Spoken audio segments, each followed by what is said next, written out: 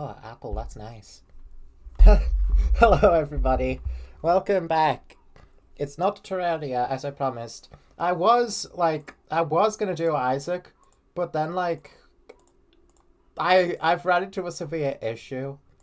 I've burnt myself out on Isaac when multiplayer came out, so I just wasn't quite feeling Isaac. But what I have been getting into, again, is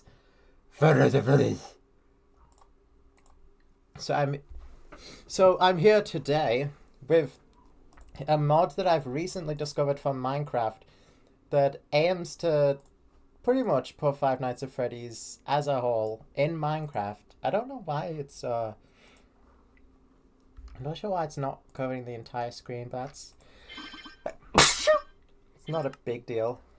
I could probably change it if it bothers me that bad, but I don't think it will. Let me just see. But basically, this mod is basically, it's got a lot of pizzeria simulator inspiration in that you can build your own pizzeria. It's got all sorts of things. The survival content is very much pizzeria simulator. Yeah, there we go. That adjusts that. Yeah, the survival content in here, I've played through what they've got so far.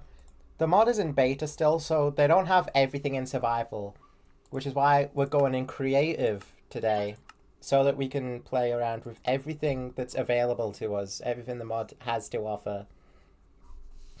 Let's join in.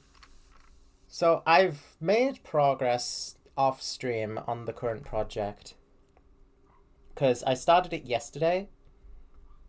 But since it's something I've been doing anyway, since I'm at that, I want to continue doing. I figured, I may as well stream it tonight.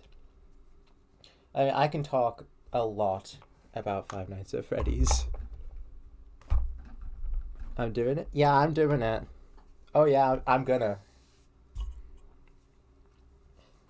I mean, I can go a long time talking about Five Nights at Freddy's, even when it's not relevant to what I'm even doing in the current moment, as evidenced by a few streams. It's just been something that's followed me, through most of my years. How long have I been alive? That's 20 years. It's not most of my years, but it's almost half of my lifespan. I have been obsessing over Five Nights at Freddy's. That puts it into perspective. Well, not lifespan. No, that's incorrect. Half of my current life. My life is in fact not ending at the end of this year, I would hope. If that does happen, awkward. Yeah, that would be relatively awkward. But oh well. Now, we're in my world. Talked about it a bit after our last management audit stream, but you figured it would be a bit before I do it? I couldn't help myself. I couldn't help it. I just wanted to do more. I wanted to do something crazy. So I'll walk you through what I've got right now. As you can see, I've put the Golden Freddy suit on. We are making a UCN style thing. We are Cassidy. So this is my skin without the suit, but we're putting it on. We are taking the mantle of Cassidy. We're gonna build a place that exists purely to torment. So let's take a look at the office on that note. As you can see, we have 3 different doors so far. This one's not hooked up yet because I put that there on recently. We don't have the lights set up because no roof, but the other doors are set up. We have 4. I'm counting vents that lead in here. Cosmacity. Oh, hold on, my game doesn't like me. My PC doesn't like me right now. It's frozen. We got the fan. The fan makes noise. I'm not sure what the weird purple around the fan is.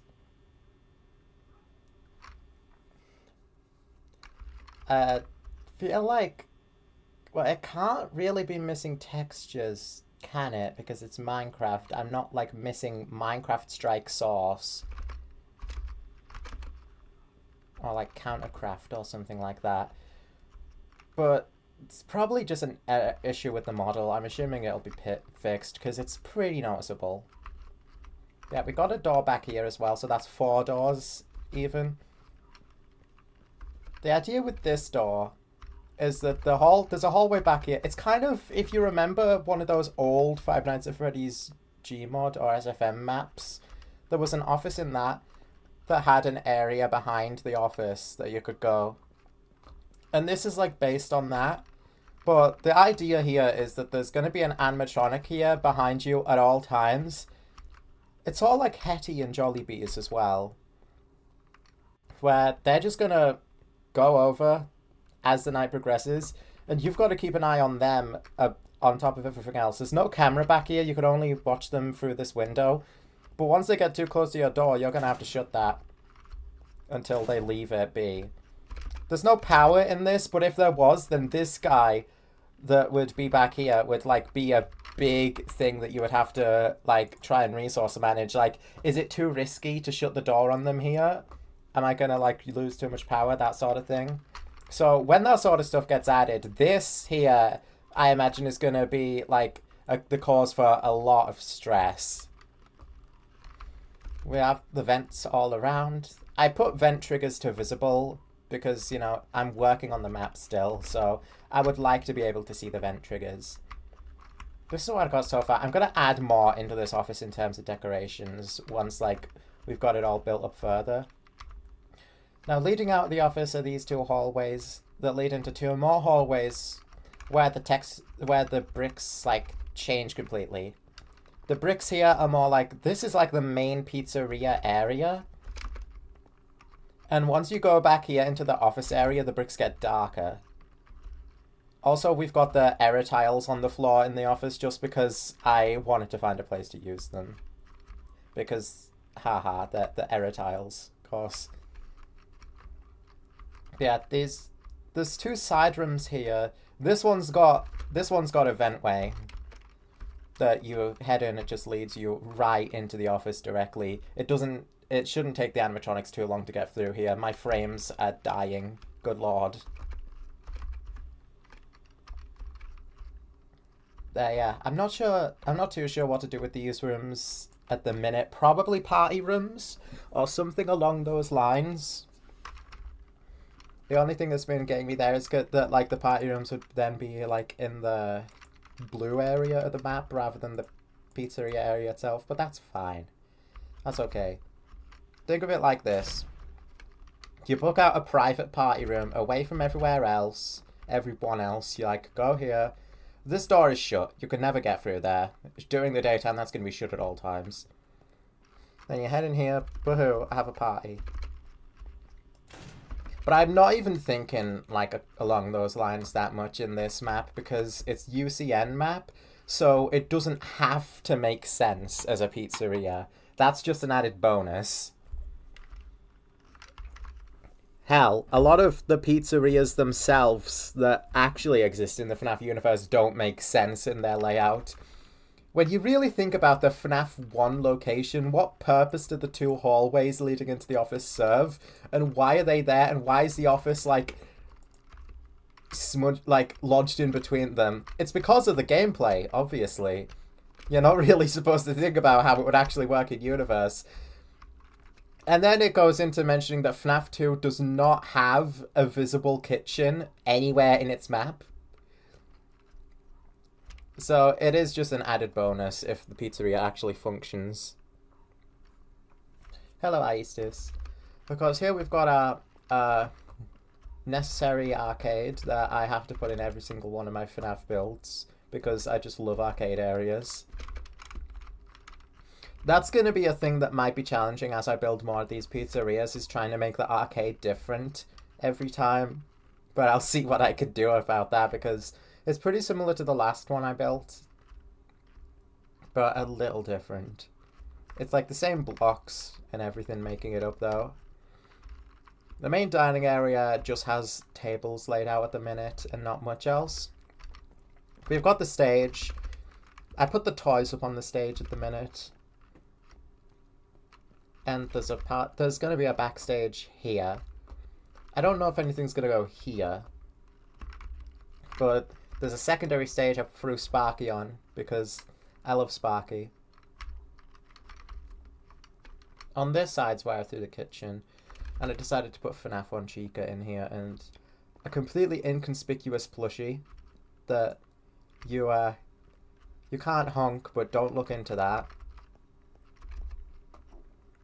I put a vending machine. I kind of forgot to put a fridge here, but again, the decorating is coming like afterwards. Then you've got like an area here. There's going to be like shelves, a mop or stuff like that here, and it just leads outside. Then here, it's a little awkward that like there's two entrances to the office right next to each other, but again, UCN. So the animatronics have two options. Here, they can either just take this door back into the pizzeria, which means that, yeah, if an animatronic goes through the kitchen, they have the option to go into an outside area. It's still going to be fenced off, but they have the option to do that. Here's probably going to be like hallways. That's where I need to work on next once I'm like through the arcade. Thinking of putting some here too, probably. It's going to be pretty big at the end of the day. My only issue I'm running into with, like, when it comes to pizzeria sizes is that the animatronics may not ever make it to the office because of their wandering AI. So, in practice, it might not be, like, as bad as, like, you may expect it to be. Because on one hand, they just wander aimlessly. I don't think they head to your general direction. On the other hand, they don't stop at doors. So if they do reach your door, you need to react really quickly. They're not going to wait. And of course, all of that I've mentioned is probably stuff that's planned to be adjusted and changed. They want to give the animatronics like better AI as the mod updates, honestly, so they'll probably like actually try and make their way to your general location during the night. And it would be cool if they like stopped for like a second or so at a door, rather than just giving, like, I'm cool that they give chase to you like at all times when you're out in the open, but if suddenly there's a blast door in between you and them, then they give you a second, so you could just be like that. But yeah, that's pretty much the overview of what I've got so far. The arcade was where I left off. Oh. You can actually interact with this. That's cute. Hello, Fatigue. I wish I had a noise for it, but that's really cute. I've got a lot of different arcades, as you can see. Can't use a claw machine, but we can right-click it. We can't use skee-ball machines, we can't use pinball machines. But we can use the carnival hoops. I'm pretty sure carnival hoops were in Pizzeria Sim, if I'm remembering correctly. I like the idea of there being claw machines by the doorway, because that's kind of like subliminal messaging, kind of, ooh, you want to try one of these. Have I tried? I haven't had the chance to try Mario Bros. X2 yet, because like I've been busy. I'm busy pretty much every single weekday, and then over the weekend I just get to do whatever I feel like, because I take the opportunities over the weekdays to like dedicate most of the day to just working on like game development things.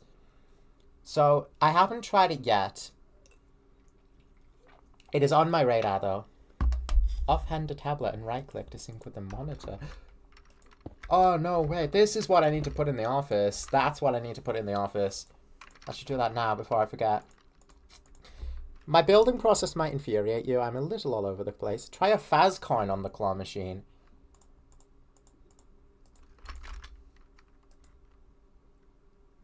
You genius! That works! Oh my god! Oh my god, I won something as well.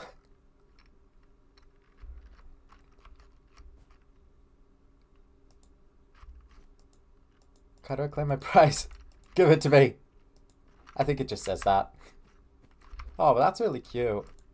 We can't do it here, but... Oh, that is so cool. I never thought of doing that.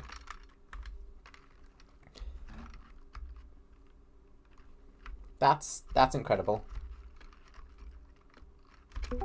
I'm a big fan of that. It's not genius. It's called. I checked it out in survival before and wasted like half my coins on it trying to see if it would actually drop a prize. It doesn't. It just gives you one. I mean, at least you had like the idea to try a Faz coin on the machine, but I never had that thought. Never crossed my mind. I'm an idiot. I kind of want to put a claw machine by the entrance. Oh wait, I haven't made the entrance yet. Never mind. That's an idea I want to do because, you know, again, the subliminal messaging. Like, just popping a claw machine there to try and, like, get people to use it. Just try and, like, really shove it in their faces. That's a very claw machine thing. And I feel like Cassidy, maybe she knows that? I don't know.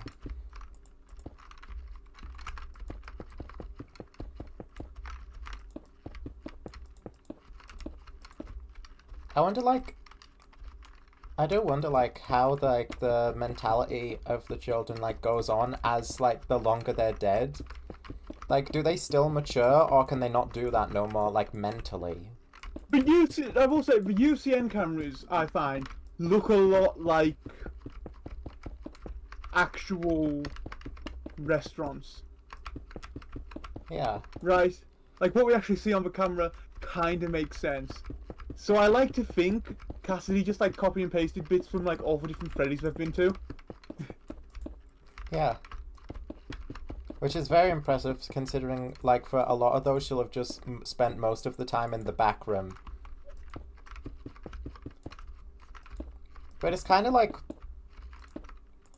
I kind of, like, have some, like, a little bit of a headcanon. Did I beat the game yesterday? Oh, yeah, I beat the game, because as soon as I beat Guzma, which was made easy because of the drops from Primordial Worm, I had access to Kevin. And then once I had Kevin, like... Noxus and Nameless literally could not fight me anymore. There was nothing they could do to combat the power of Kevin. That said, I sort of have like a headcanon for Cassidy where like she's like an incredibly creative person.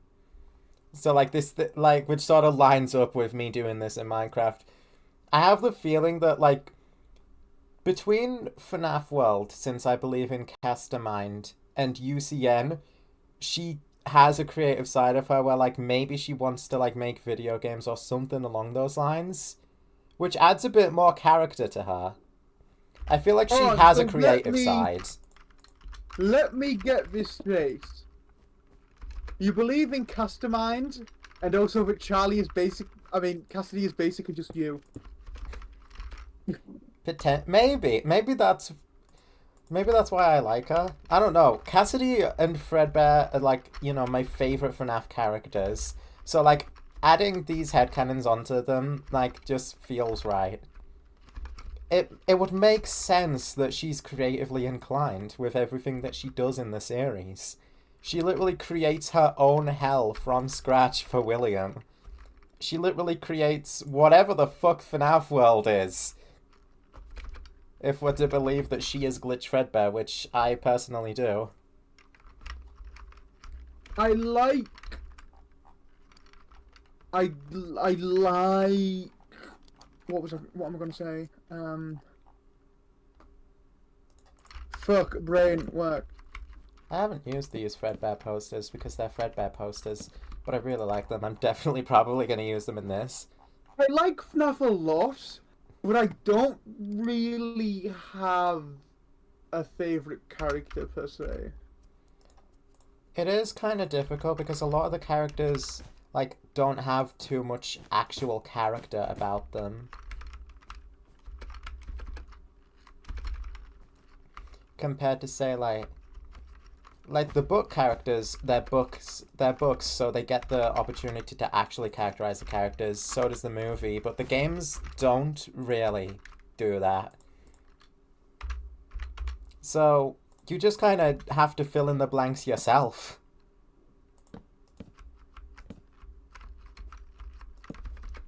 Which I'm alright with. But, like, again, it would be nice to learn more about the kid, like, some of the kids other than Susie. We know a lot about Susie.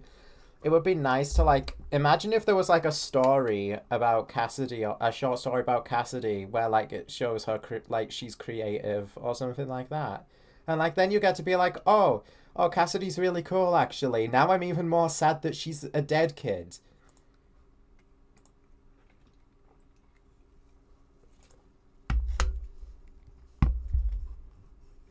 Plus, also, if you believe in Castermind, then Cassidy believes in letting other people move on while she herself stays, and she's a fucking legend for that. I love Cassidy. I just really fucking like the recent characterization that's come to light for her. Ah, this chuckle fuck. Balloon board plush. I may as well set these down. The plushies are so cute. I've always loved the plushies in FNAF. Like, the very original ones. I'm not talking about, like, the actual real plushies made by Funko. Those ones are cute, but, like, they're nothing on the actual game plushies. Which kind of makes me sad that, like, when Steelwool came around, they retroactively erased the plushies and replaced them with the Funko ones for product placement, I guess. But, like, I prefer the actual Scott-modelled plushes. They were so good. I miss them. I want to see them come up again. Rather than... I mean, Scott had a baby plush modelled in UCN. He had a model of a baby plush. And it looks infinitely better than Funko's, which they then modelled the plush babies off of.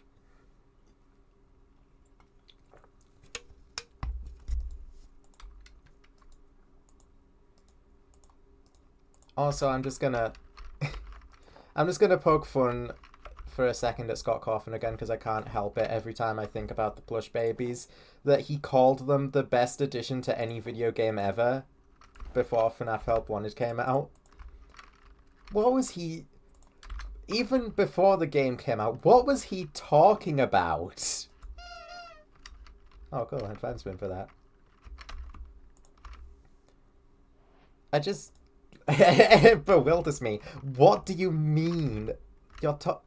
We're on about the plush babies. They're not like the best addition to anything ever. By a landslide. I'd say he was probably fucking with people with that. Maybe, but I think he was serious. He really does, like, he really did do a lot of praising and stuff like that. Like, I don't think he was... Oh, I've just realised why there's a Lolbit mask. I might be stupid. It's even right next to the Ennard mask. Duh. No, I was like, oh, there's a Lolbit mask. That's a little strange. Lolbit of all characters. Then I remembered it's literally an Easter egg in Sister Location that Lolbit's mask can replace Ennard's. Even I get shit wrong about this series sometimes. Because it's just been that long and there's so much stuff to remember. I've not actually put the threadbare... Well, yeah. Yeah. I've not actually put the Threadbare 1 outfit on over Golden Freddy. I'm just using Golden Freddy's right now because it's like more... It's like more iconic. More related to like Cassidy herself. Whereas this is like a more original Threadbare design. But like, I really like the fact that his head is just... Your head is in his jaws, yeah. Straight up. And you could even... Oh my god, it's got an overlay. It's got an overlay for his jaws over your face. Okay. I don't regret checking that out. That's really freaking funny. Why am I trying to put torso in the leg slot?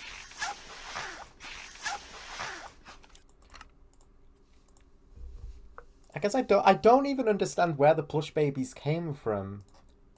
Like, whose idea was the plush babies? In universe, what inspires the plush babies to come to life? I don't know of any situation where like a plush of baby specifically has, or like anything related to baby has come to life.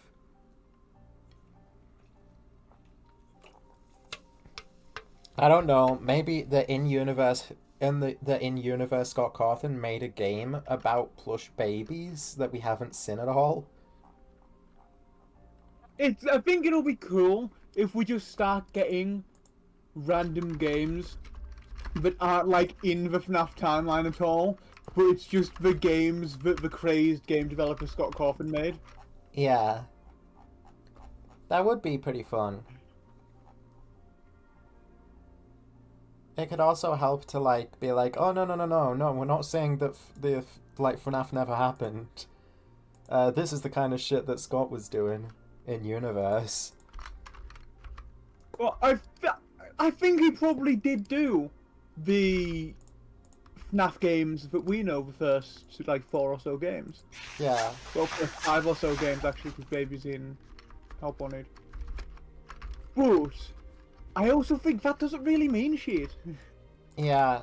It's kind of like FNAF, John FNAF released recently a full timeline video, which despite calling it the full timeline, it's only part 1 because it ends at UCN. So it's not actually the entire FNAF timeline. Sorry for the clickbait. Why am I apologizing? Oh hey, it ends with like the second to last main game. Oh. Yeah, it doesn't even it doesn't go into Help Wanted. That's gonna be for another video. But like what I'm getting at here is like, despite dittophobia being a thing, John FNAF still makes it so that the crying child and Michael like actually had nightmares about the nightmares, and then William went on to make dittophobia based on the nightmares that I guess he knew that these kids were having. Well, Something we like know that. Michael was having nightmares Yeah, we know he's because at he least drew it in that. down in the survival logbook. Either he had the nightmare or he was in William's funny experiment bunker. The survival logbook, which let me just say, I believe the survival logbook is not from an actual Freddy's location, because it's got like all the fun little games in. I think the survival logbook originates at Fazbear Frights. Yeah, it's got to be from FNAF 3 because there's sister location stuff in there. Michael's been through sister location by the time he's writing that. Well, it's got to be from FNAF 3 regardless, because of how, I guess, unprofessional it is. Yeah. And that sort of thing. But like he sees dittophobia and like the way he adapts it is like, oh no, it's not like taking away all of the emotions of the story of FNAF 4 and completely linking the nightmares have never had anything to do with what happened at Fredbear's, lol. Like, it's like the nightmares in FNAF 4 and what it was originally trying to tell still happened. But then dittophobia also happened because William's a fucking psycho. Trying to recreate the circumstances of his son's, like, demise. Or something to that effect, so that he can, like, better understand Remnant.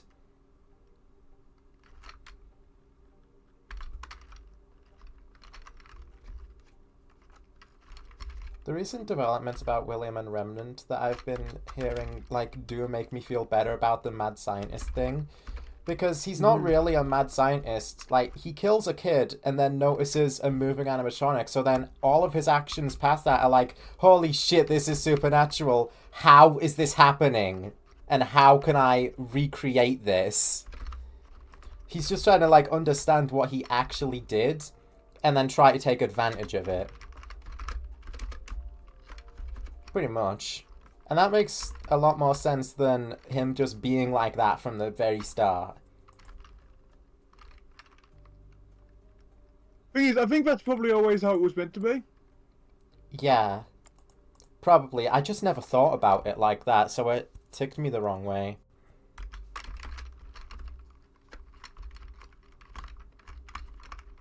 Well, no one did, because the fandom, I guess, heard Remnant and went crazy trying to make it some mad science thing to make it make sense. And really, no, Remnant's the science behind it. But Afton's no scientist. He's a serial child murderer who just saw weird shit and got curious. Yeah, and then he like wanted to utilize Remnant so that he could like, I don't know, maybe he wanted to like get the animatronics to like and the dead kids and stuff to obey him. Or we could just stick with him wanting immortality. Yeah. Because he's a nutter who murders children. He wants to be able to keep doing that. Plus, for all we know, that's William's very first exposure to the supernatural. Maybe he didn't even fucking believe in it until the puppet got up and started moving. And, like, suddenly it's got tears running down its face. But to him, that's very obviously Charlie. Well, because the supernatural's involved, it's possible he just knows naturally this is that girl I killed. I mean, it's pretty obvious to him because he was probably made aware of what happened after he killed Charlie. Like, oh, we found the puppet, like, it fucked up its circuitry because it ran outside trying to save Charlie. And we just found it, like, hugging the kid's dead body. So he probably knows that. And then he sees the puppet moving, he puts two and two together. He's like, oh my god. Oh my god, this is cool, I guess. Can I do this again?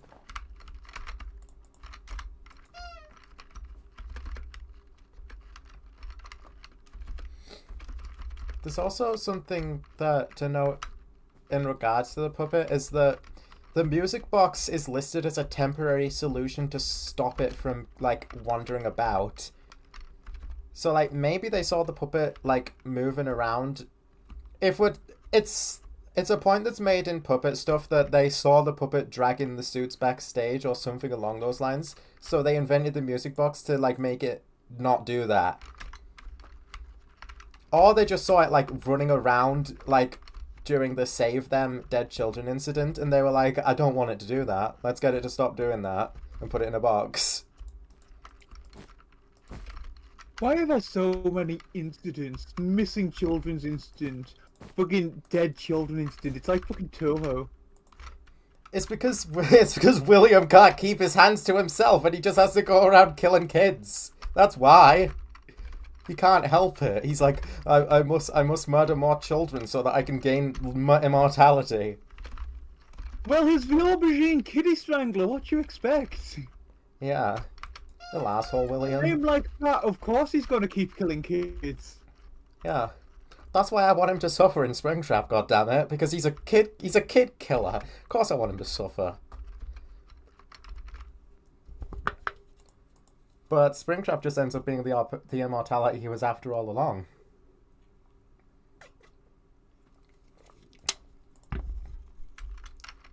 Then the kids are like, well, we fucked up.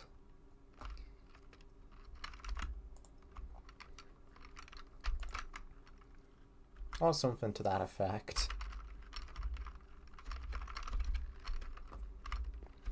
I don't know. Again, I have a lot of rewrites I could do for FNAF. Including but not limited to, and this is just more of a personal thing, not in terms of like fixing the story or anything. Although a lot of my rewrites aren't trying to like fix things and just like, you know, make it more like what's the word? Make it more like targeted towards me, like stuff that I would like because I'm the one fucking rewriting it. So of course I'm doing that. I'm just like making it all appeal to me specifically more. But one of the things that I would do is just Jess is now a thing that exists and happens. Lol. What, Introducing my new OC Jess into the story. Someone who is not... I think you make a good point. Literally anyone who is not literally anyone who's not like somehow connected to one of the incidents that happens. Just an employee. Yeah. Although there is more to Jess. Jess is around since Fredbear's and ends up meeting her end in FNAF 2. Likely during the Dead Children incident, because the story as I have it in my mind is Jess catches William doing that. William's like, oh well. I mean, if you're to believe the current timeline, William's like, well, I wanted this place shut down, but I didn't want to get caught. Bye, Jess. And then knocks her out, I guess, puts her in a Springlock suit in the back, I guess another spare spring bunny they had or something like that, and he's like, bye. And then just lets her bleed out and then activate the Springlocks and die. And then she becomes Shadow Bonnie. I do have to comment on you saying the current timeline. Because that's one of the weird things where every theorist has a different like timeline and story that characterizes everyone completely different.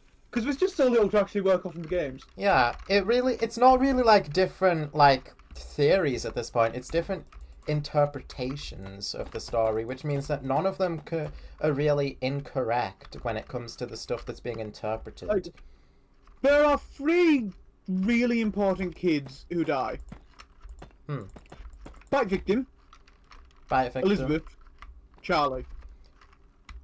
And there's Cassidy, because, you know, she deems herself as one of the most important. She gives herself that title. Cassidy's important later, but there's 3 that are really important early on. Yeah. And no one can fucking agree on the order they die in. No, yeah. I don't think... Well, it does matter, because depending on... It matters with Charlie and Bite Victim, because who dies first, like, completely changes William. That's the weird thing about their deaths. It doesn't change anything about them. The character it impacts is William. I think Elizabeth matters more as well than people give her credit for. I think because does she die before Bite Victim? Because remember how she dies? Circus Baby's stomach opening up to eat her. Mm-hmm. That would explain the stomach mouths on Nightmares really well. It does, but only Fredbear has that. And then that's true. You think back to like what's seen in the shadows is easily misunderstood. William puts like a guy in the Springlock suit, and Crying Child sees that. He misinterprets that as like, I don't know, the guy's being eaten or something. Stomach mouth. Well, yeah, but also that was being written back when Scott wanted us to think the Toy Chica missing the beak was important. I know, the Toy Chica missing the beak will always fuck me up. If anything, Toy Chica being there is the important part, not her missing her beak, because that's the happiest day link. That links to Chica's party. Yeah. But also, not the beak. Maybe it wasn't the happiest day link at the time, or it was, but in the sense that, like, it's... All those teasers from that sort of period with the Game Theorist theme, where Scott was changing the page to give them hints, are all clearly meant to be for Dream Theory. Yeah. And they were all intended as hints towards something which is obviously not canon anymore. So it feels weird using them for stuff now. Where do restrooms go? Do I have a hallway there as well? And then restrooms? I might have more hallways. Maybe this place is huge, who knows?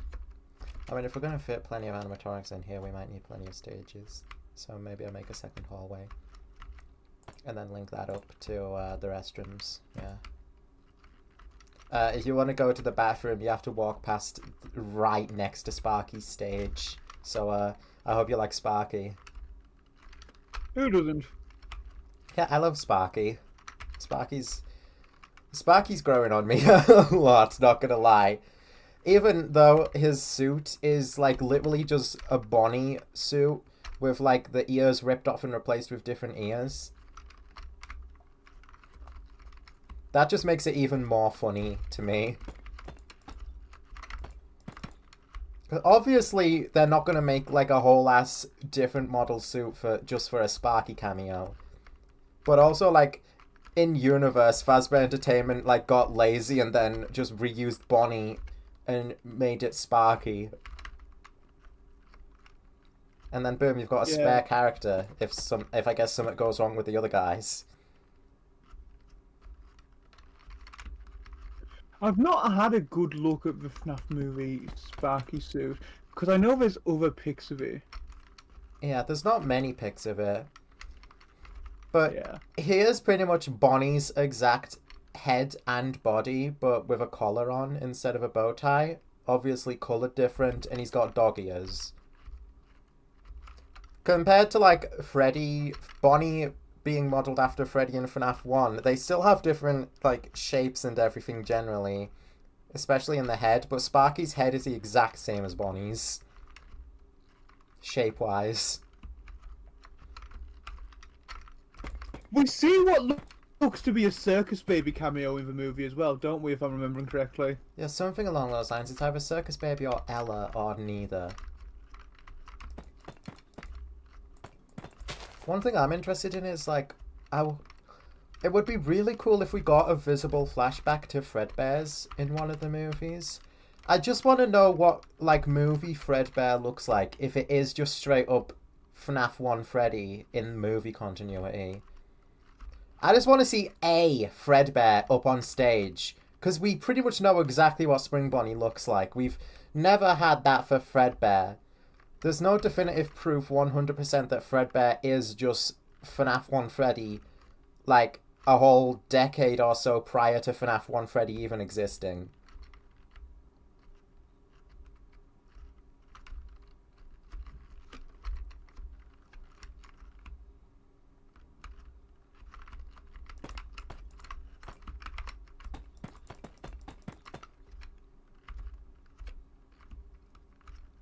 For all we know, FNAF 1 Freddy is Cassidy's favourite type of Freddy, so she just decided to roll with that for UCN, but put the purple back on. Because we know, we're pretty sure Golden Freddy's meant to be Fredbear. I mean, at this point. All but confirmed because of UCN. Fredbear is pretty much Golden Freddy, but with a couple of differences and the purple accessories. You summon Fredbear through Golden Freddy. It's meant to be the same suit, I think. If Crying Child is in there as well, yeah. Most definitely. It's probably the suit that bit Crying Child if he's in it. If, like, he was able to, like, die in hospital nowhere near the suit and then end up in it anyways, like, it's got to be the one that bit him then. Otherwise, what's he doing there?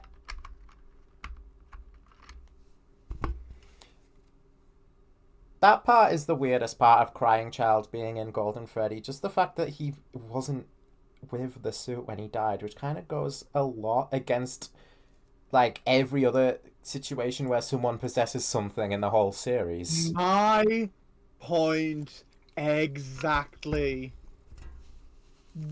Do the rules about possession just not matter anymore? I don't know.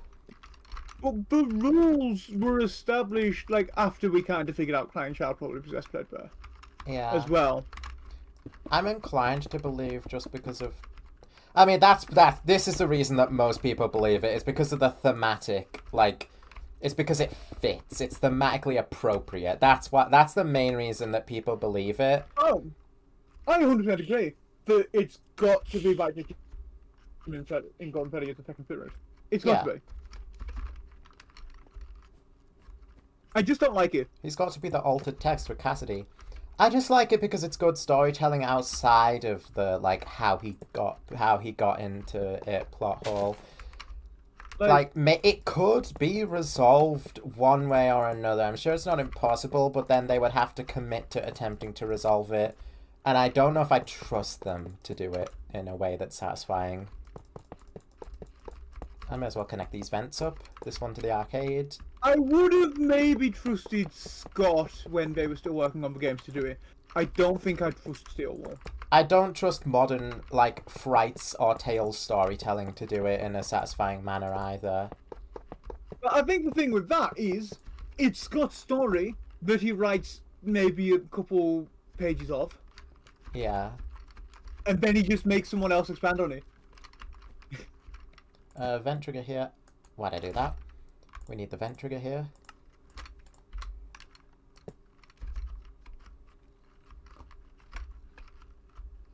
Oh, we've already got a vent trigger out there because it leads into the office. And I already set that one up yesterday. Okay, Y edition 1. The slightly annoying thing about the vents in this is that the animatronics, for some reason, are only allowed to crawl on vent blocks, which means that you have to have, like, one of the blocks that's, like, every single floor block a vent block. So if your vents are one block up like mine are, this block here has to be a vent or they'll stand up and start suffocating in the wall.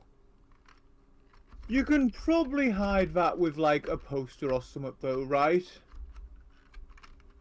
Maybe. It doesn't bother me the most in the world, and it's only really an issue here because the vents aren't flush to the ground, which they will be in most scenarios. They'll be flush with the ground. But also, if you want to vent up here, like in UCN and in the private room, then it becomes a bit of a bigger issue when you want a vent that's higher up. But I just decided to put the button to close the vent over it. You could do something else, like, but I don't know. Realistically, if you put, like, a head or something underneath it, the animatronic's gonna crawl out and knock the head onto the floor. Which would be a funny visual. That would be a really funny detail to put in just before you get jump scared. Like, the lights start flashing and the thing is visibly on the floor now. That would be really, really funny. So the more I think about it, the less against it I am.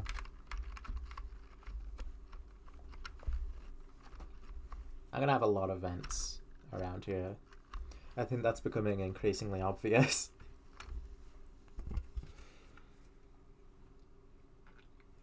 Are you going to do an exterior for this? Probably not, right? It depends on how I'm feeling by the time I'm finished.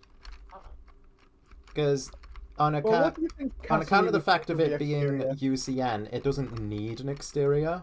Well, UCN inspired, it doesn't need an exterior. But I could give it one if I felt like it. I think next major update, we should come back to the survival. Definitely. This part here is, at least is going to have a detailed exterior because I want to have a camera here in the outside section.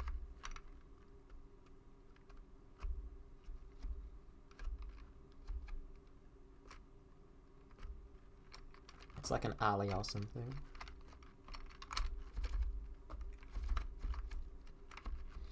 Now, a lot of modern FNAF is up to, it's up to your interpretation how you, like, see a lot of the smaller story bits.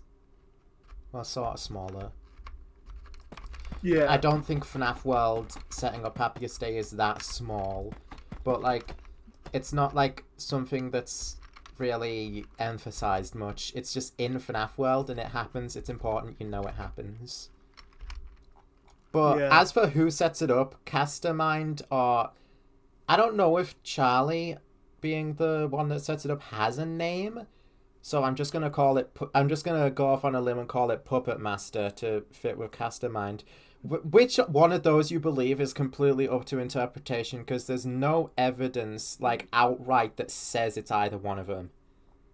There's just points for both. Is a name. Castermind is, I think, Squawks came up with that name because I think he made the theory. I don't know. Again, I don't know if Puppet Master has an actual name.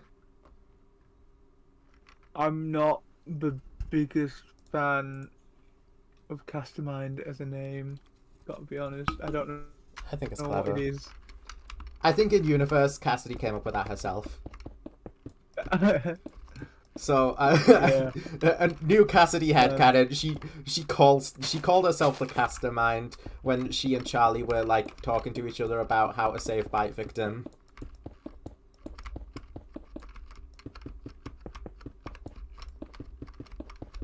I do like the idea that it's a combined effort from both of them, because Cassidy like helps the pieces get put into place, and then Charlie is the host of the Happiest Day that delivers the cake.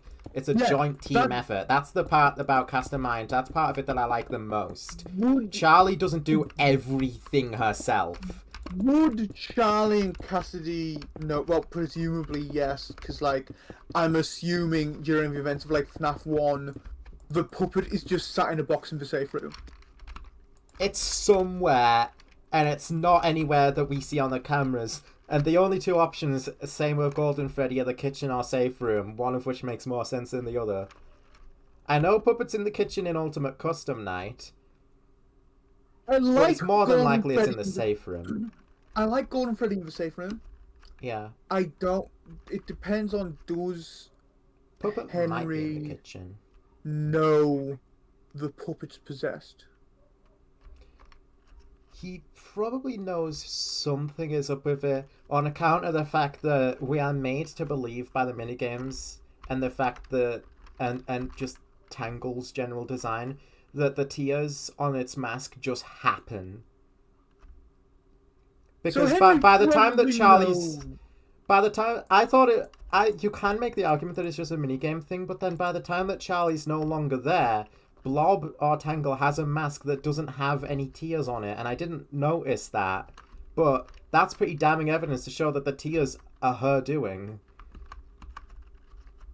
Yeah. I think if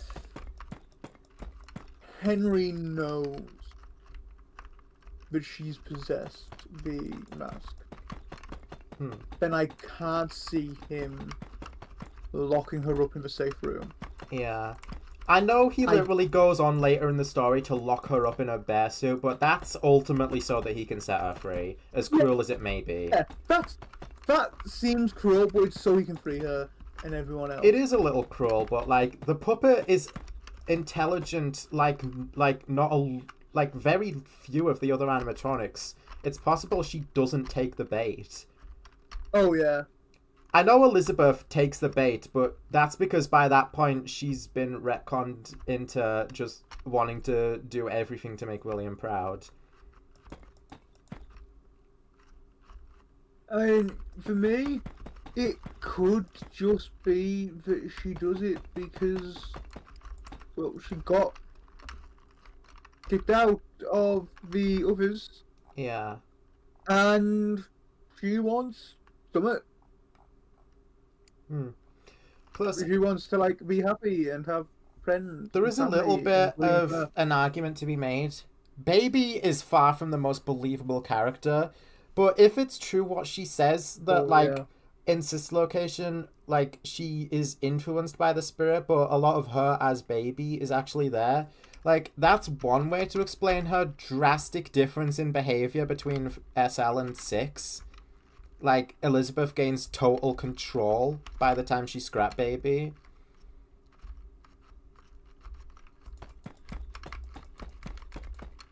It's also interesting to note that, like, Molten Freddy maybe did need Baby because once they eject her, like, structurally, he completely fucking falls apart.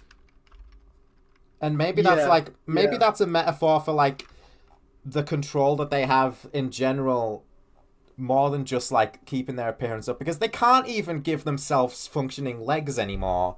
They're just a massive jumble of wires, so it's possible that they did need Elizabeth as sick as they got of her.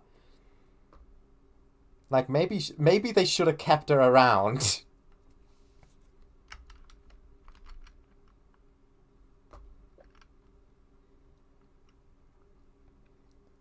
I can imagine though, like, if Molten Freddy is the missing children, which I think that's the most likely case for the missing children being in FNAF 6. Probably Molten Freddy makes the most sense, in my opinion. But if that is the missing children, and they've gone from having Charlie as a leader to now Charlie is gone, and she's been replaced by this bossy, sadistic, slightly egotistical, like, girl. They don't like her. They want Charlie back. They're sick of this girl, so they just kick her out. They're like, fuck it, if we're not getting Charlie, I'm not dealing with this. We're making our own choices now, boys. But then they can't, and they fall apart. Because they're like animals at the end of the day. They, like, don't have the control the other spirits do.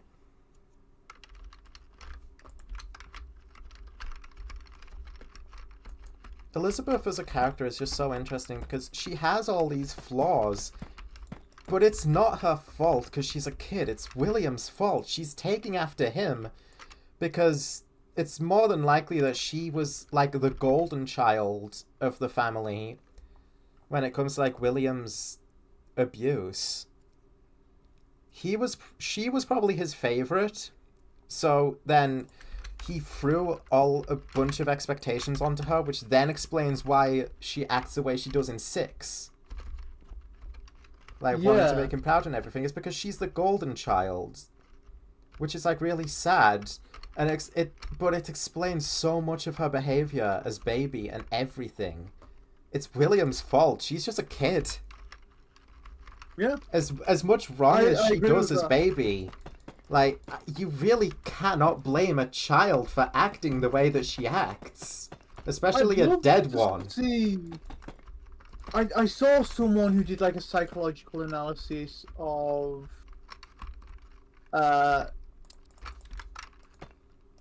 William Afton. Yeah. Plus, the way he treats Elizabeth in the fourth closet very much is like exactly that. Which is another reason why Will Care pisses me off so much, because I don't think he was a good fucking dad. If he's like anything like he is in the fourth closet, and given how Elizabeth acts, I don't think he was a good father ever. Yeah. He just gets worse with time. No, there's someone I watch. It's a channel called Elegant No, it's a channel called and they do a load of stuff, but it's essentially movie therapy where they're looking at characters in movies from sort of a perspective of a therapist. And they do like stuff about the psychology of heroes and villains. They do movie couple therapy and movie like family therapy. Psychology of hero. I want to see something like that, but it's family therapy and like an analysis of the family situation for the Afton family. Yeah, the Aftons getting their own family therapy. I want to see the guys from Cinema Therapy sit down, subject themselves to all 24 hours of the FNAF guide, and, like, do Afton family therapy. Oh yeah, there's another case to be made. Because, like, I feel like in the movies, Vanessa shares a lot of traits with Elizabeth, of, like, being William's right hand, like she is in Fourth Closet. She wants to be that in the games. Vanessa is just straight up his daughter in the movie continuity. So I feel like there's plenty of parallels to be made. So you can look at his treatment of Vanessa, and you can apply it to Elizabeth. There's a lot of characters that are parallels to each other in FNAF, and you know what I like? You know what I like to think about, like Security Breach and the current sort of timeline where we're at. Yeah. The Mimic is obviously mimicking Afton. Yeah, he's decided of all people in the whole Five Nights at Freddy's universe you could ever mimic, Afton is the best one. Because he's a fucking moron, I guess. Fuck you, Mimic. We didn't have enough problems. So Vanessa is very obviously mimicking Elizabeth. Or at least paralleling her, yeah. She's like... Specifically at the post-circus baby stuff. Yeah. They're mimicking them. And obviously they break free of that control and turn against the Mimic. But doesn't the same thing happen with Circus Baby as of Sister Location, where she thought Michael was William, and was gonna like scoop him?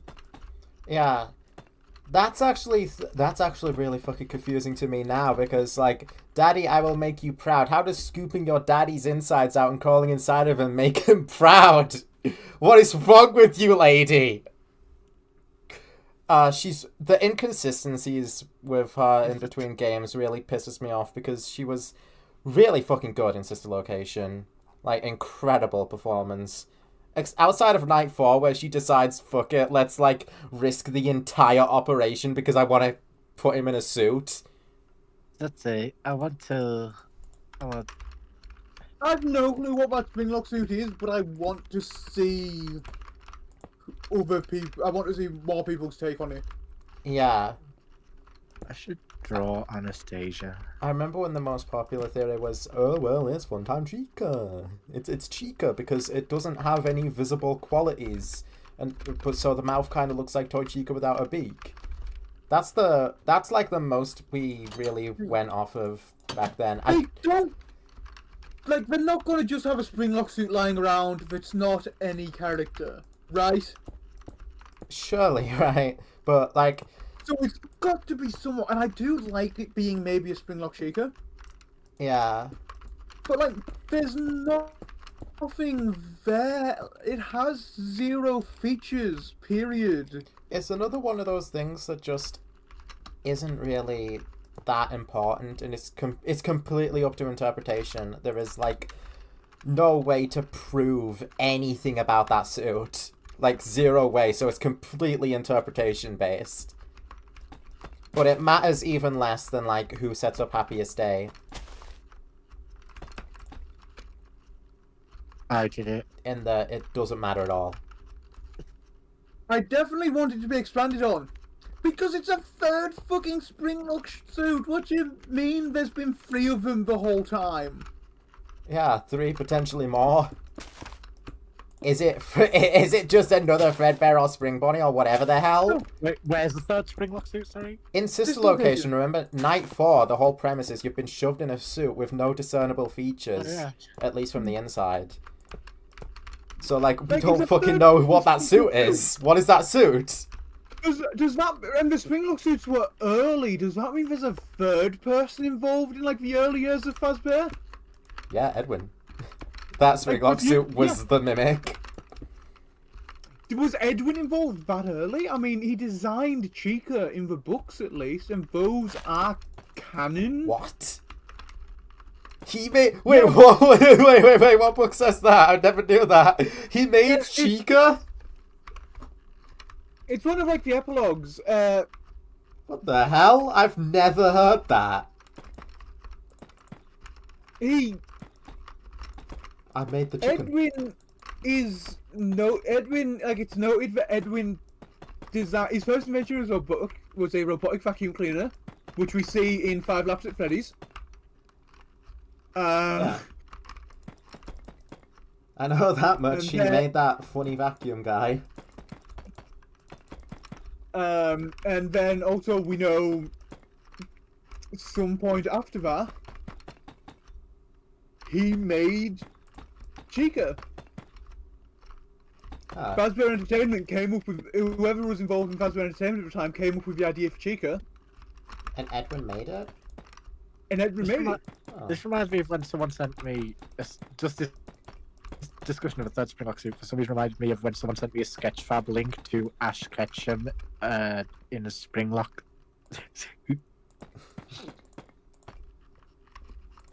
Oh man, what is it with the FNAF community and Ash Ketchum? We know that the 3rd springlock suit. I mean, between Ash Ketchum in a springlock suit and the devil we encountered in Pizzeria Roleplay. Oh. The devil.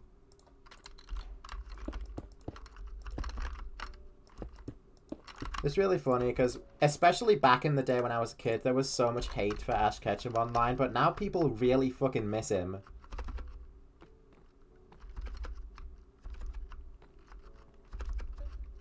So was all the hate warranted?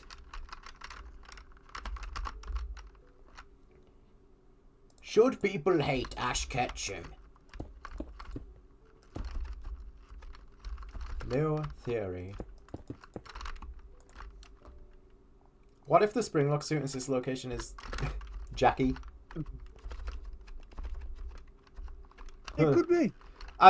Looking at Jackie though, I don't know if it's possible to fit a human in them. I don't even know what they are because the game's not out yet. It's possible. I don't think it would be. But there's 2 things. There's 2 ideas I like for the 1st springlock suit. Yeah. Right. The Jackie one is a crack theory. I don't honestly believe it. Right. Here's what we know, right? Mm-hmm. about the two Springlock suits that we actually know information about. There's two Springlock suits. One's a bear, one's a rabbit. Yeah. The rabbit was worn by William Afton to perform in. Mm-hmm. The bear was worn by Henry Emily to perform in. Yeah. Other people The wore rabbit those suit suits, though, was is the worn thing. by William Afton to do murder. Presumably other people wore those suits, but at least early on, like when it was just for two of them. Yeah. It's their suits mainly, but other people did wear them. They have to have in order for the multiple simultaneous springlock failures incident to have happened. Was... Well, that could refer to one suit with multiple of the locks failing. Potentially. A lot of people link that to the shadows. That's really just like most people's headcanon for the shadows. There's never been a single piece of evidence linking the two. People are just like, well, the shadows don't have any backstory, so let's just do this. And that's been the most common thing to do for the shadows for the longest time. In fact, I pretty much adapted that into Jess for RW.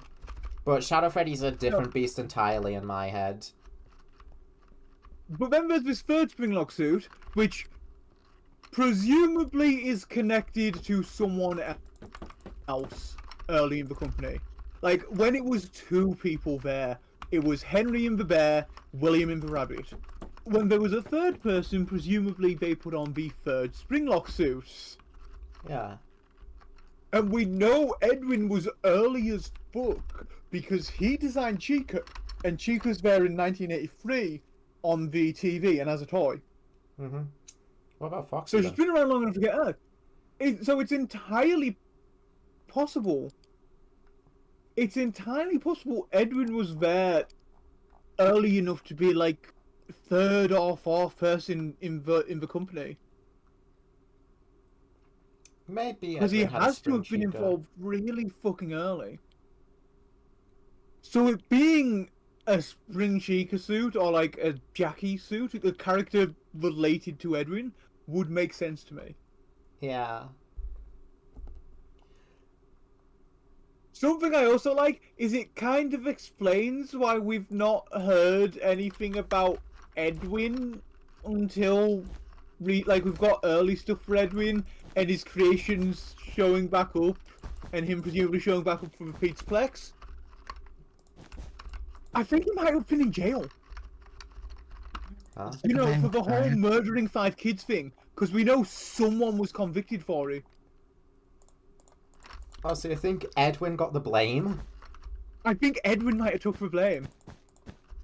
Oh, William, you sneaky snitch. That would be interesting if that like finally gets like a full-on answer to it.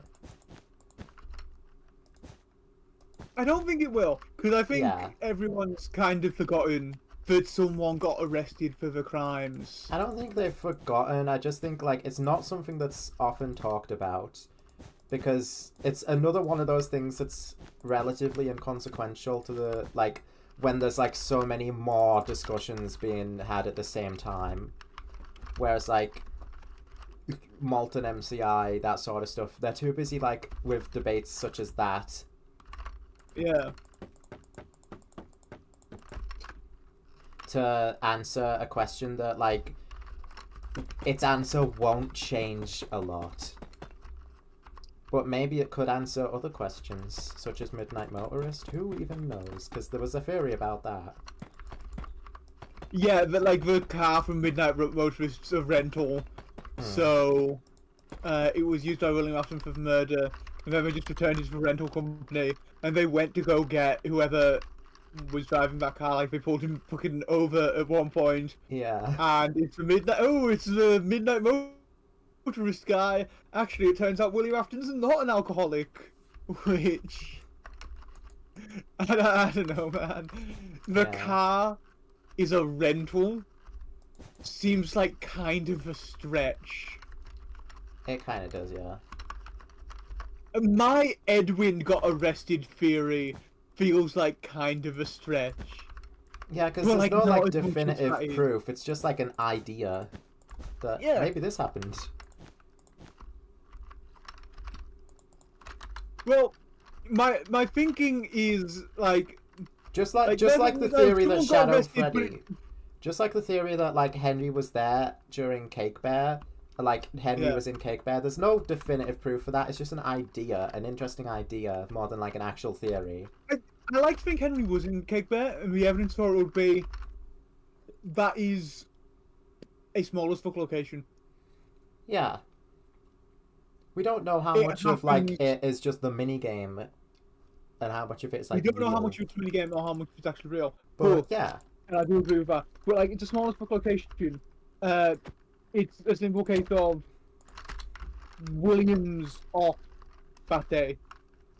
Yeah.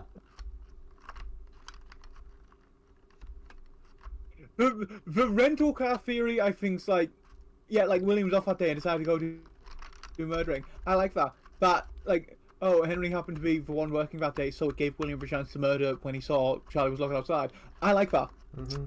What I don't like is, well, the car from Midnight Motorist is the same colour as the car that the purple guy used to murder, but shock gasp, the man in it isn't the same colour. Therefore, it's a different guy, which suggests this is a rental car. Therefore, he's the guy who got arrested, and it was a wrongful arrest, because, like, the evidence is that the car was a rental. Yeah, the vast majority of the confusion from Midnight Motorist really does just come from the bewildering idea of let's make the guy orange now. The thing is, with me, it's pink guy all over again. It is. And but the difference the is, by then, thing. Scott should have learned from Pink Guy and not, like, done it again. Why did he do it again? That's the thing that gets me. The community should have learned from Pink Guy, I'd say. Maybe, yeah, but, like, purple and pink I can understand. Where is orange coming from? I think 3 is right. 1, 2... If I want it to be 1, then I'll be there. If I want it to be 2, I'll be there. If I want it to be 3. I think 3 is right. When it comes to Midnight Motorist, though, John FNAF, in his recent timeline video, had an explanation for it. Like, to try and explain the footprints outside Mike Runaway, which is just that Mike started seeing visions of Fredbear outside his house after the bite victim's death. Like, Fredbear would just be there out the window. The physical footprints is then my question. I'm not sure, but like that part wasn't really explained. But then like Mike follows it to bite victim's grave, and like I don't know, he's like not even thinking straight. Is like overtaken by guilt, but then he finds, of course, that grave is still there. Oh, by the way, I forgot to mention in this theory. Timeline thing, the mound in Midnight Motorist is where bite victim was buried. It looks a lot like a grave. When I saw that mound, you know what my first thought was? Someone's buried there.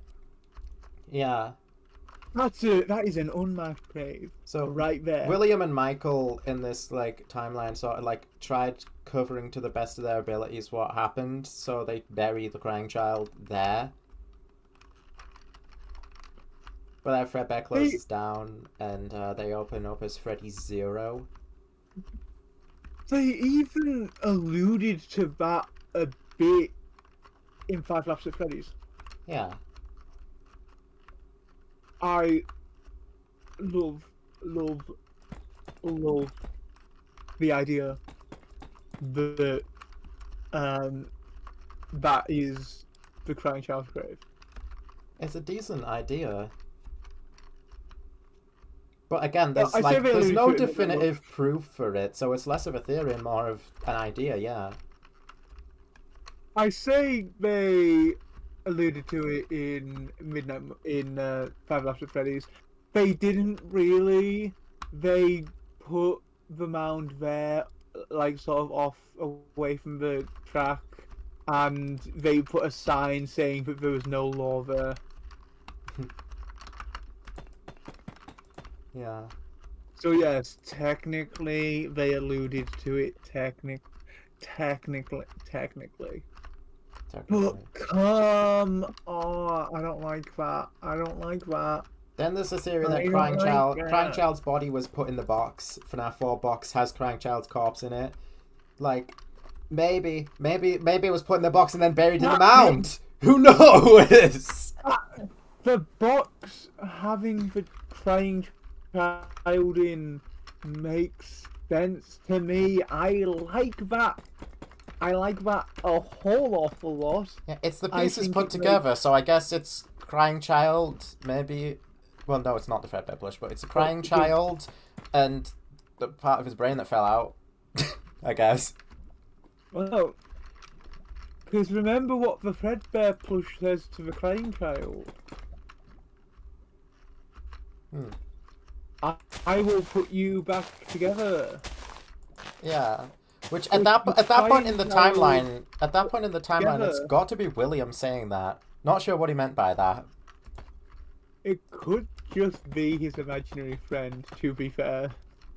Yeah, that's the thing. In the John FNAF timeline, it is his imaginary friend. And then later on, William, who I guess was told about, his son told him, hey, I've got an imaginary friend, Fredbear. William, like, while he's trying to recreate the circumstances of his son's death, like, that's when he starts using the walkie-talkie to recreate the imaginary Fredbear friend. Yeah. Like, I don't think William is on the walkie-talkie talking to his kid, pretending to be his imaginary friend. It is strange, kind of. Because, but I mean, look at what we actually see from William when it comes to the quality of father this man is. It's not very high. Yeah, it's less of an imaginary friend thing and more of like a monitoring thing, if anything, which we know he's doing. But is he monitoring the house at the time? Is your mask in the thumbnail an imitation of a Tarmico thumbnail?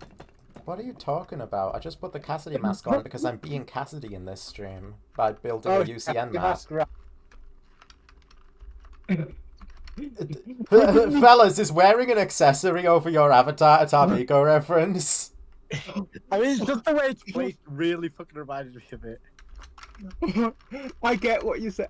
I get what you are saying. Have you seen the most recent thumbnails for like my more recent management wanted games? Yeah. I've got like, I think it might even be the same JPEG of the mask, but with just different lighting and like angled differently. Wait, did you put the mask on one of your thumbnails? In the two most recent ones, yeah. Well, the two most recent ones. Oh fuck! I must have forgot about that, and then like my subconsciousness had the idea. I'm gonna put the Golden Freddy mask on in the thumbnail. That'd be really cool. And I'm completely forgetting that that's where I got the idea from.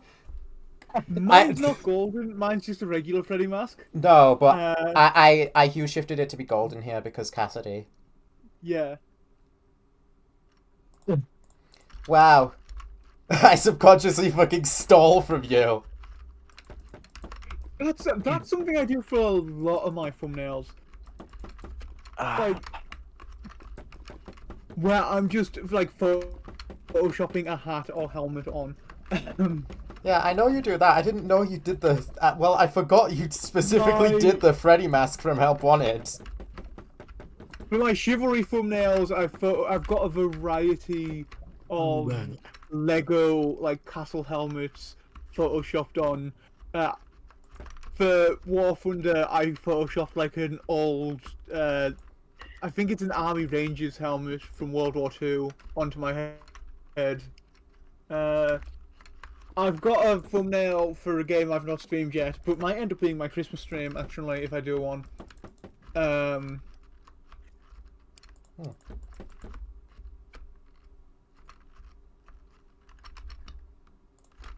So yeah, I do that a lot, and I did it with Freddy Mask too. And then you stole my idea. I didn't mean to. It was a complete subconscious theft. I'm not mad. I'm just disappointed. I've become the I'm theft mad. queen. I will burn for eternity. Did you know? Mean. Did either of you notice that the feathers on Mimsy's head have eyes? No. I didn't know Mimsy had eyes. I mean, what?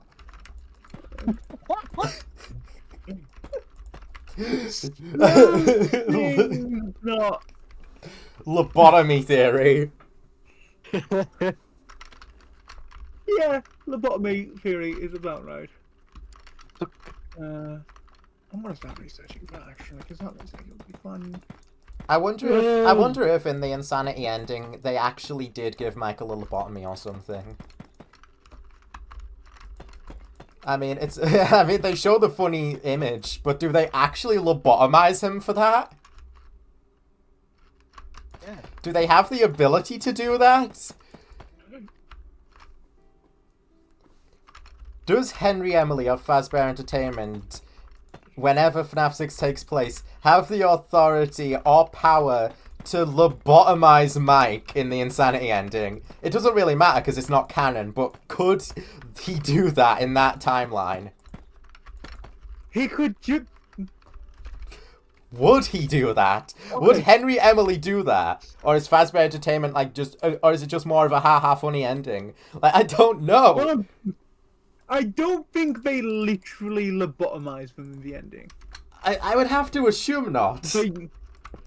What Fazbear Entertainment does, which I'm pretty sure at that point, the Fazbear Entertainment like corporate entity is literally just Henry Emily and no one else. Most likely.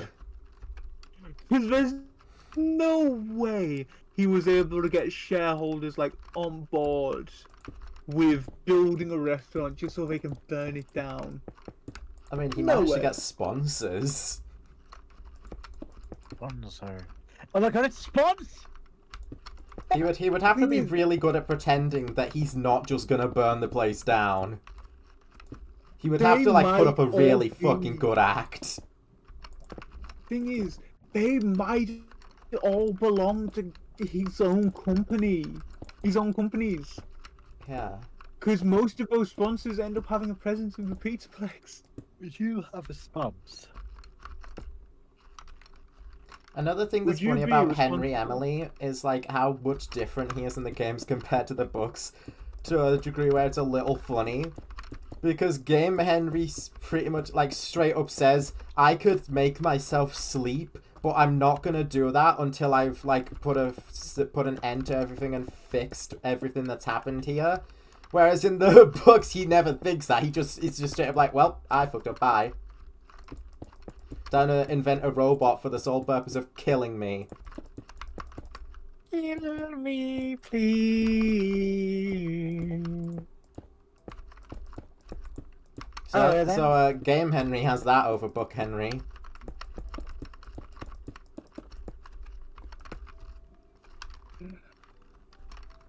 We tried, we failed. See you next week. I've just been reminded that they're working on a second Ark survival game, and it makes me pain. Ending the Ark Survival.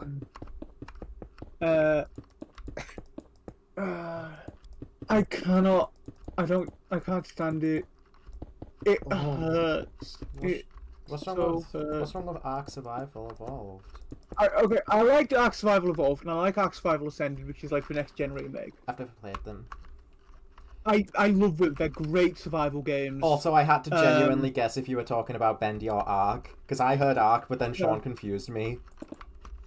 Ark Survival Evolved and Ascended sprinted full speed so that Pal World, which is still a decent game, like still good, it's not by any means bad, could crawl along slowly behind them. What? Wait, are they made by the same people?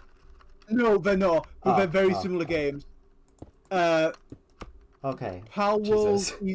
World steals more mechanically from Ark than it does any other game. And It's because I Yeah. want Ark 2 to be good. I like dinosaurs. How do you I love feel? dinosaurs. They're awesome.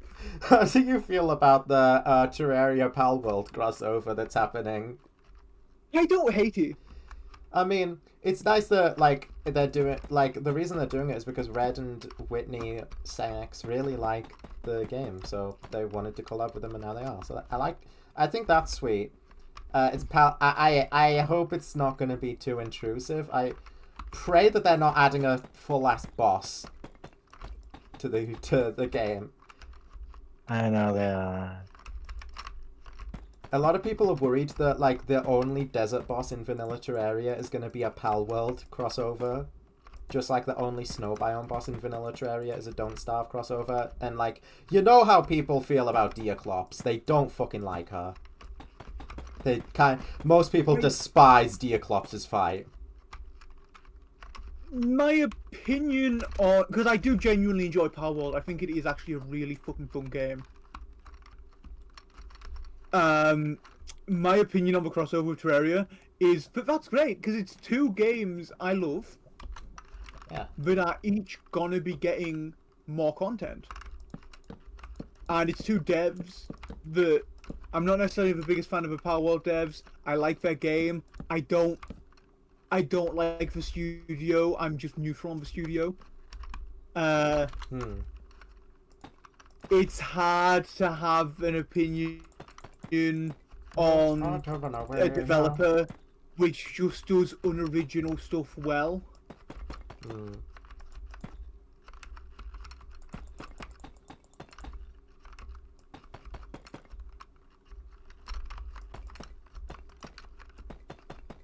I've just realized my creative Cassidy theory.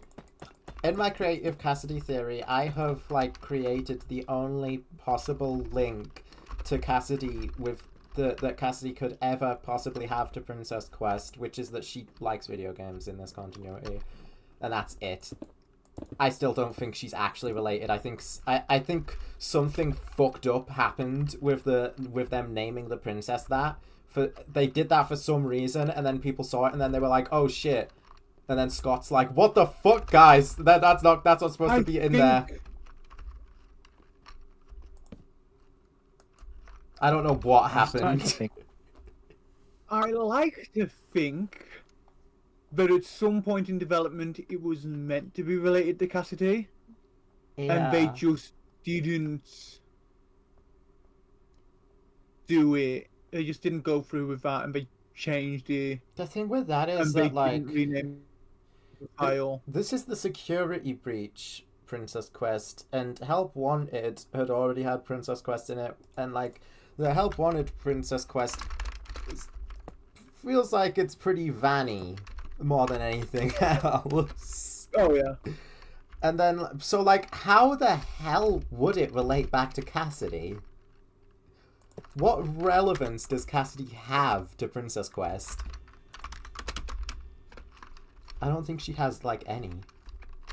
I wonder if it would be possible at any point for management wanted to port Princess Quest over to port the arcade games over and make them playable. Maybe.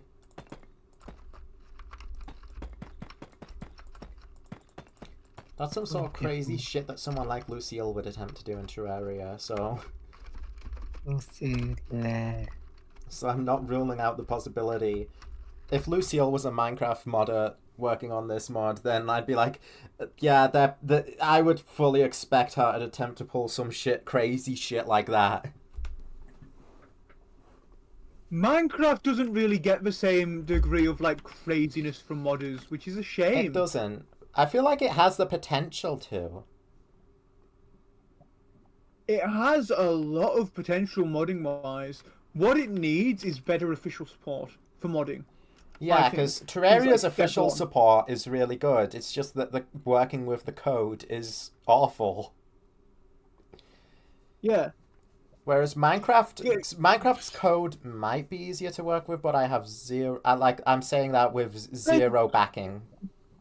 There's three main game like create like buildy survivally games I play. Well, 4 if we include 5 if we include Ark and Power World, right? But the main 3 are Minecraft, Terraria, and RimWorld. Terraria has shit code, but really great modding support. Yeah, and when you can get the code to do what the fuck you want, then it works really fucking well. RimWorld has great modding support. And, like, as good, if not better, as far as than like for Terraria devs when it comes to supporting modders, right? And it has decent code for it. Yeah. Like, to the point where if you want to make a mod from an older version compatible with a newer version, it is entirely possible for you to do that on your own in like 5 minutes. It won't work as well, but you'll be able to run the game with it. And it'll function. Minecraft, the code is sort of in the middle ground as far as ease of working with goes. Yeah, I don't know anything about Minecraft's code or working with it. So I'm only saying it's probably better because that's how bad Terraria's code is. That's all I have to go off of. I actually think part of the ease of modding for Minecraft doesn't come from the game itself and the code. It comes from the fact that the modding community has made a load of tools that you can just use. Yeah. There's a lot of the modding community's doing that has like made it so good. As a player, my biggest issue with modding Minecraft as a player is just opening CurseForge. Because Overwolf is such a piece of crap on my PC. It's so much easier to do it through CurseForge than it is to do everything manually. Yeah. I just wish I didn't have to open the game through it. It works well for installing the mods, but like, every time I want to open CurseForge through Overwolf, I have to like open the app and then end the task forcibly through Task Manager over and over again until it actually decides to open, which is so fucking obnoxious. Minecraft has like zero support from the devs when it comes to modding. No, it really doesn't. They hire people who have modded the game, but that's like the most they do. When it comes to the actual modding scene, they don't do anything. They almost had it when Mojang promised a modding API for them. Right? Unibone says he's gonna do it. And he said it a lot. And it seems that just got abandoned. For one reason or another, yeah. Really. But then again, they were promising hardcore for Bedrock for a long ass time, and it's only just recently got it, so they're not really the best when it comes to that kind of thing. True. They had to wait Bedrock had to wait fucking ages for that, and they still don't have custom superflats. I just want to remind you that Xbox Legacy, the Legacy console editions have had custom superflats for fucking years. And Bedrock still doesn't have it. I just want to remind you that. Do you remember that song about the lack of a modding API that Yogscast made? I actually don't. Well, it's 11 years old today. Oh dear, yeah. You can't. It came out to the day 11 years ago.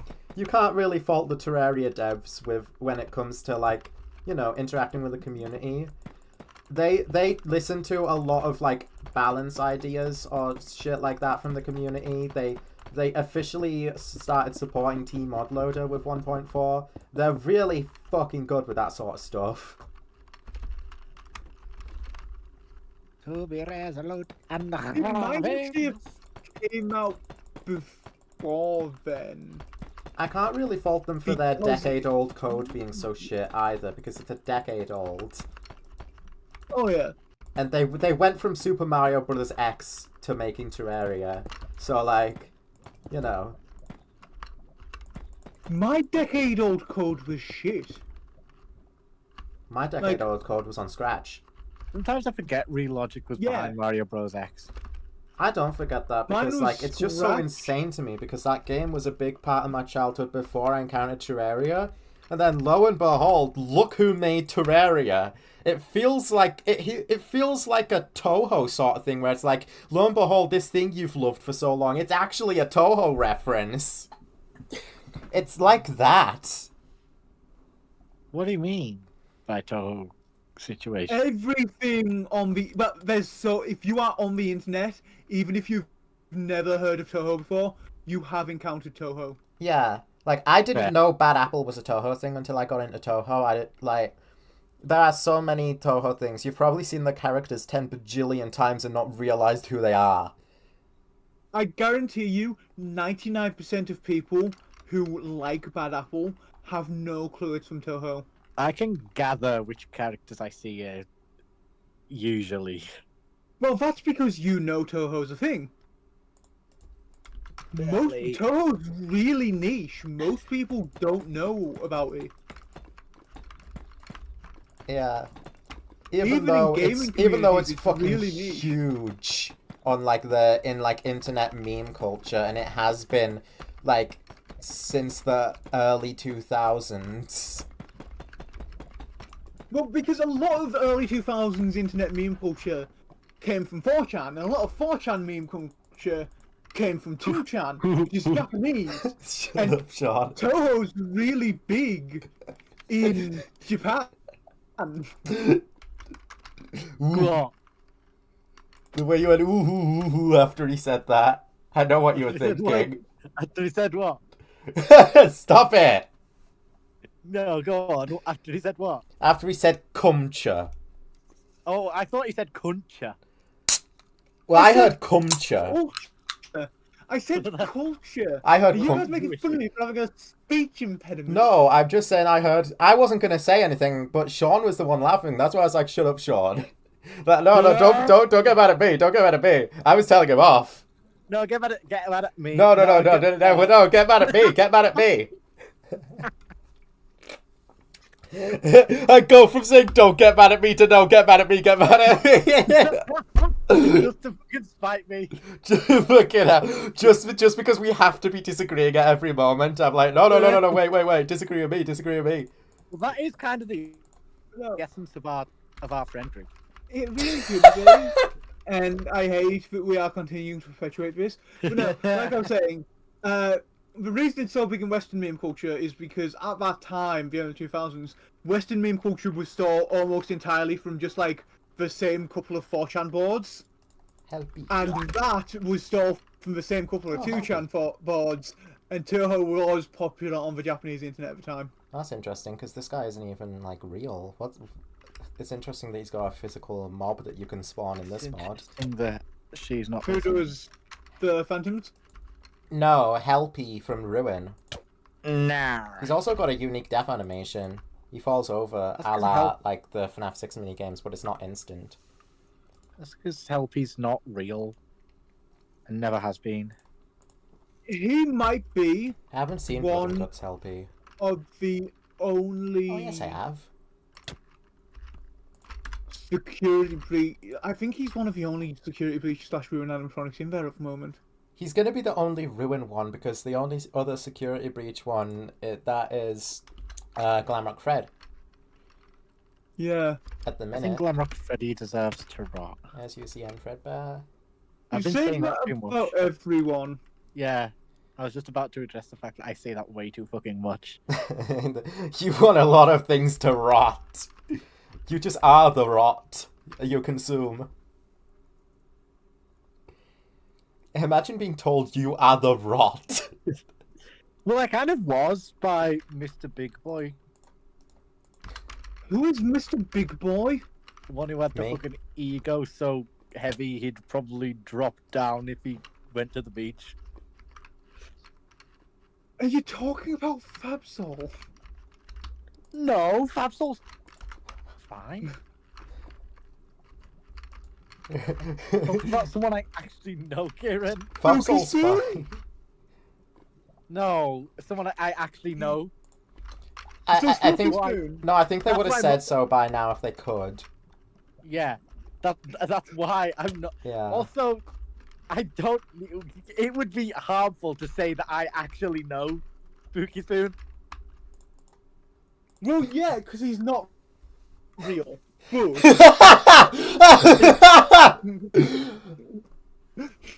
I thought you were going to say that, but then I'm like, no, that's not what he's going to say. And then you said it. Well, it's a very Kieran coded. Speaking of being Kieran coded, he should like stop. Stop coding, I should no. stop what? I don't know.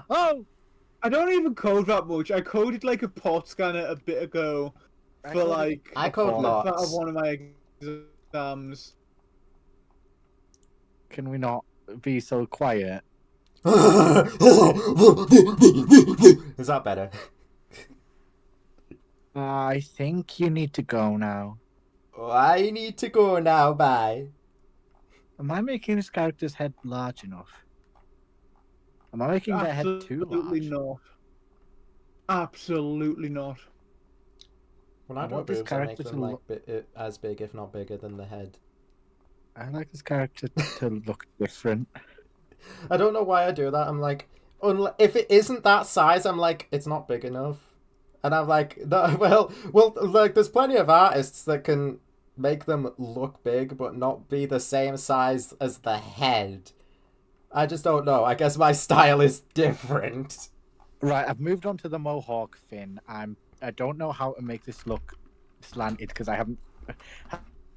Have I finished the head? I don't know how fucking far into my own art I am. What am I doing? Oh no! Oh, that looks Monty Gator. interesting.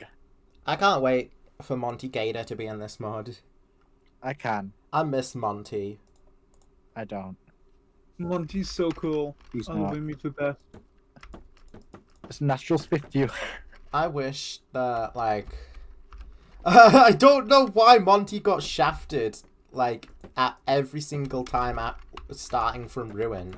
Outside of VIP, which is, like, the only decent outing he gets after the game he debuts in. Let's talk about Monty's shaft. VIP does so much to characterize Monty and make him pretty much a fucking cartoon character. Well, that's the thing. It's because he is. I need Yeah. to make a character look more attractive. How do I do it? Yeah, he's a cartoon character, but then, like, to, like, Okay. a comical degree where if you bring a balloon into his area, he'll just come up to you and fucking pop it. I don't think he's supposed to do that. How do I make her look? Probably not. But he's like a malfunctioning cartoon character. He's broken. How do I make her look better? Do I give her a fucking? I'll give her an underbite. No, he's just an asshole. He's like, like he's not. It's not even his programming that makes him act so cartoonish. He's just an ass. I need to finish this head shape urgently, permanently. But that makes him like infinitely fucking funnier that he just chooses to be such a dick for no goddamn reason other than he thinks it's amusing. And then at the same time, he's a complete fucking moron. Like, he sets up a Yeah. cardboard cutout of himself, expecting it to fool you. I think I'm getting there. I think I might actually be getting there. Holy shit. This might actually look okay. Shout out to all my people who thought that the Help Wanted 2 DLC was going to give Monty, like, maybe a level or something to actually appear in the game, instead of just be a teaser for Secret of the Mimic. Shout out to everyone who thought Help Wanted 2 was gonna finish Vanny's fucking story at all. That ending has confused me a little bit, because Gregory frees Vanny in Security Breach, but then Help Wanted 2 implies that she's gone and done it herself. So what actually happens? It could be a bit of both. Maybe. How do I make this overbite look not concerning, not considerable, convincing. That's the word. It was also a little annoying to me that, like, Glitch Trap has a clear presence in Help Wanted 2, but he doesn't in Security Breach. No, in Help Right. Wanted. But then in Help Wanted 2, he then is, like, written off immediately after only ever being a thing in Help Wanted. I like to Annoying. think Help Wanted 2 is happening during. It's happening at the same time as security breaches. Oh, I Like don't know. at the same time as the security breach ending. Yeah, maybe. I don't really So, know, like- though. Gregory doing his shit in security breach is puppeting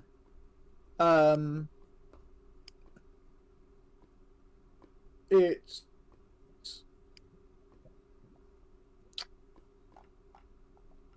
puppeting Vanny to free herself, as we see in Help Wanted 2. Oh yeah, that looks good. That looks nice. Maybe. It makes it all the more confusing. And you might know what I'm going to say here. Like, in terms of why the hell is Glitch Trap giving you the pieces to free Vanny? Because it was originally going to be Vanny's hand giving you those toys. Why was it changed to Glitch Trap? In what world does that make any sense? Did they just do that because they felt like cutting Vanny again? Because at this point it's a joke? There we go. Could be Vanny appearing in the guise of like that. That is just how those sorts of programs appear now. Maybe, but that's Because really of, fucking confusing. It's really confusing. Yeah, I It agree. just serves to confuse. That's like a really shitty way of doing that. But like, trust Steelwool to do something right in storytelling. Whoa. Sorry, I think- they're capable of making good games. And But like, stories. I don't really. I have never really agreed with a lot of the storytelling of the Steelwool era. I get what you mean with that. It's like none of it really clicks with me. I fucking despised FNAF VR 1's story when I like figured out what it was trying to say. I didn't fucking like that at all. I don't hate it. It was just made up for by the fact that Glitch Trap looks cool. I like the idea of William's not back. It's something that was in, like they used parts from old animatronics Yeah. to make the game, and this is just something that was in there with it all. We Like, didn't, I like we didn't that know that at the time, though. We didn't know it wasn't that at the time. William. So, like, I didn't. So that made me despise it even more. Well, we knew it wasn't William because William's dead. Do we know that at this point? Yeah, did we know that? Yeah. Yes. Can we guarantee it Well, after FNAF? After FNAF? FNAF 6 had happened. Yeah, can we guarantee it after that though? To be fair, this was before security Hadn't- breach, so we kind of felt hadn't like you- we could. Hadn't UCN happened as well? Yeah. I don't Yeah, know. this was It's before really security confusing. breach, so yeah, that's probably where we felt more like he is dead. So we knew William was dead. We knew this had to be something other than William. Because we knew William was dead. We knew he was in hell. You can't exactly come back from being stuck, being eternally tormented by the spirit of one of your victims. Yeah, I Right? guess the assumption was that like something in uploading his consciousness from the circuitry into the fucking digital world or whatever, turning him into like some sort of fucking sci-fi possessor malware. I don't even know what he's supposed to be.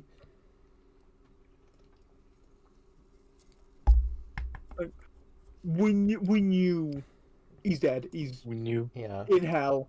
He can't come back from that. Granted, I think if there was any character that could die, go to hell, and just walk it off, it's probably William Afton.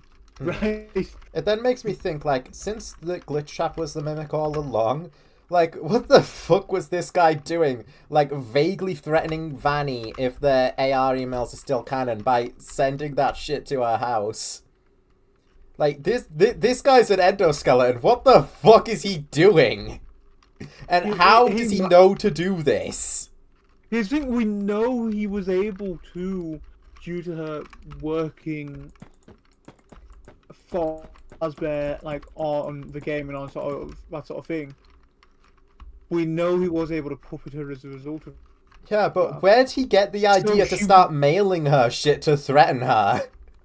So Has this guy just been watching people do that? I mean, he learned from William Afton. We don't ever see William, like, mailing people with literal blackmail to do his bidding, though.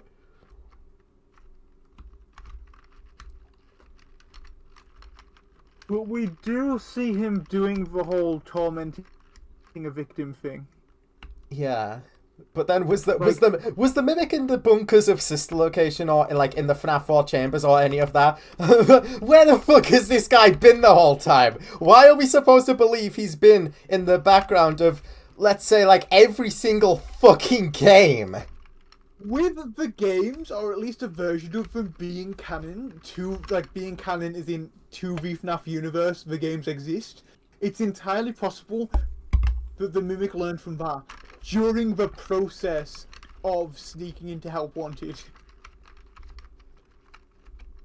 It's just so fucking strange. The Mimic's whole plot line is like, this is why, like, the Mimic is such a huge joke character to me and a lot of people. Like, his plot line is so fucking dumb, and it's even dumber that Steelwall just wants us to accept that he's been there the whole time, ever since, like, even before Fredbear's. That's why he's such a joke character.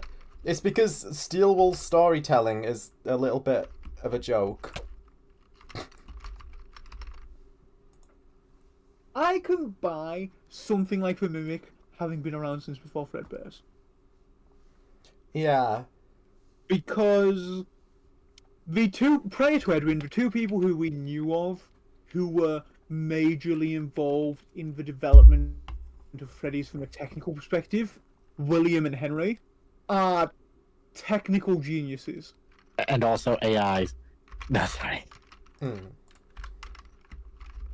So I can buy someone at that time who is involved with those two especially being able to get that sort of technology to work at least at a basic level.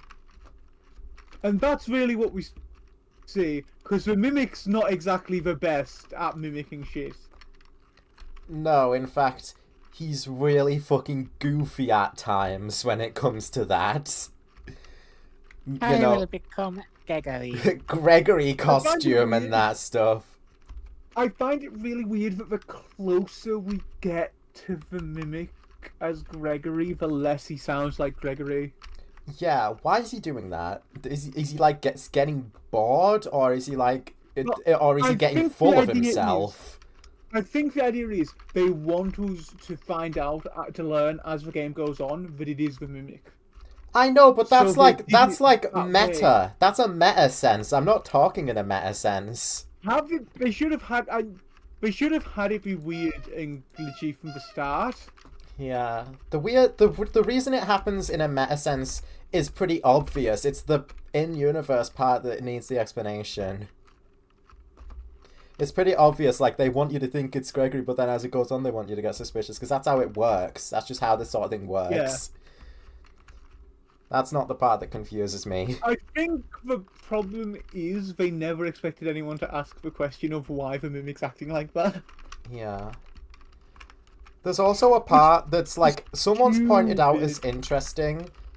It was not real name. They pointed out this interesting. A part in Ruin where the yellow-eyed Helpy that, like, we say is the Mimic, pretending to be Helpy, says that, like, they took care of Amexis, you don't need to worry about that anymore. And then the Mimic, as Gregory, chimes in, interrupting himself, and says, yeah, with my help. So is he just, like, that obsessed? Is he just, like, trying to mimic Gregory that bad to the point where he will inject himself to interrupt himself to be sassy to himself? Because he's not that good of an actor anywhere else in the game. That is like the peak of his acting as Gregory, if he really is injecting his own conversation with Cassie to be sassy to himself to play the character. And also that one moment that you don't come across every playthrough where the real Gregory will try to reach out to you. Yeah. Which I think that's cool. But it gave them the theory that, like, yellow-eyed Helpy might not be the Mimic, it might be somebody helping the Mimic. It's like... Well, it would make sense, because the Mimic lost Vanny. The whole idea... And also, somebody has to have gotten the email out to Cassie to get her in the Pizzaplex in the first place, and I don't think the Mimic can do that from his bunker. And I don't think the Mimic can have placed the Roxy walkie-talkie that happens to be linked up to his walkie-talkie conveniently at the entrance to the Pizzaplex if he's in the bunker. So somebody's got to have set that up too. Well, being linked to his walkie-talkie is easy enough with how the technology works. Like, it's entirely possible the Mimic just sort of flipped through every frequency he could until he found one that someone else was on. Maybe. But it also has to have known that Cassie was there. I don't know. So, like, there's reasons to suspect that somebody is helping the Mimic because he's doing a lot of fucking bullshit that doesn't make too much sense without someone being there doing it with him. But who knows, maybe the Mimic can just do that because he is the Mimic after all. He's capable of fucking everything. I think it makes a lot of sense for the Mimic to have someone else helping him. Yeah, we just don't know who. Because the stuff we see from the Mimic, as far as games go, is him trying to get Vanny to help him having Vanny helping him losing Vanny, and then him showing up either pretending to be two dudes at the same time, or with someone else to help him. There is a theory, like, there's one theory that is brought up in the same video that, like, it doesn't have too much evidence, but, like, they think that it's likely to be somebody who is connected to the internal systems of the Pizzaplex, which we know a character that is, and a character that has, like, a direct, like, connection, and, like, to whatever the hell the wet floor sign bots are. And, like, Glamrock Bonnie is in, like, the Pizzaplex's systems through that. It might be him, but, like, we don't have anything to go off of for that. We don't even have a motive for him doing that. I was gonna go along a similar note. Kind of. Maskbot, aka, you know who Maskbot is, don't you? Yeah. I don't think it's spoilers to say Maskbot is probably Cassie's dad. AKA the Bonnie Bully. Although all of that is like, all of that with the identity of the Help Wanted 2 protagonist is also a lot of stuff that's assumed, more so than like anything. Wait, I know the Bonnie Bully and Cassie's dad stuff. Where does the Maskbot come into this? In the end of Help Wanted 2, where it like you switch to Maskbot's perspective after being attacked by all of the nightmare security bots. So like it's I guess it's implying that they attacked you, blah blah blah, you get turned into Maskbot, and then you're shut down for good. Oh. I don't really know, because I don't know if there's anywhere in Help Wanted 2 itself that would ever suggest you're Cassie's dad outside of the fact that you're a technician. And, and therefore the connection's just made. Faz range, you've got the Bonnie mask, and we know Bonnie was his favourite. I also like the whole thing where they tied that technician, Cassie's dad, potentially being the guy who made it out of the sister location alive. I do like that as well. Especially with finally having Baby say, "I recognize you." But how old would he be at that point in time? So, I saw someone actually do the maths on it. Not the maths for figuring out if he is Bonnie Bully specifically, but the math for figuring out if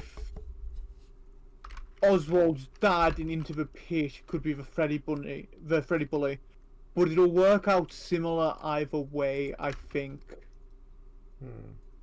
And the conclusion was, yes, he would be old enough. He would be like a reasonable age, because if we assume the FNAF 4 minigames in 1983, which we've no reason not to, and that Into the Pit takes place sometime in the 2010s or 2020s, he'd be in his 40s or 50s at that point. Oh, by the assuming way, he's on the younger end of teenaging. where did you get the transparent logo for the mod? I don't think I did. Oh, did you Photoshop it? I think I photoshopped the background out. Right. That makes more sense. If you want, after this match, I can send you the image. That would be appreciated, because I had to specifically request like a link to the Golden Freddy render, because it's like the only way to find it is to sift through a bunch of past messages in the Discord, because they don't have a dedicated place where they just post the renders for some reason. Can you I send me the Golden Freddy render then? I had to straight up ask for it. Yeah. Cool. I found like the renders for every single other FNAF 1 character, including Sparky. Oh. I just couldn't find Golden Freddy's. I will take all of those if you don't mind. Oh, I didn't save those ones.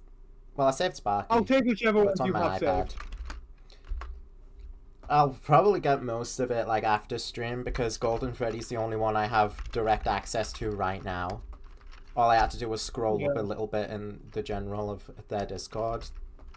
Alright, thanks very much. But that's the Golden Freddy render. I like it a lot. I like the lighting on it. They say specifically to recreate the UCN cutscene lighting. I like the most likely unintended detail that the teeth turn red under the lighting. I really like that, because, you know, my Golden Freddy, teeth red. Cool. Yeah, that is cool. Also, what do you think, like, the UCN Golden Freddy cutscene represents? Because there's debate whether it represents Cassidy not moving on or Cassidy yes moving on. No. I think so the cutscene where they just sat there in the dark twitching, right? Yeah, the one where they're twitching like Springtrap. I think to answer that, I think we've got to figure out what the animatronic twitching actually means. Yeah, We only see it on the Springlock suits, and notably, we see it. When do we see it? We see it in that cutscene, and we see it when Springtrap's Springlocked, and when Springtrap's there. We see it in the FNAF 3 trailer, and Golden Freddy, and that's it. We kind of get bits of twitching in the minigame, but that's only stood up, right? Yeah. I believe the twitching is... Well, it's obviously someone getting spring-locked. Yeah. The twitching is because they are dying. The reason Afton keeps twitching is because he's not dead, obviously, when he's in Springtrap. Yeah. Obviously. He's either not dead or he is dead and he's possessing his own corpse, but more likely he's not dead because... well, I was going to say because Michael, but you could say the same thing about him. Springtrap is actively in the process of dying there. It's just prolonged. That's why he keeps twitching. Right? So I think the UCN ending, if we stick with that similar logic, okay, Cassidy is dying. What does that mean? Well, they're already dead. Yeah. So it can't be in the literal sense of them dying. But I think, metaphorically speaking, that second death of sorts represents them moving on. That is good logic for it. I'm kind of the opposite just because it's such a violent thing that it really doesn't do a good job at feeling like it's someone moving on. It feels more like someone stuck. I see where I can see where you're coming It from. feels like the suit is like active, still like twitching, because Cassidy is like at her most active, while like tormenting William. And the suit twitching like that is just representing her, like, doing the shit. But I don't know. It's just a weird way to represent someone moving on. Because like, it would feel more like moving on if the suit, like, stopped at some point. But it kind of doesn't stop moving, it just keeps going.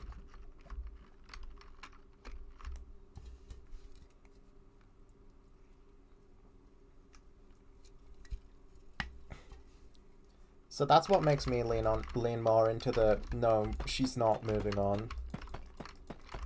Which means that, like, God knows how long she keeps that gig up. For all we know, come ruin, she's still at it. Somewhere. And it sets up for, like, a classic character returning that actually makes sense, because Golden Freddy is the only one that's left. So if they wanted to have a classic character return, like, Golden Freddy is right there. So what you're telling me is we might just get like a corpse on life support somewhere and just a Golden Freddy suit sat next to it. I don't know. Chances are, like, the Golden Freddy suit isn't, like, really within proximity of William. I don't really know how it works. Because, like, we don't know what happens to the Golden Freddy suit ever. It's not burned.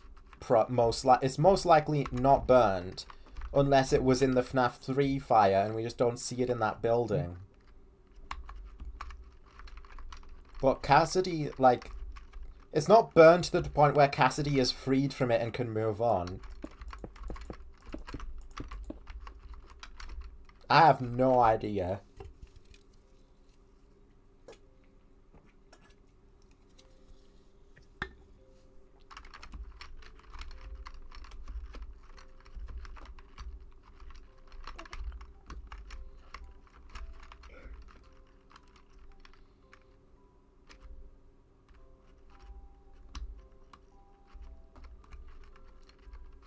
I'm gonna have the hallway back here lead into, like... We've got an area that's got the FNAF 1 brothers. We've got an area that's got the toys, and Sparky is with the toys because I don't fucking know. I just felt like putting him there. So next I want to have an area back here that, like, goes behind the parts and service. I'll maybe put an entrance to it in parts and service. Past here, it becomes, like, the theme changes again. So you got the blue there, you got the pizzeria here. Now the theme changes to, like, mechanical shit. And the sister location guys are at the very back here.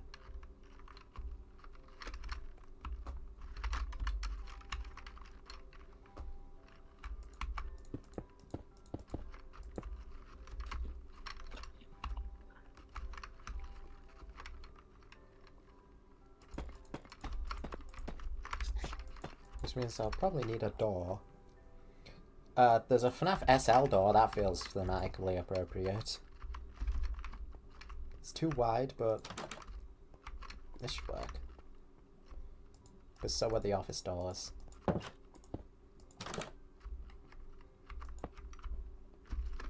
Now these guys have a ways to travel to the office, which is why the vent system is going to exist. Although, no, not really. That's going to be really good for Enid if Enid's going here. Ennard, though, is the only character in SL that can use vents. Everybody else can't use vents in this from sister location, only Ennard. Which I guess, yeah, Ennard is the only one that we ever see enter a vent. Yeah. But then how do all the others get around? I don't know, it's probably better not to think about it too hard. Yeah. I mean, Funtime Freddy is the only one that we ever see get moved from, like, through the vents, because he's on one side in Night 2, and then he's on the opposite side of the building entirely on Night 3. And Funtime Foxy never leaves Funtime Auditorium unless they go to the Scooper. Hear me out on this, because this is my theory. Cool. 2 Funtime Freddy's. Boom.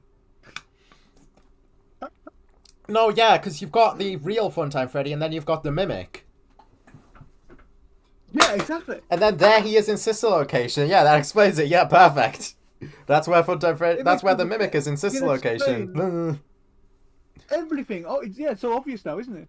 Yeah, everything makes so much sense now. Oh man, sister location was so easy to solve. I hate my fucking life.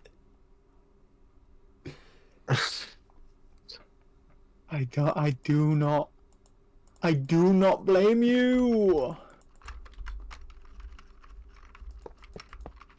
Do you think Cassidy knows about the Mimic? Yeah. I don't think like Charlie and the other missing kids will, because like unless Steelwolf fucking hates us, they've moved on by now. But do you think Cassidy knows? Does Cassidy, as in the one you should not have killed? Yeah, does she know about the Mimic and the fact that it's mimicking Afton, or is she too occupied? The Mimic. That's a good. Ooh. If she knows, then she is not going to like that. Oh, absolutely not. No, she's gonna be fucking infuriated.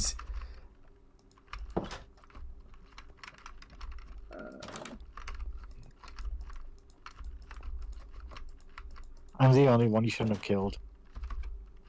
The others would have been fine with it if you didn't get me. But they're not. Well, the other ones kind of would have, yeah. The other ones the other ones are willing to move on. Cassidy isn't.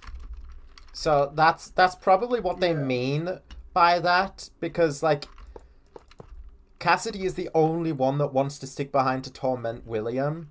So if he hadn't killed her, then like that would have been the end of it there and then, but it's not.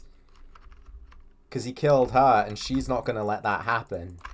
No matter how many times they burn us.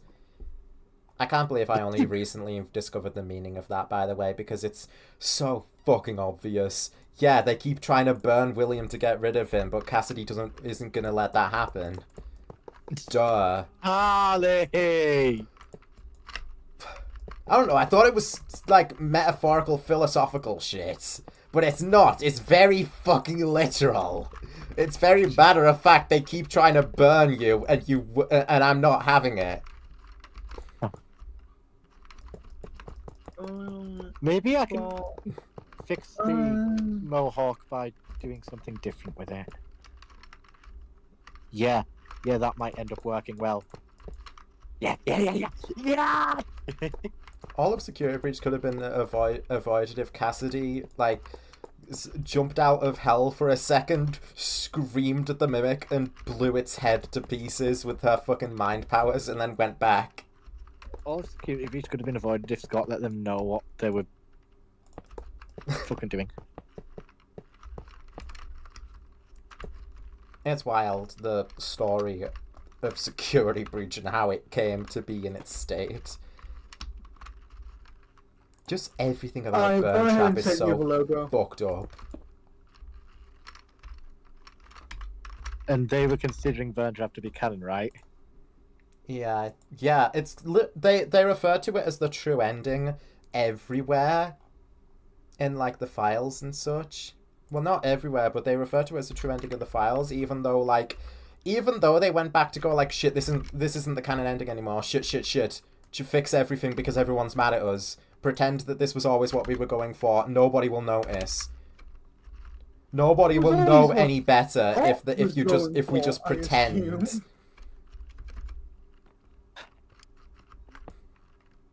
Is that the mimic? We're not stupid, guys. This was always our intention.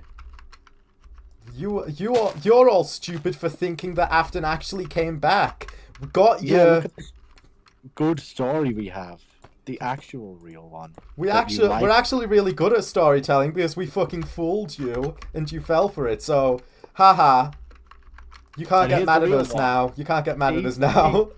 See how much more you like the real one, guys? I'm exaggerating, obviously. I don't actually hold this much resentment for Steelwool. I just like making fun of people. That may be the case for you. I do. Steelwool, you're bad and you should feel bad. Maybe I'm kind of like Fiznum in that sense and people will hate me for it, but eh. Ooh, don't say you again like this. No, no. That's the worst thing you can be kind of like in the FNAF community. Nah. Didn't you know that Fiznum lured them out back and killed all the kids? Yes, they did. You shouldn't joke about that. You really shouldn't in this day and age. Yeah. Do you know they'll get to you? What would Nightmare Fredbear do? What would the woke mob think? Which mob is the woke mob? Ender Dragon. Fair enough. After all, she is the first woman to be confirmed to be in Minecraft. That's pretty woke. Actually, no, the Ender Dragon's still also Gene is in gender. Gender Dragon. They too busy. They gender. Oh, Joe, many liberals does it take to change a log light bulb? I'm gonna hit you with a blender. From my kaleidoscopic gender. Whoa! Wow! I thought for a second you were about to threaten me to like become fans.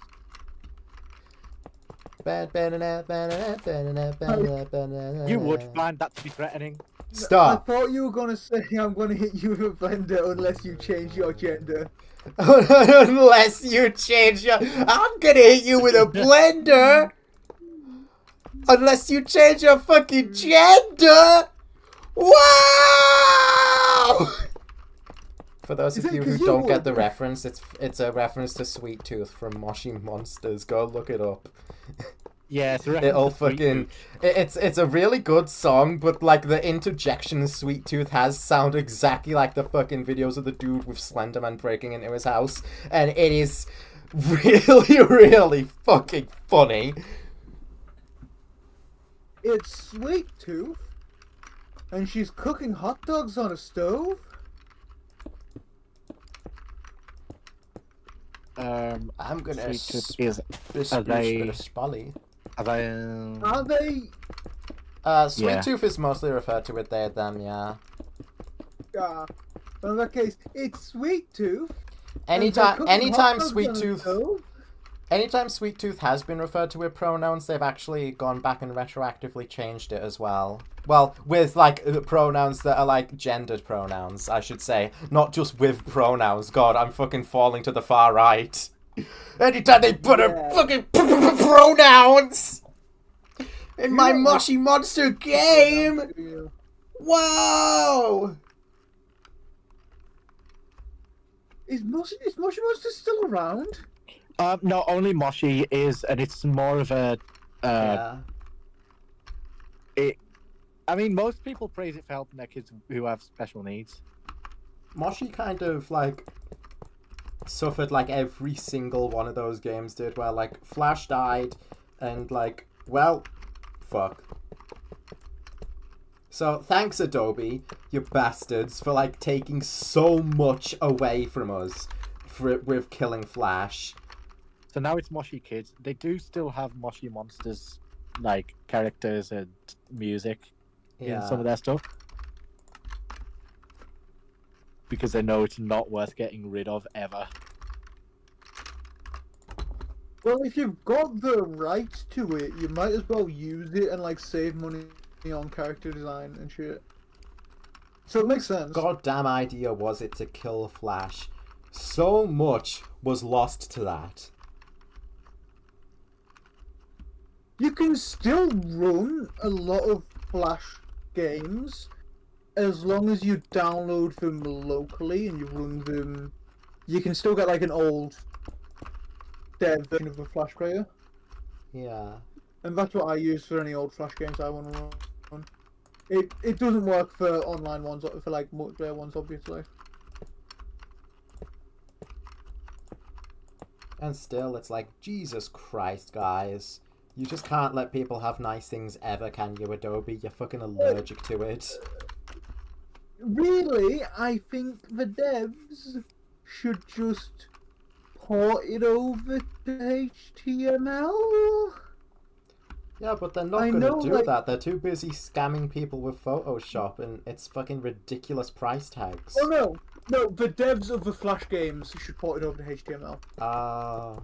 Because like I've played stuff from a couple like, indie devs that have ported their stuff over from running on Flash to just running in the browser anyway, an idiot. just on its own, or changing it over so instead of running it as a Flash as an SWF, you're running it as like an actual executable where you've got to download, and that's indie devs who've done that. Yeah. But like, keep your servers online for backend stuff. Just let us download the SWF file to run it locally.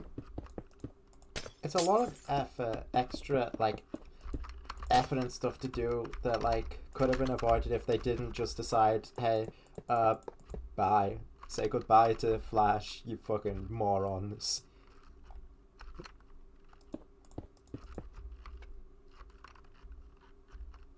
They should port me to HTML, honestly. What are they waiting for? HTML would only work for the far simpler Flash stuff, I should point out. Anything else you'd have to do as an actual executable. Yeah. And like, come on. I think if you're able to port whatever game you made to HTML, you should have probably just made it in HTML anyway. It would have been easier on everyone. Yeah. And no, could they predict this? I mean, it's not a case of like you should have been able to predict it. Well, you shouldn't have been able to predict it because no one can see the future. I just think it should have been made HTML anyway, because it's just if you can games that run in HTML are amazing because you can run them on any fucking device, on any browser, even on mobile devices, There's without cases though. requiring that level of extra work from the devs. I'll watch cases though. There's definitely cases where it was like, I'll just make this game in Flash. It's what I'm familiar with, and then because of that, they get fucked over because Adobe shoves their ass in their face and makes them bite down and chew. We're gonna shut down Flash now. Fuck off and fuck you. We hate our customers. I do not think for a second Adobe should have done that. It was a stupid choice. There's no reason to do it. They just hate fun. They're the Grinches of fucking video games. It could have probably been resolved and made better before they shut it down if they just said, hey devs, heads up, we're shutting this down. If you want something, if you've got something that you still want people to be able to play, just release the SWF file for it so they can just play it.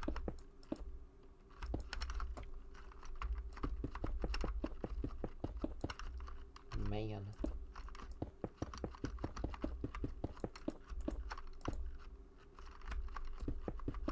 Because like, if the devs had warning, it's not that much. It wouldn't be that much effort to just release the SWF file and let everyone still play it anyway. Yeah. Because you have the file anyway. That's what's running on the browser in order to make the game playable.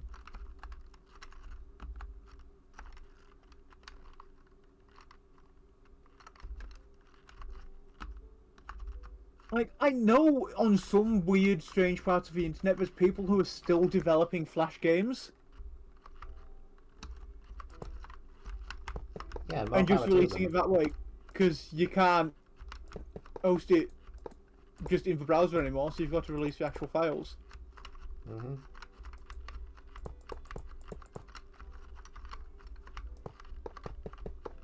PSA for devs. You should be releasing the actual Shockwave Flash files and similar anyway. That way I can play your game when I don't have internet. Oh, this is so frustrating. I need to take a bit to look back at it and see if it's... I feel bad for Cassidy. She died before Legend of Zelda came out, and I feel like she would have loved that game.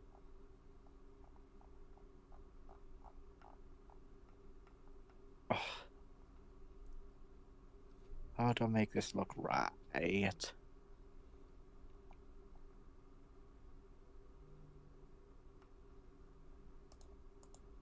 Well, if we assume Princess Quest is in literally any way connected to them, then yes, they would have. But that's kind of a big assumption to make in this day and age. Yeah.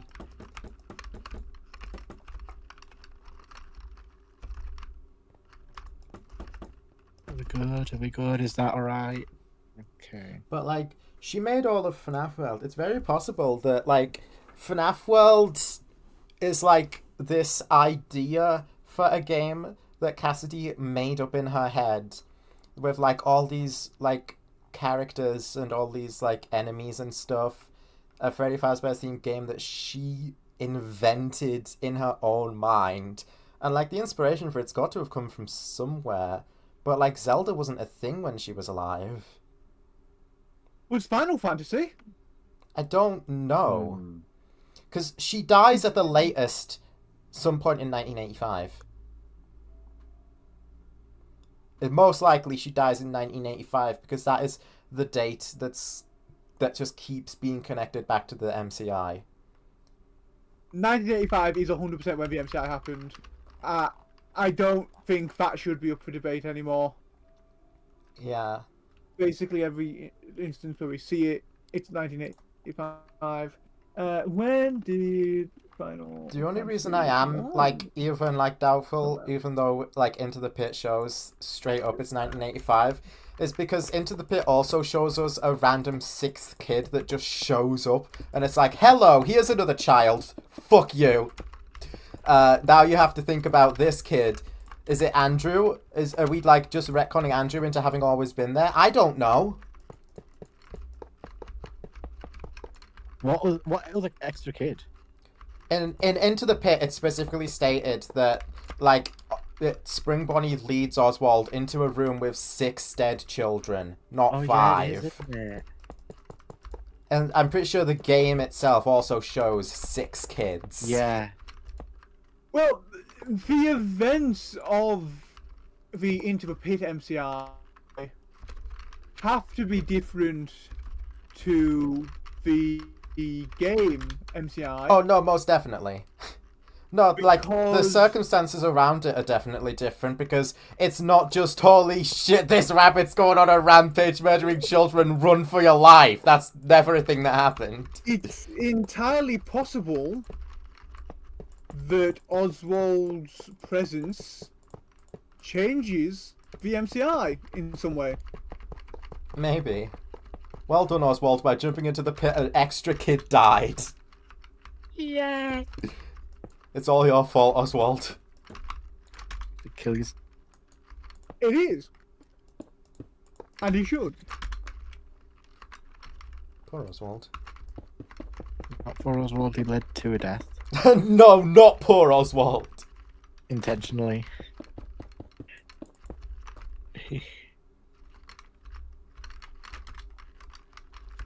My name I hate was people who Anastasia. villainize Cassidy. She's not My bad. name- She's not evil. She's not evil. She just isn't. And My she's name not is even Anastasia. like To be all fair, that though- wrong. She okay. should move on, yeah, but like, come on. Show us some. In cut her some defense slack. of villainizing Cassidy, she does also just kill innocent night guards. Yes, but so does every one of them. Yes, When but the others have the excuse that they aren't as intelligent. They are confused. What about the puppet then? Cassidy, while confused, well, the puppet shouldn't be killing innocent night guards either. Yeah, well, Cassidy rarely does that. Cassidy's the one that gets the least kills because she so rarely Canonically. pops up. Lore-wise, the puppet probably doesn't kill innocent night guards. My name is Anastasia, Queen of Gay Eurasia. I think she kills night guards because like she wants to help the others so bad. The others want this, so she's like, okay. This is what you want. I'll help you do this if it'll make you feel like any better. But then it doesn't, and she's like, well, this didn't work. Time to kill myself. But we gotta keep doing this now because oh no, we've gone too far. Help! She's a child. They're all children. I've done this wrong, but I'll figure it out. I don't care if they're killing night guards and shit. They don't know. And I I guards should have killed themselves. I care about the ones that definitely do know, like Cassidy and Charlie, because they are also just killing innocent people at that point. Yeah. Which is not very cool of them. Okay. Like, yeah, the woke. I mob. know Cassidy's vengeful, and that's like their thing. They are the vengeful one. Mhm. The one who's But I venge. feel if on your quest for vengeance, you are also just deciding to kill innocent people, that's not cool. That's villain shit at that point. Well, yeah, they're like a lot more morally grey. But they do it because they're trying to find their killer and get revenge on him, and they just can't tell the difference. I'm shocked they didn't go to the jail and beat up Edwin then. My name is Edwin. We have to assume in game universe they can't just wander out of the pizzeria, otherwise they would have.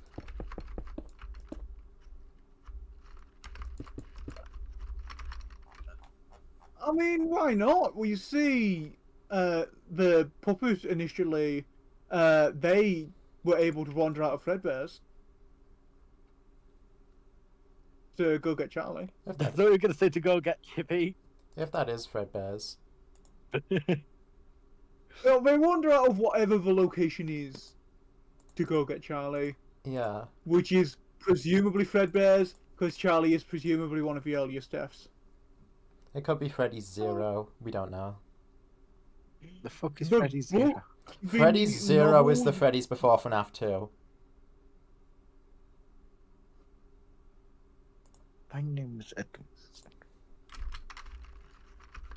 So, the Freddy's that the Wizards came from. Yeah, which is also the FNAF 1 location. Yeah, because I'm pretty sure they returned to the same place to, like, refurbish it. And then FNAF 1 doesn't fail because more people die there. It fails because nobody fucking trusts the company anymore. Refurbish me.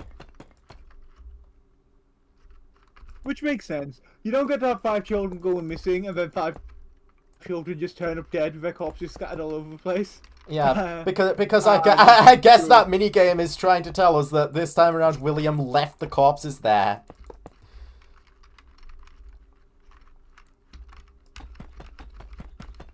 Either that or we're taking it too literally. We might just be taking it too literally. I hope we are just taking it too literally, I should say. Yeah, people have tried to find rationales for it. Like, he's trying to get the place shut down effective immediately, or he's trying to bait Charlie into stuffing more kids, and she doesn't fall for it. Those are the two explanations that I've heard. I've heard one where he just decided it'd be funny. Funny prank.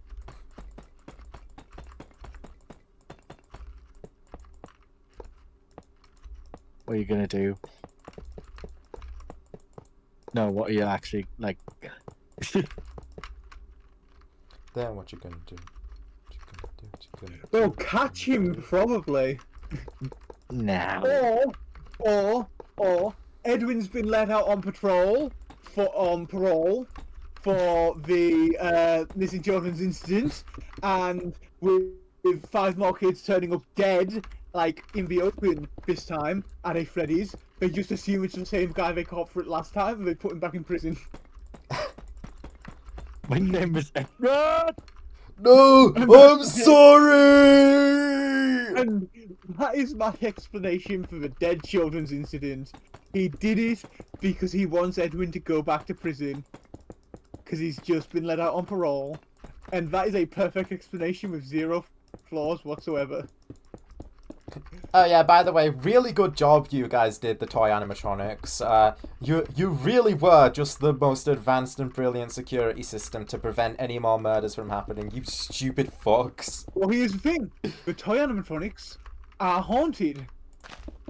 Yeah.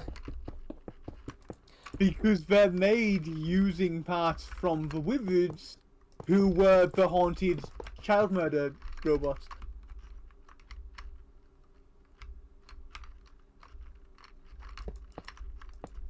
No, it's not their fault they did a bad job, it's the fault of the children who were murdered who did a bad job. Well, I want to assume that the children weren't just like, no, don't go save them. Don't go stop him. Because if anything, they would have been like, oh my god, it's him, kill him now. Would the children know it was him? There's a man running around killing people. Charlie, at the very least, knew what was going on. Oh, Charlie 100% knew. She tried to enlist the help of Withered Freddy instead of the toys. Because the toys weren't doing shit. So Withered Freddy gets up and starts walking around, but they're too late. And William like points at them and laughs, and he's like, haha. And then he punches Withered Freddy in the cock and then walks out. Fully haunted, because remember the possession is like when it's the spirit and the flesh meets the metal, right? It's the and the toys are only using part of the metal from the Wizards, not all of it. So the Wizards still have most of that spirit in, whereas the toys only have some of it.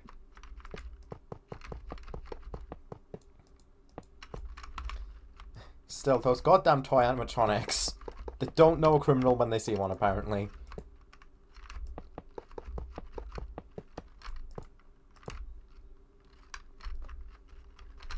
In fact, the only one to raise any sort of alarm about William's presence at all is fucking Mangle. So, good effort, Mangle. But... I do love the theory that Mangle's calling the police, because it checks out with what we actually hear from the radio sounds as well.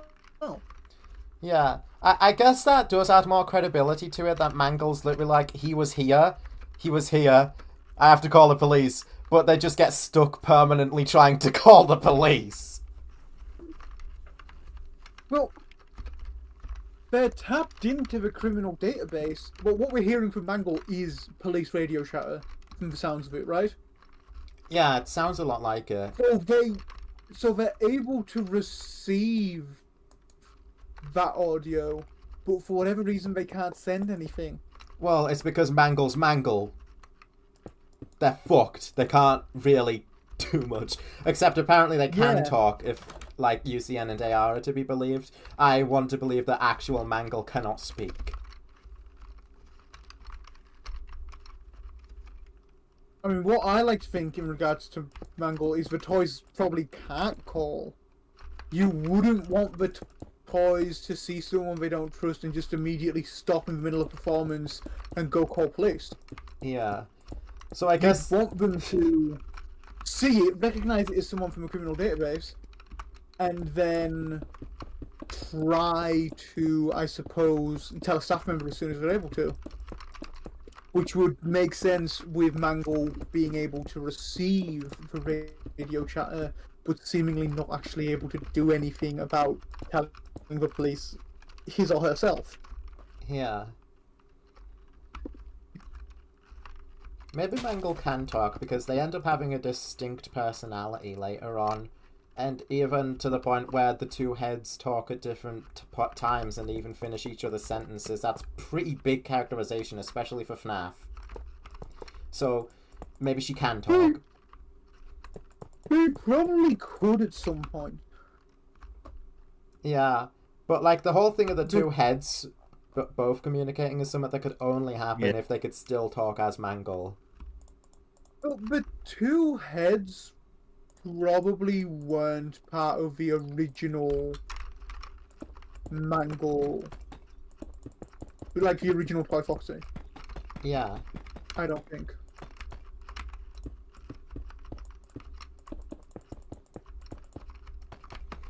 Unless Parrot Theory is to be believed. And Parrot Theory is literally just the idea that she had a parrot. Like Foxy. Rockstar Foxy. I don't like that. From what we see of Funtime Foxy in FNAF World, she does not have a parrot. I might have figured the Mohawk out, guys. Are you proud of me? I guess. Yeah.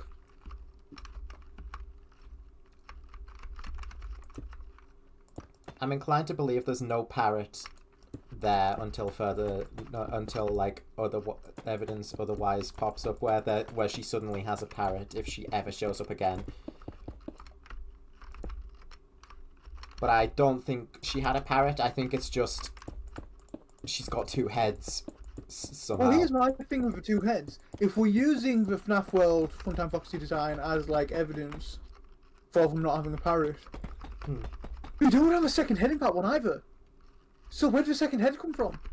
I don't know. It's a bit of an anomaly.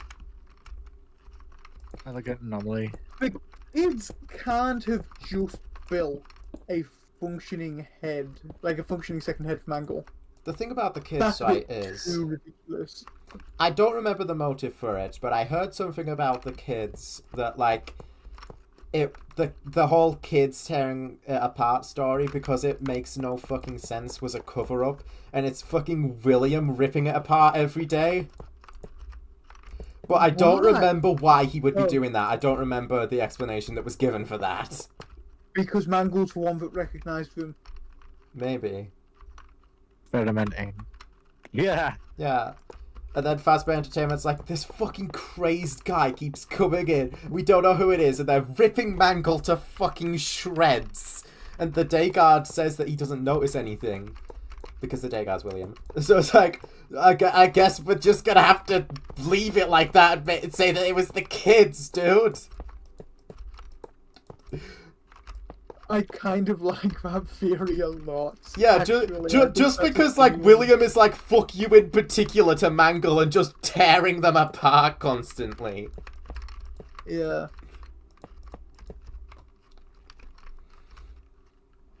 But there's also a line from Mangle... soon. Alright. There's also a line from Mangle in FNAF AR where she's like, this reminds me of the days of Kids Cove. And then the second head chimes in and just goes, never again, never, ever, ever. I guess Mangle doesn't like getting ripped apart. Yeah. I guess that could imply that it's the kids doing it. Maybe, but like, I don't know. They definitely don't appreciate it. If it was William, would him doing it not be caught on camera? Exactly. Like, I don't know. Well, actually, and they recognize him as Dagard, but actually, I think it's fully plausible that, like, Fazbear Entertainment, their cameras are just a live feed. They don't actually save or record anything. Maybe. It is 1987, but, that's never really meant anything in terms of the technological capabilities before. Even if it did, as long as there's been, like, CCTV cameras as, like, a widespread thing in businesses, they've been recording. Because if something happens in a business, you want that video as evidence. Yeah. Unless you are Fazbear Entertainment. Because they wouldn't. Because then that video would be evidence of their wrongdoing and their negligence. Scuba.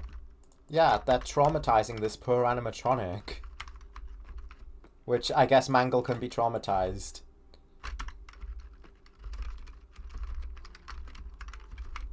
Well, not even that. Remember the company motto?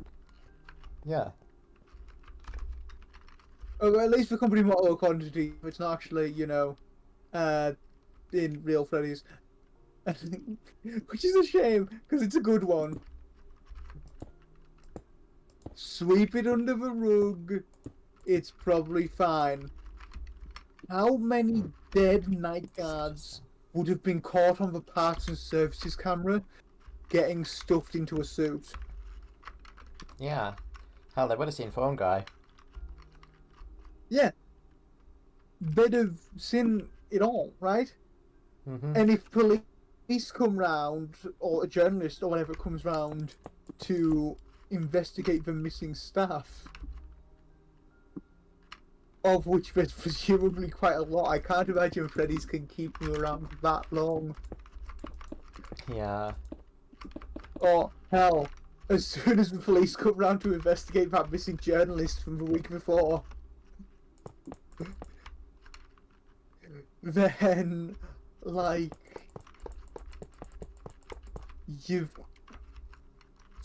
you'll have security footage showing what happened, and importantly, showing Fazbear Entertainment techs coming in, like, the next morning to, like, take the body out and sort out the animatronics, clean them a bit so they can go back on stage. Yeah. That's another thing. You don't ever see any bodies in the animatronics, despite the fact that the animatronics were stuffed, which means that, yes, they were cleaned out, the bodies were hidden, and they were covered up. And it wasn't William. We've known that since, like, day one, though, because remember the disclaimer the phone guy gives you? Yeah. Remember, Fazbear Entertainment is not responsible for damage to property or person. Upon discovering that damage or death has occurred, a missing person report will be filed within 90 days, or as soon as property and premises have been thoroughly cleaned and bleached, and the carpets have been replaced. Fazbear Entertainment aren't cheap, they're just evil. Yeah, they're straight up evil. They hid the bodies. Even after the bodies were finally found, they were just like, gotta clean this up. It's kind of weird that most depictions of, like, Fazbear restaurants are as dirty as they are. They should be pristine, because they're trying to clean it up so no evidence is found. Yeah. And then there's like... What was I gonna say?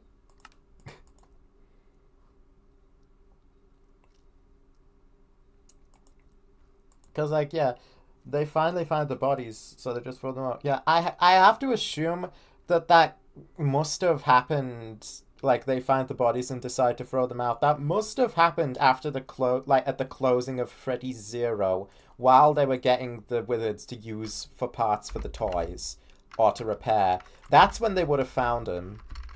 Is Wizard Fred? So that's when they would have been like, kids, found the bodies.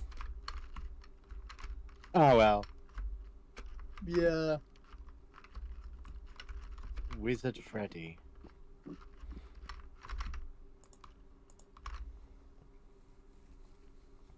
Do you think Freddy would? Except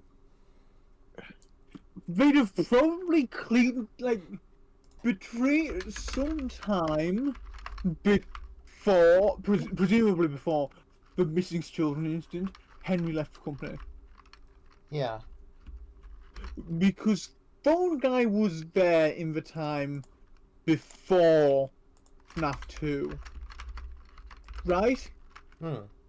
And he doesn't know who the original. He doesn't personally know the original owner of Fredbear's Family Diner. Yeah. Oh my god, that's actually a good design element. I might keep that. What? Not knowing the original owner of Fredbear's Family Diner? I don't think any of your characters know the original owner of Fredbear's Family Diner. No, basically, she died after being hit in the head with a bat and shoved into a body of water. I'm thinking of having her eyes wonky, like one of them much lower than the other, or just her head generally displaced. You know, getting whacked in the head with a baseball bat and being thrown in a body of water is definitely one of my favourite ways to go. Yeah, that's how you went the first time. Here's Ballora. I guess I'll station her here. It doesn't It's matter how too I much where want they to spawn. go every time. The fun Gang time, crime Freddy is and fun. Foxy. I'm gonna stick Freddy and Foxy on stage together as a fun Yeah, time kids, duo. I'm not sure get what in- to do about Chica. Get involved in gang crime, it's always entertaining. Oh yeah. I guess Also I find should that- put Chica here because Help Wanted 2 retroactively makes Chica a part of the main Funtime band. And puts her in the sister location bunker. I only like the cool type of gang crime, like the mafia shit, right? Which remember, it's only a mafia if it comes from the mafia region of Italy. Otherwise, it's just sparkling. Otherwise, it's just sparkling organized crime.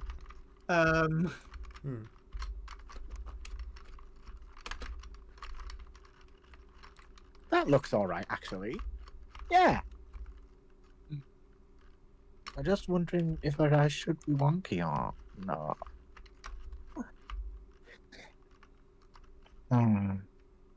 It's really funny how, like, when they found Springtrap and before Night 2 of FNAF 3, like, they never once took an actual proper look at the suit. I'm gonna send it in the There are many arenas. service. Well, they probably just paid some guy to be like, hey, we heard there's like a suit back there potentially. Triggers? Do you No? mind breaking this wall down and transporting it for us? Yes. And whoever they paid for that job probably just didn't think to question it because it was a Freddy's location and weird shit happens there. Biddy Bab. Electro Bab. Yeah, that makes sense. I like to believe that like every construction worker and like every cleaner in the entire area around, like in the entirety of Hurricane Utah, just sort of knows. Because Freddy's has to pay someone to clean it up. They have to pay someone to like block the safe room off. Yeah. So there's probably just a shit ton of people who know what's going on and then just haven't said anything or are under like the most airtight NDA ever. Maybe it's actually appropriate to put Ballora in the scooping room. Sorry, I've sent the images. We'll see which one works better. I'm gonna get going now. See ya. Do we ever figure out? I'm pretty sure we don't. What the fuck are the Biddy Babs and Mini Arenas? How are they moving around? And like able to kill? Why are the Mini Arenas and Biddy Babs a threat? How? What is controlling them? Because we know the fun times, you know, they got injected with Remnant from the MCI, except Baby, who's Elizabeth. But what about the mini arenas and the bid babs? Are they even in Enid?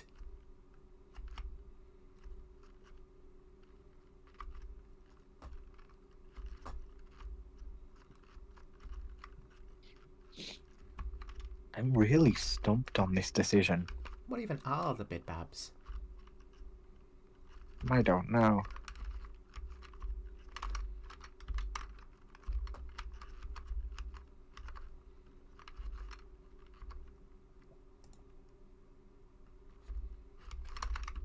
And is Electro Bab real while we're at it?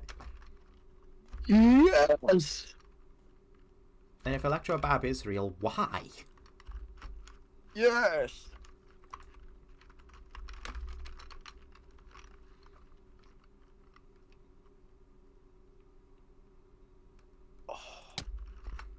This decision's probably going to stump me for a bit. Maybe the normal eyes should work when she's alive? I don't know. We've got 4 mini arenas, 2 biddy babs and an Electro Bab. I don't know if I'm going to keep those guys around. Oh, we've got tubular babs. Where could Yendo go? Away. Maybe Yendo goes here. He's got a bit of a walk to do compared to everybody else, though, because he can't use the vents.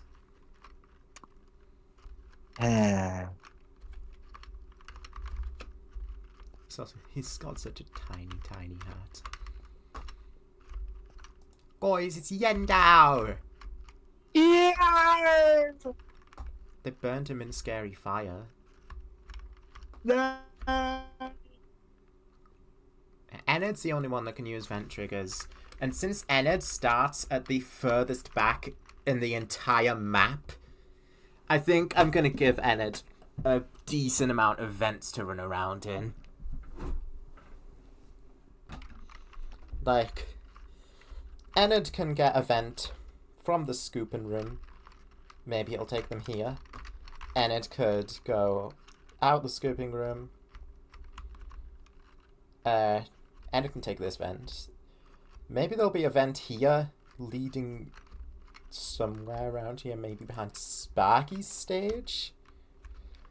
That would be really cool if Enid's 2 vent areas that they could pop out of is they could pop up behind Sparky's stage, or they could pop up behind the other FNAF 1 stage. So you've got to pay attention to those stages to see where Enid's at. Because I'm not sure how putting cameras in the vents works in this. Because, of course, the vents are only 1 block space. And the cameras take up a block space. I don't know if they have a hitbox. Do they have a hitbox? Seems like you can pass through the cameras. Okay. But it's also pretty obstructive to put a camera in there. Visually, but I guess it should be fine. Cameras in some of these vents would be cool. I'll be back in just a second to keep going with this. Yes!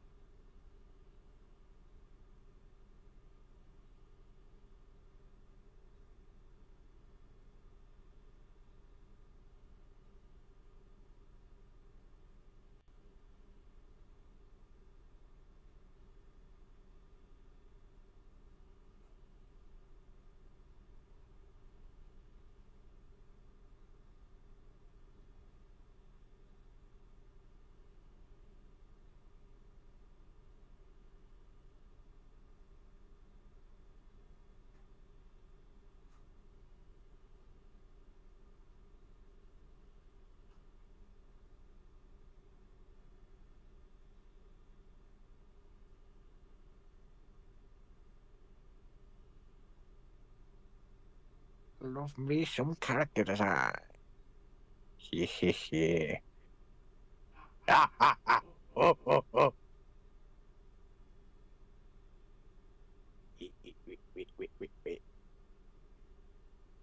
Wait. It says bit go missing Mario. That looks nice. She's fucked up.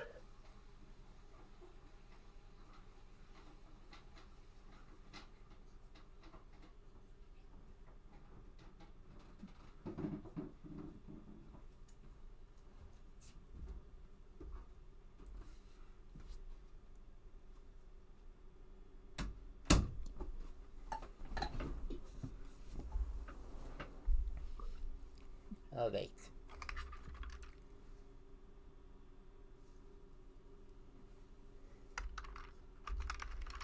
So, what do we got? The FNAF 2s are here. Whoa! Sparky's there. I want a vent here that Enid can come out of. Behind Sparks.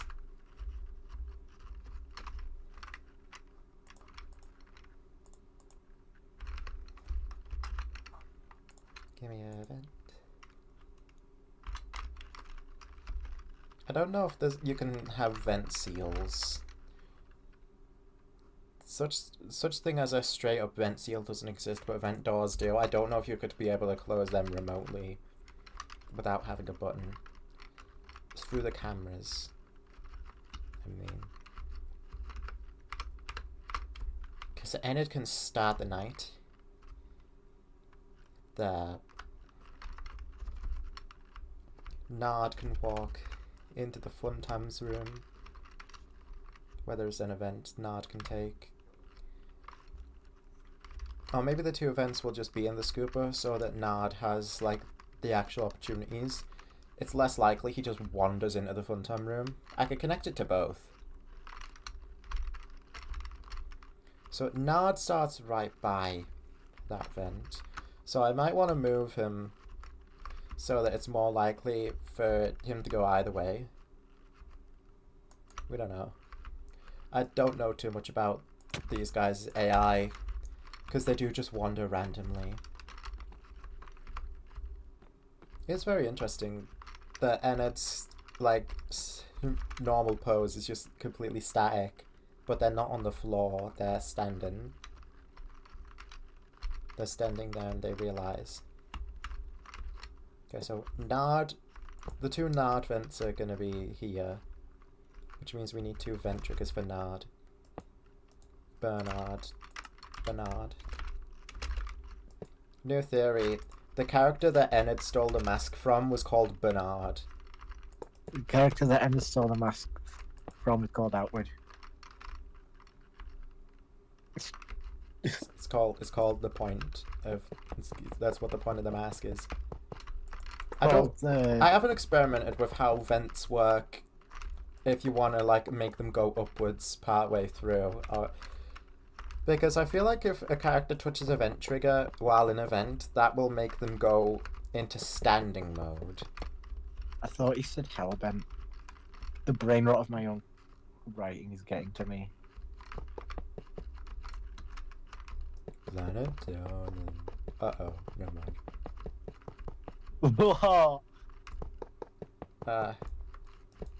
You know, I just the first thing that comes to my mind when I hear it is Hellbent from Planet Dolan is all. Yeah, kind of same. But why just say never mind? He may have done a thing or two.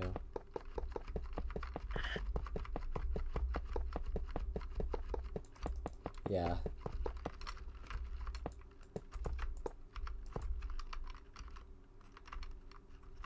Okay, and then this being here means that if Nard wants to, then Nard can stop what they're doing in these vents, take a turn, and pop out here in the fun time area. The whole time I was watching the movie, my brain was going, oh, these chipmunks aren't real, they're just symbolism for Dave's need for creative fulfillment or something, because only one person was ever allowed to interact with them at a time. It took me up until the part where Dave's at the big concert and goes, ah! For me to finally go, oh, it's just chipmunks. Are you reading something, or is this actually what you Oh, thought? Okay. I had no idea. Oh, it's just chipmunks. Oh, I remember when Girl Jack appears in the movie and Ballsack says, "Get away, I am the Sigma." Can vents be Immediately two-way downvoted. as well? Because the vent triggers make it look like they can't. But I would very much like Nard to be able to leave through this vent, but also come in through this vent. That's Nardley. I know someone called Nardley. So yeah, now if you see the camera to Sparky's stage, there's going to be a shit ton of cameras here, by the way. You may be able to see behind him. Innard.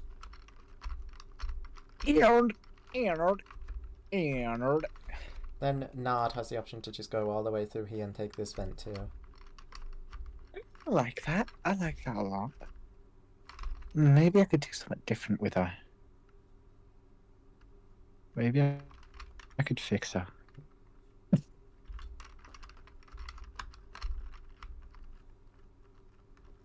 In FNAF 1, I kind of want this camera here to be like, you know, like the FNAF 1 camera is, so like here, so, which would mean that Nard's vent would be like here. That way you can see Nard Fuck's sake. quite well. I just asked Mum what tea potions were instead of tea options. She's probably going to be so fucking confused. Graveyard. I'm having another graveyard. I was just going to fucking say that.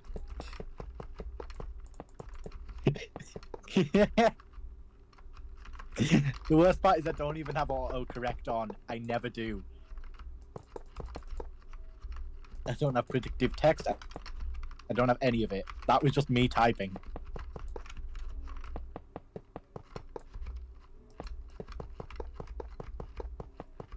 I'm Look, he's the only electronics everywhere.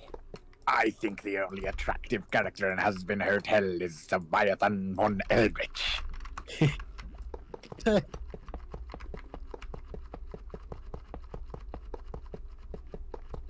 like it.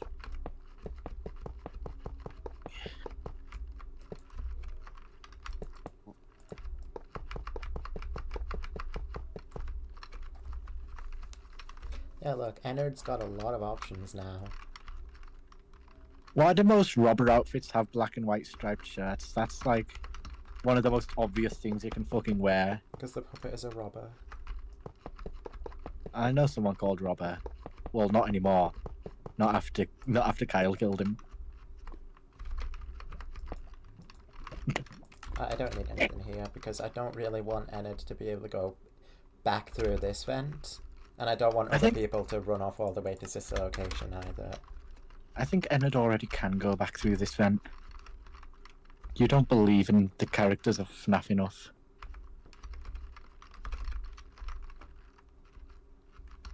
It's toys. So parts and service here is going to have some animatronics, obviously, too. Not sure which ones. I intended for them to be a bit bigger, but maybe this works. Maybe I could make someone else a bit. I'm not sure if I put Fredbear and Spring Bonnie backstage or if I put them on stage somewhere. Good work to the Fredbear and Spring Bonnie area. Maybe don't put anyone on stage. Maybe they're all just too anxious. Although I don't know who's going to go on this stage. Maybe they're all just too wankers. This could be the Fredbear Spring Bonnie area. Number 10. Man says word on stream, and then subsequently asks, "Can I say this word on stream?" Streamer gets banned. Bodies never found. Are there any more design elements I want to add? I know there are. I like the idea of the curtains being like slightly closed on these guys. And that I can adjust them to be like more open. If I so desire. But here's Fredbear, here's Spring Bonnie. I think these are the sides that they go on. I'm not too sure. Like, yeah. So, like, theoretically, if this was a real pizzeria during the day, the curtain would be more open and they'd be like this. Maybe I prefer it like that, honestly, compared to having the two be, like, a little obscured. I'm not sure. Wish you guys think it's better. And where I swim through piranha. I think for now I'll leave them this way. I know it's that gets right. I keep them like this right now. something. And is there Ooh, anybody maybe else that- we could throw in here just for the sake of it? Me. Seaweed's always a good shout. Not sure about mingle.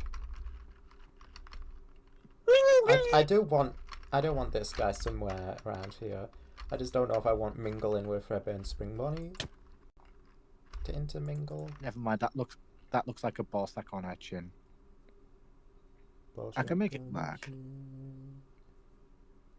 Where'd it come from? Nightmarion. Nightmarion becomes a Nightmarion plush at day. Probably throw them somewhere. Can't use vent triggers. None of the nightmares can use vent triggers. Even plush trap. Vent trigger tail. What does stage 01 do? What if plush trap was actually called pushback? I think that'd We be have a really few fucking funny. threadbares. Even a threadbare endo. Oh shite. Interesting. Oh whatever. It's only a sketch. Random stage 01 UCN Nightmare DX FNAF 2 FNAF 2. What's the difference between FNAF 2 and DX FNAF 2? Because FNAF 2 Fredbear is this guy. DX FNAF 2 Fredbear. I guess it's the different. They look to be the exact same model, just different texturing.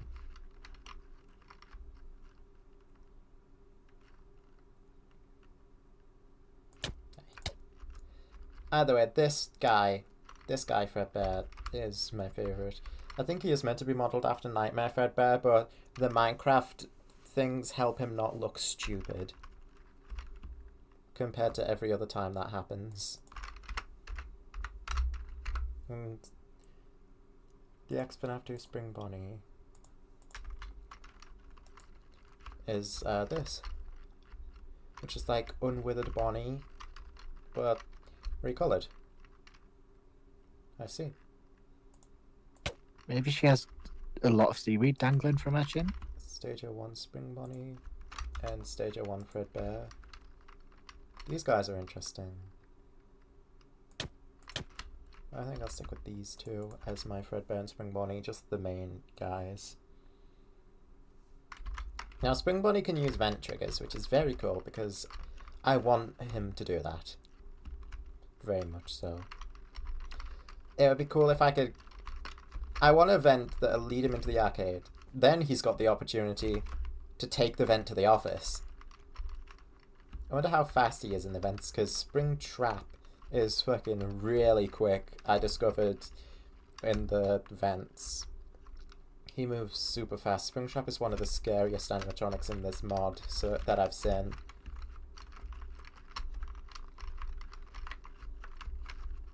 So where would the vent here go? I could have like so many, so like the vents are all just a spiraling maze of confusion.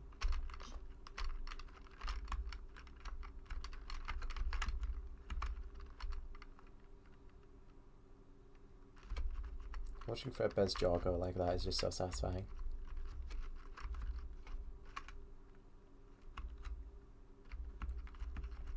A quote that was not said in universe. Most likely. No, it was. Okay, so in the arcade here, we could have a vent that pops up like here.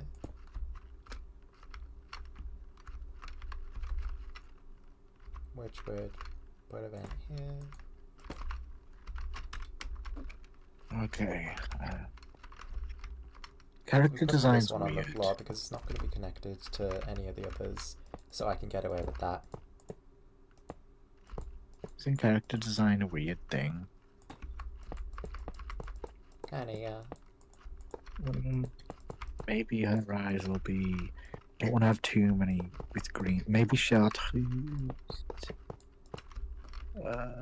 I've gotten quite good at it over the years, though, with the amount of characters that I've designed. So yeah, you can go in here, or you could go in here, or you could maybe even come out there. But the main place you want to come out is the arcade. So there's events connecting this room, this hall, and the arcade now.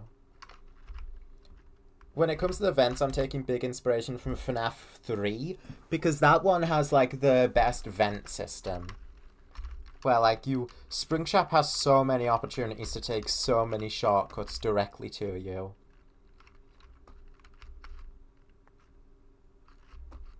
That's nice. Can I maybe make it glow a little more? Loom. Ooh. Oh shit. If I leave this space here open, then I may as well throw a vent there. It's kind of like against the corner here, but that's alright. I could move it along if I felt like it. Or I could have it come out in between the machines. Okay.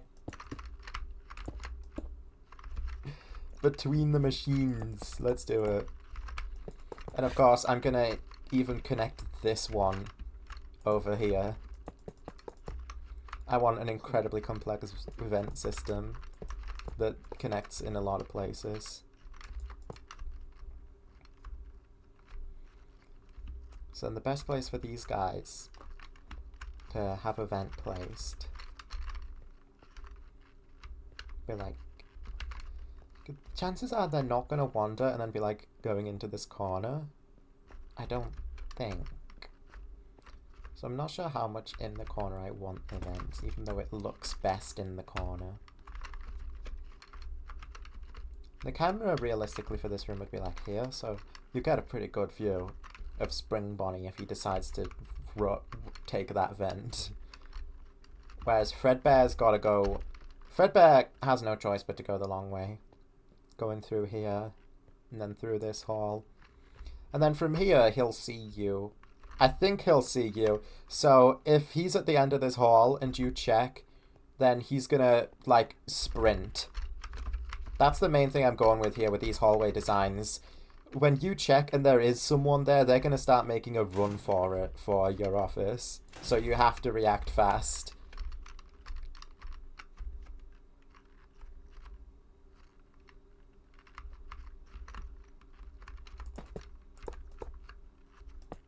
Here we go. One thing that I noticed when I was testing with Withered Bonnie that may or may not be the case is, like, if your vent isn't flush with the ground, the guys might be a little, like, averse to going into it. And they would have to kind of chance step on the block that has the vent trigger on it, rather than them seeing it as a path that they can take. But I'm not sure. I kind of want... Are the vent triggers two-way? I don't know. I really don't know if they're two-way because I haven't tested it at all. There's only one way to find out, and I guess that means encounter Spring Bonnie and, like, have a full-on go at him. Let him have a go at us.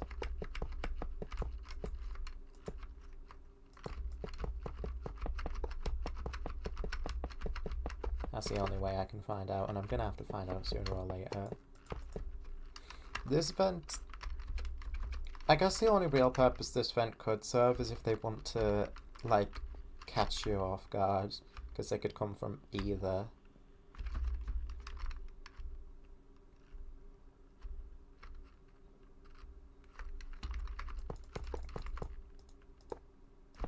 Because they don't really connect to different vent systems.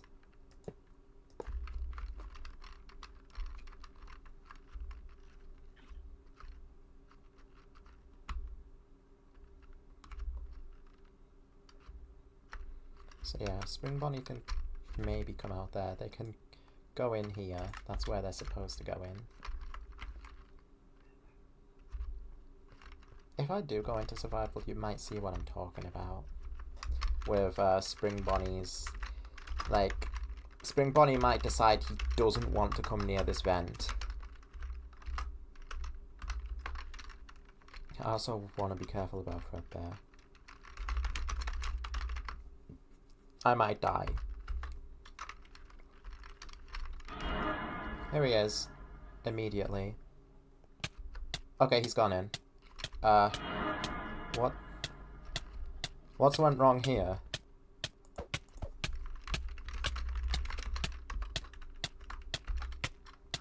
What's happened here, huh? Why aren't you crawling?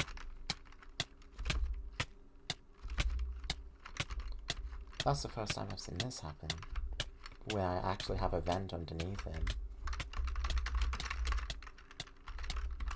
Hold on. Get over here, Spring Bonnie. Okay, he used the trigger to get out. So I can only assume that they're two-way then. But how? Why did he go in like that and then start dying? I don't know if he can regen health, so let me give him some of this.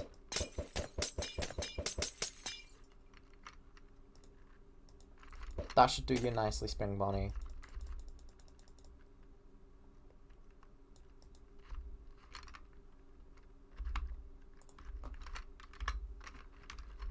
Yeah. You ought to be more careful, my guy.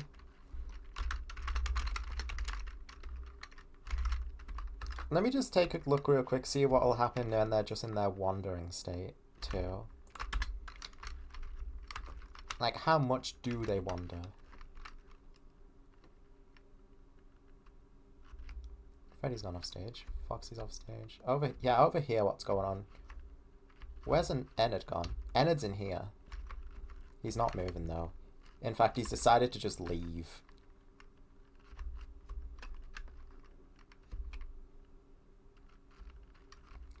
Spring Bonnie Fredbear still in here. Maybe the more, like, relaxed AI would be nice, given how many animatronics there are. We'll see. Because these guys aren't making much of a run for the office at all. Which I did kind of expect. This map is probably going to be at its most effective once these guys actually have, like, good AI implemented. I want you back in the vent, so if you don't mind. Go. Move. Attack. Do something, Ennard. Do something that isn't that. Turn the other way. What? Oh my god. Okay, so these guys crawl. Actually, where'd the Biddy Babs go? Here's one. That's Electrobab. Where are the biddies? Okay, there's one.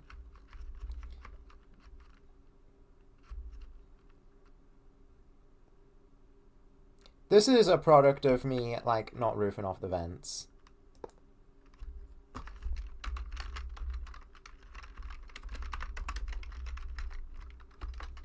I should roof off the vents.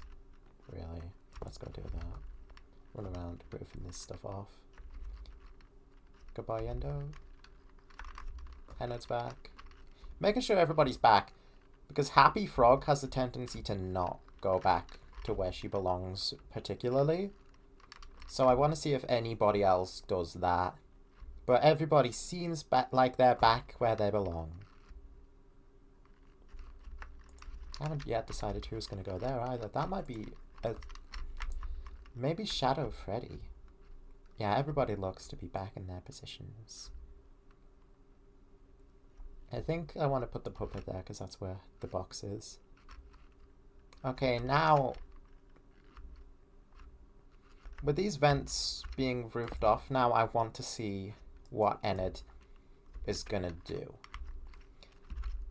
Because they didn't seem to like being in the vents for more than like 5 seconds before walking right back where they came from. And then getting back out.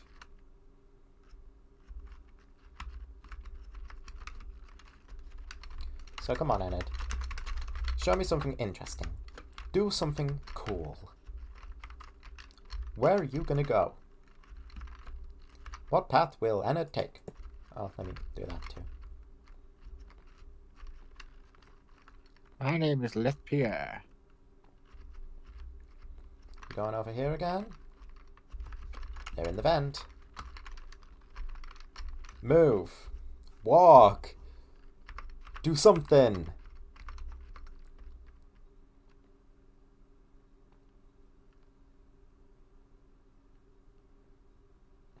Oh, they're going. This is one thing that I think should be the case. I think if an animatronic enters a vent, they should not be able to stop walking or moving until they leave said vent. Otherwise, you'll get stuff like... Your orders will follow. Where'd he go?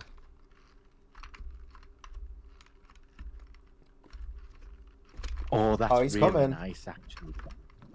He's coming slowly. Come on, Enid. Don't turn around now.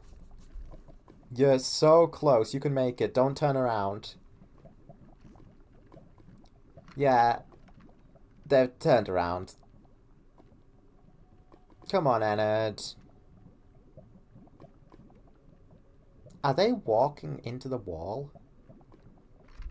Enid, come on, man. Ooh, I like this location, guys' eye glows. Fundo Chica doesn't have that, and you can see Bellora's eyes from under her eyelids, but... yeah, I like that.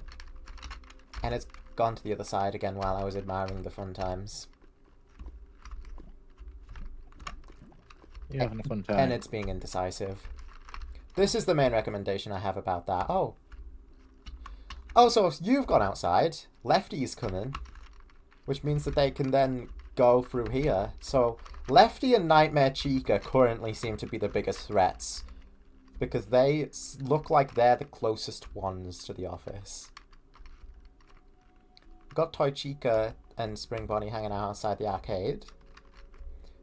Nobody in the arcade yet, but that will probably change. I don't think the puppet can use vent triggers as cool as and funny as that would be. Oh, it's Yendao! He's made his way to the stage. With Toy Bonnie. Has Enid done anything yet? I think I just saw them. They seem to have left the vent and then gone right back in. With my vent-centric map, I would love for the vents to behave, the vent animatronics to behave like I proposed. Because otherwise, Enid is almost guaranteed to change their mind and turn around while they're in this vent. Case in point. I think they just currently use normal Minecraft Mob AI, is the problem. So, whenever an update comes out that tweaks the AI, that's going to be very exciting for me. It'll make the animatronics way more threatening. And then we can actually have our proper Ultimate Custom Night. Because Enid did nothing but stick in that vent the entire time I was observing them. God, I love this design. If I was Cassidy right now, I would be very disappointed. Enid just went right back in the vent. Are they stuck now because that vent trigger keeps pushing them back into it? Is that what's going on? Because they're trying to go back to their position now.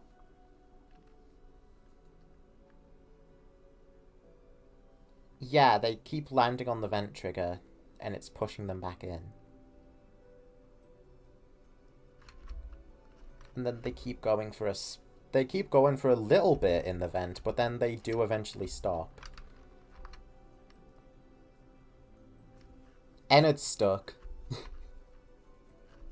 I might need to lend a hand and destroy this vent trigger, because I don't know if they're going to teleport otherwise.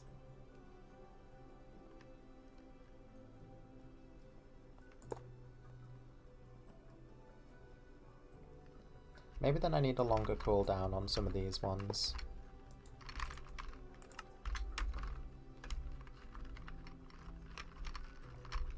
Like this one, I don't need a longer cooldown on, really. outside of like letting Ennard get out.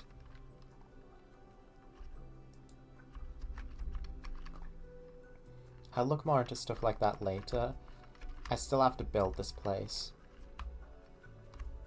And that includes, like, finding a person who will sit here.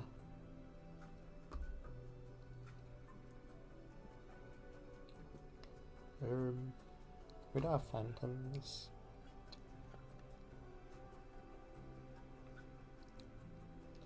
Maybe Nightmare Fredbear could come here.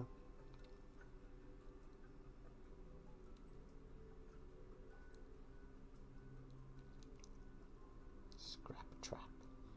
I'm probably just gonna have Springtrap over him.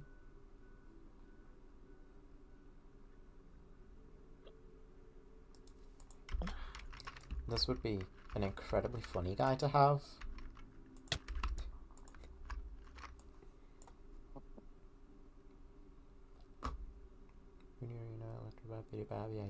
DD. Nightmare Endo. Lolbit. Maybe Lolbit. Maybe.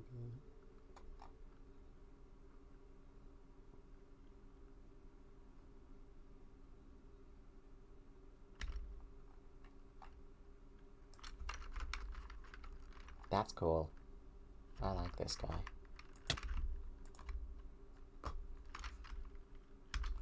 Considering having a Fredbear plush in here. Like, well, something that looks like a prop Fredbear plush, but then it turns into Nightmare Fredbear at night. In which case, maybe this Nightmare plush could then become Nightmare? Maybe. Or I could have Nightmare spawn from it, and I could have both of them. That depends on if I want Nightmare in here. Where is he? Yeah.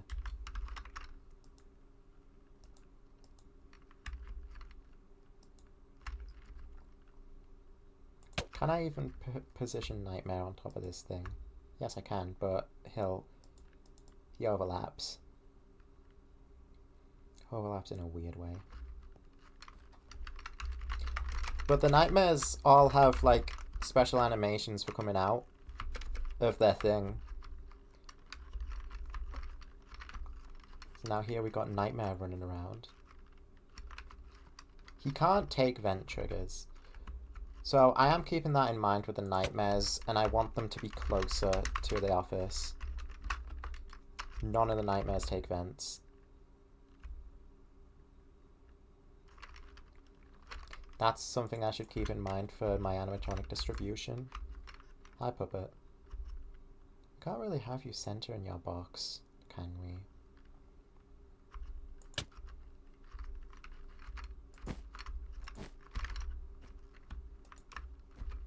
I'll put you here.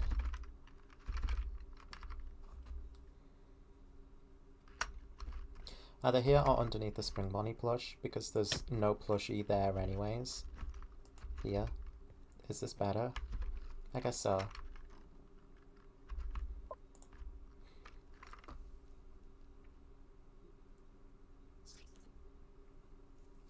Now mingle.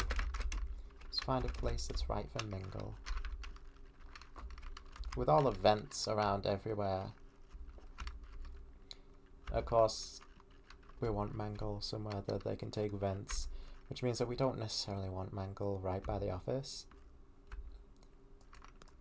Like, this feels like it could be a good place for Mangle. But Mangle can take vents, and there's only one vent available to them there right now. I want them to be able to take full advantage of their capabilities.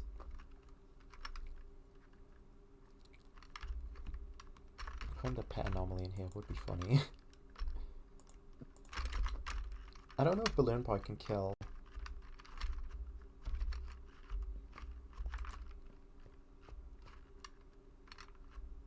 I could throw him here, or I could throw him in the arcade. I could throw him outside the arcade. Like there. Wait, Nightmare JJ's in this? What? Huh? Okay, hi. No, my JJ was real though. Gobo must be proud. I got BB and JJ there. I got a BBL. You're proud of me. You still can use vents, so maybe we want one of them by that vent. Buy that then. Well, here's the thing with these vent triggers. I wish there was a two-way vent trigger.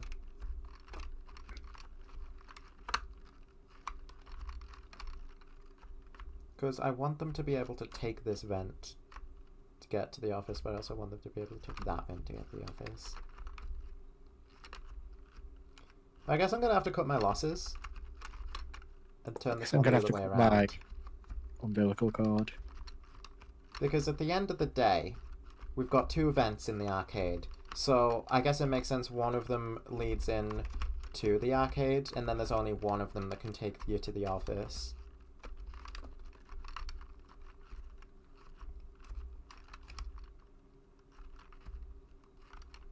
I guess that does make sense.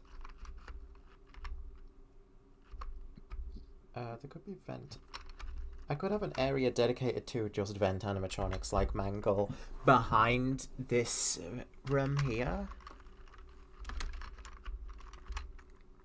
I just thought by putting Shadow Freddy in here. Well, not the cinematic Shadow Freddy. This is cinematic Shadow, isn't it? But no, that's the Withered one. That's the games one. But this one is cinematic Shadow Freddy. Yeah, pretty much, more or less. The glitching is cool. But this is the Shadow Freddy I want.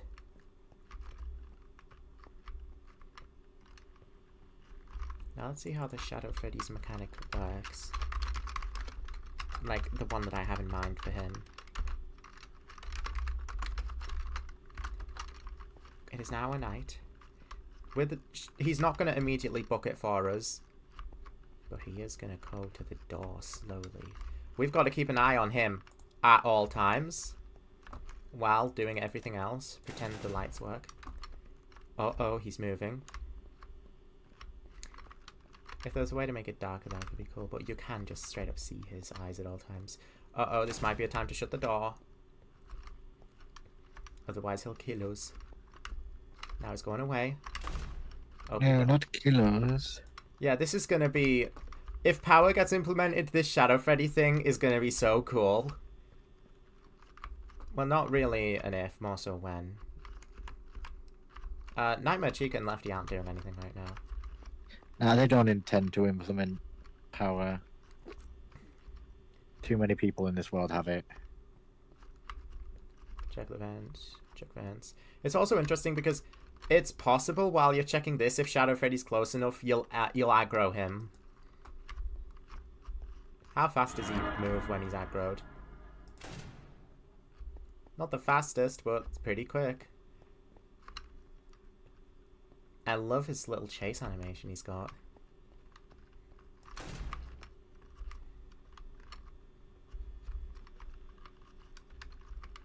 I like his animations in general. This is a really cool Shadow Freddy. I'm a big fan. But if Shadow Freddy, then where's Shadow Bonnie? Well, I will figure that out. But I don't intend on leaving Shadow Bonnie out. Should set it to creative. So, like, yeah, there's going to be a vent here. Probably just for Lefty. Realistically, who is going to be able to reach this area but Lefty? I mean, these guys could do it. They could decide to take the route of going into the kitchen and then going outside. But Lefty is the most likely to take this vent. But that makes that vent pretty useless. Because there's another way in right next to it. So what it could also be is an area is like connected to an area here. There's just a vent system full on. So like you can have, let's say BB on one side, JJ on another side. Buddy, go back to where you belong. Go sit down, please. I don't think he's going to sit down. I think he's got a Happy Frog syndrome. Actually, that gives me a really good idea, speaking of her, because every single mediocre melody, thanks to UCN, can use vent triggers. So that's gonna be where their stage goes, because I was wondering about that. So they're gonna go here. Shadow Freddy's just gonna wander. I'm just gonna leave him to it. I can't stop him. Shadow Bunny can't use vent triggers, of course. That would be wacky and funny. What does Shadow Puppet look like? It's just, yeah, it's the FNAF 3 minigames puppet.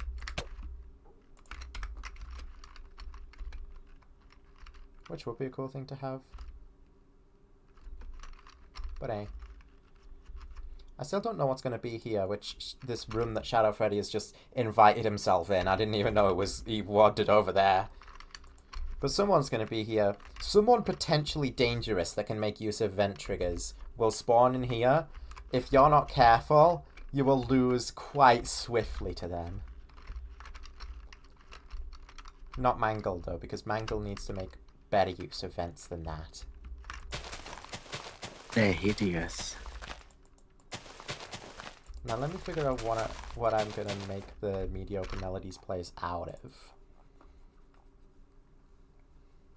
They can have their own tables and stuff. They can have like wood and stuff. Like they can look.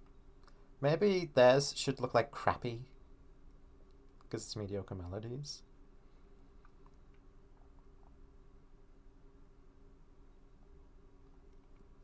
So let's see what I've got in terms of that. We've got these rotten facade walls. I don't really want it rotten too bad, but the colours on it are cool.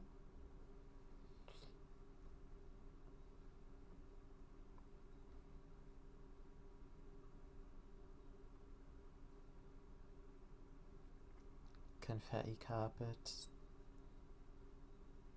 That doesn't really feel too mediocre melodies-ish, but it would be a good thing to use somewhere.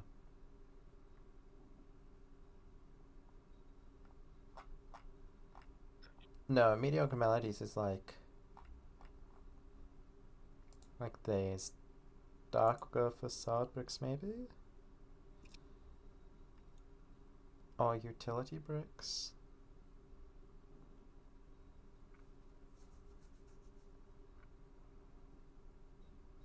Something that looks probably cheap.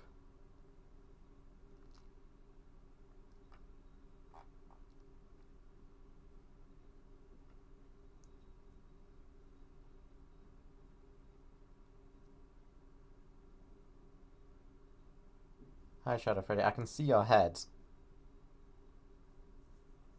Oh, you can't. Black and red, blue and black. Try these tiles. All of the error tiles, maybe I carry them back here.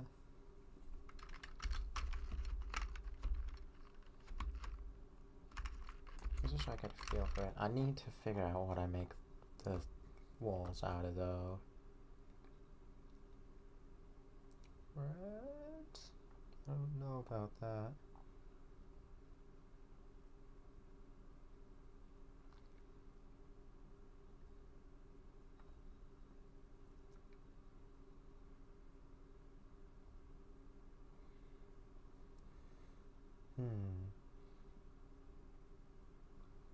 Maybe deluxe walls?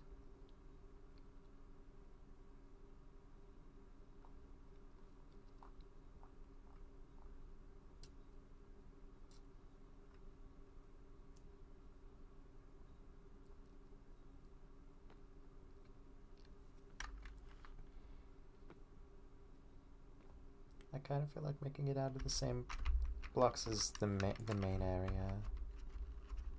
Let's just use these for now. So this vent here is gonna connect like this.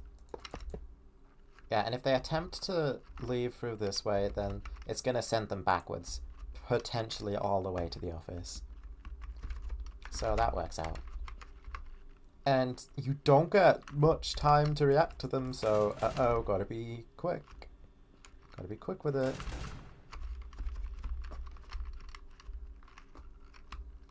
So this vent system, how's it gonna work? And how far away is the mediocre melody place gonna be from that area there? That's got Shadow Freddy.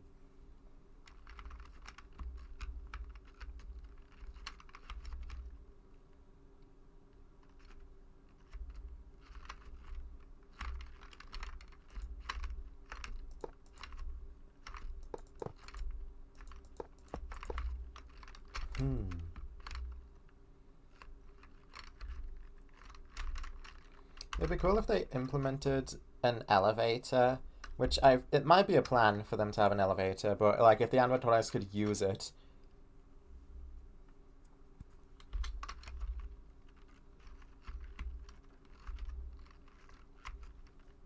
Like sort of like they command the elevator themselves and then they ride it up into your office. 1, 2, 3. 1, 2, 3. That works. So I could do this. That does make this guy a little less... No, wait. That's a wrong vent system. Never mind. We don't want them to do that. We want this vent system to do that.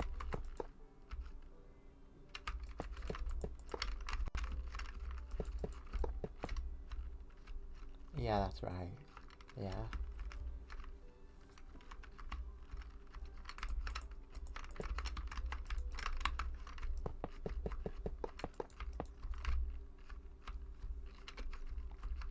So 2 vents there like that.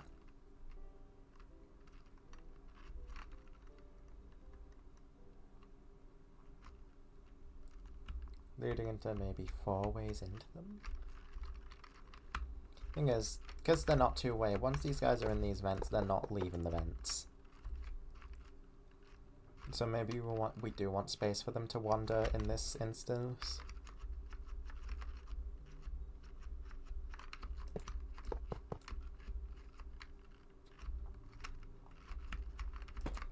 At the very most, with the size of this area, it can only go back here. It's probably going to have a camera like this that will show you like most every vent of the 4 that I'm thinking of.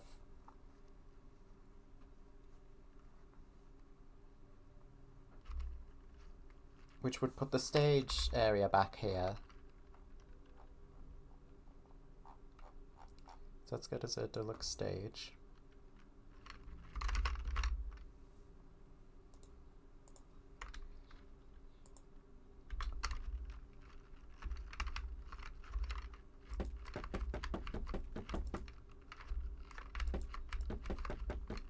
We can't position a nightmare back here, unfortunately, because the nightmares can't use the vents, and that's going to be these guys' only way in.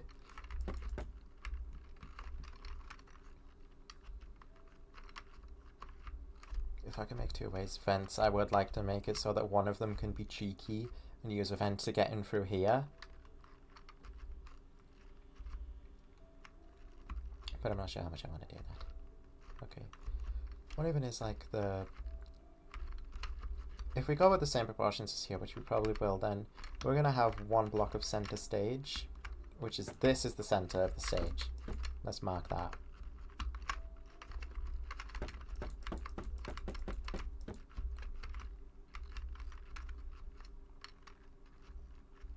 Okay. Yeah. It's coming along well. No, I want to keep the Senate stage marked just so it's easier. It's like this. Shadow Freddy, I wish you would just behave, my boy. It's gonna be annoying to reset him every time. But oh well. Let's just start then. We want... Orville... I remember the order. It goes Happy Frog, Mr. Hippo, Pig Patch, Nedbear, Orville. So Orville and Nedbear take center stage. Orville, Nedbear, like this.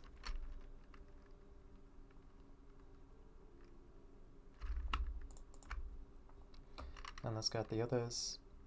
Happy Frog, Mr. Hippo, and Pig Patch. Actually, no, there's 5 of them. So Orville takes center stage. Yeah, Orville takes center stage. with Ned Bear and Pigpatch behind.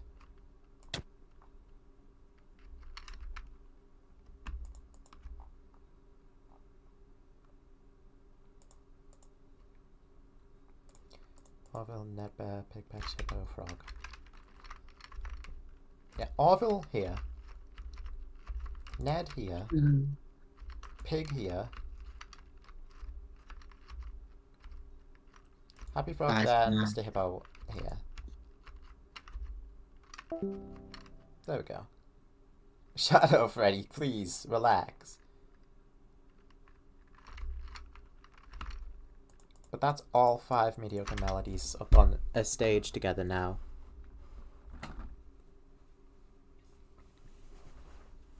Which is very, very nice. I love that for you guys. Then when night rolls around, they start misbehaving. Actually, I might just make it, but use the FNAF 6 walls all around.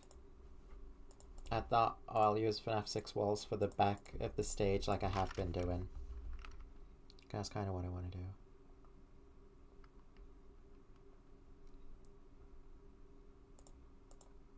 Maybe make confetti here? I don't know. Well, Orville's a center stage marker now, so we don't need that.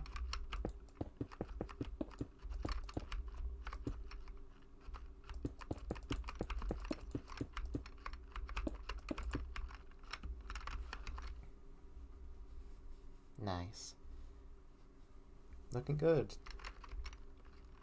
I mean, we don't have a back of the stage here. Like, that looks different because cheap. So we do this.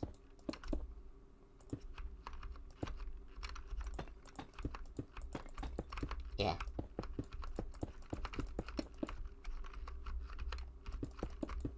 It would be cool to have, like, potentially Sparky back here, maybe, but, like, Sparky can't use the vents at the end of the day. So what can we do about that? Nothing really. How do we feel about this carpet?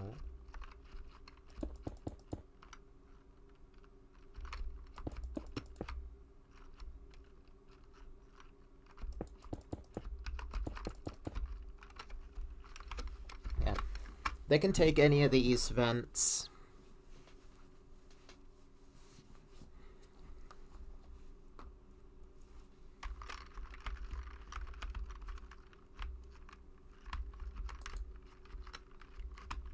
How much space between the vents? Like 5 blocks?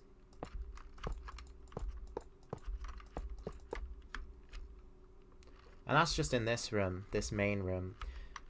Maybe there's more rooms where more vent characters can hop into this vent system and start running around like crazy in there.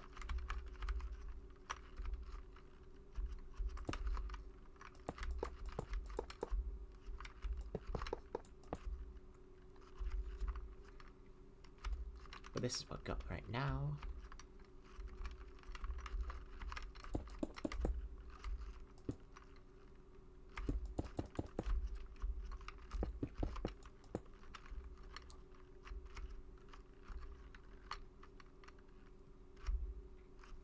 I'm also considering making the floor wood.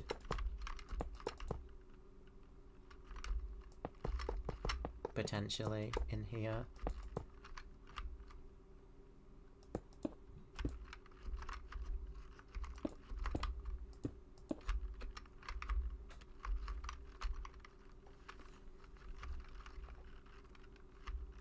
We of course might need vents, no cameras, in like these vent areas. So a cam looking down through there and a cam looking down that way.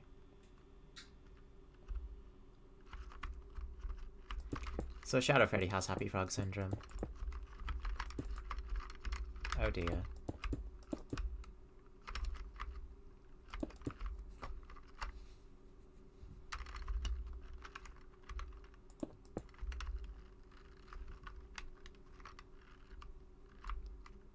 It sort of fits for the FNAF 6 themed area to have vents all over it. given that that's all that there is in the FNAF 6 office.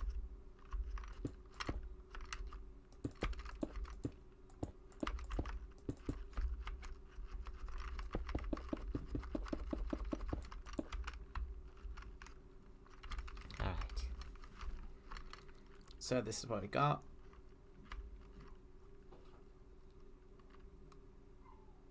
Hi, Shadow Freddy.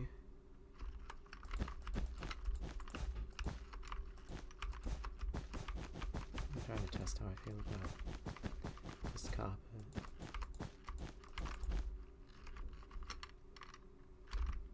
It looks pretty nice.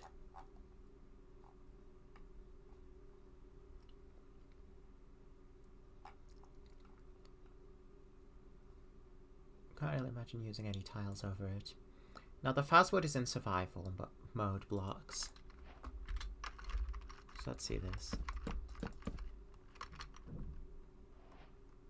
Definitely looks a lot more mediocre. Gonna use a different word. Or planks, I guess. Like spruce?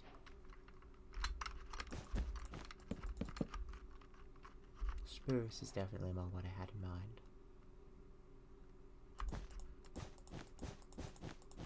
Here we go then.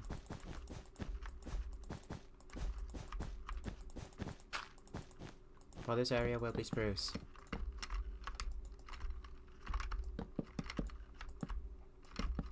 And have all these guys.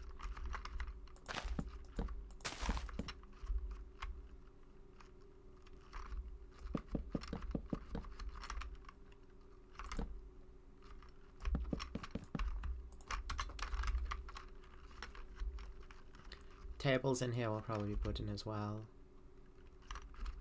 It's like if the camera's over here, yeah, you can pretty much see all the vents.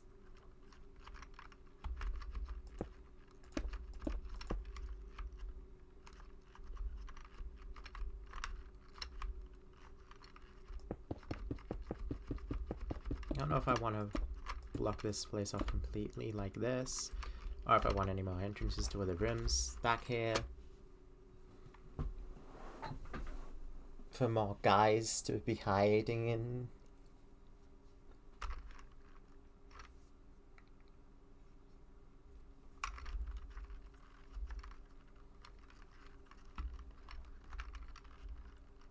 Maybe I move the stage to the other side? Maybe. So that these guys are making their way to you at all times from the area.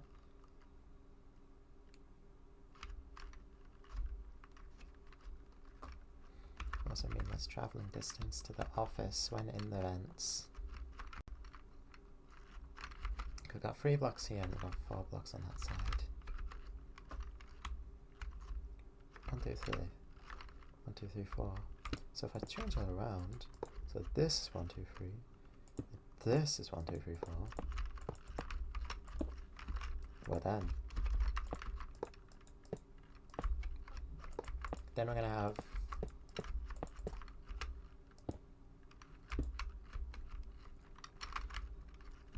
they're going to reach the office quicker. Gives them less opportunity to pull what Enid was pulling.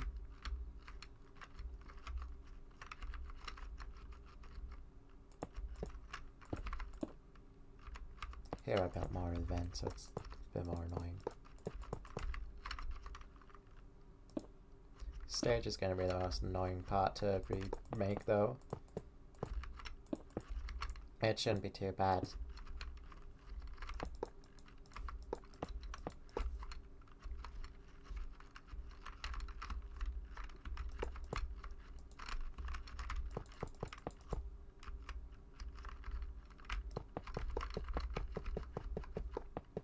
Shadow Freddy has now left the map completely, so I'm gonna have to kill him.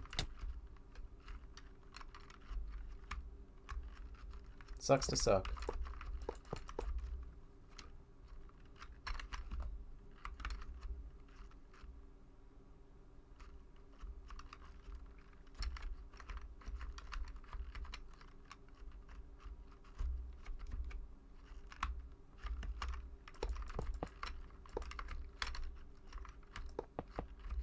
Then we move the stage.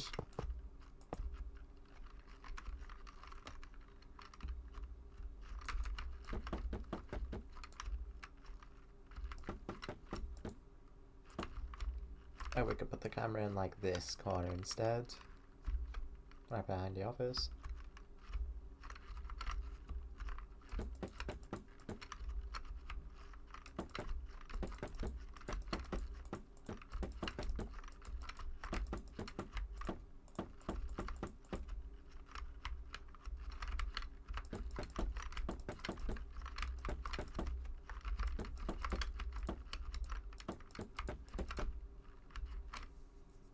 Cool.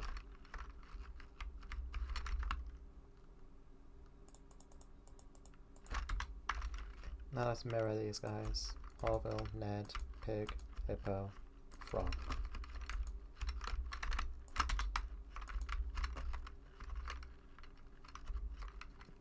Orville's gonna be easy enough. Orville, that's on that side. Ned, Pig, Hippo, Frog.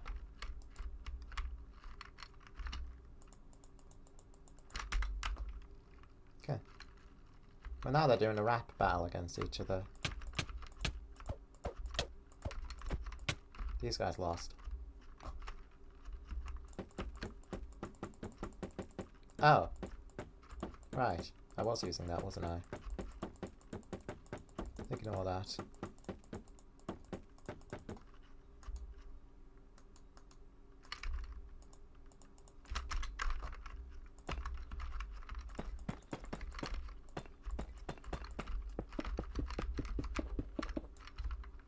You can hear the fan buzzing. Having BB and JJ in here probably makes more sense. Like, from a game perspective, than out here.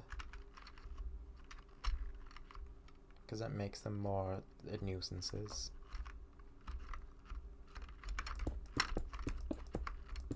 More little vent critters.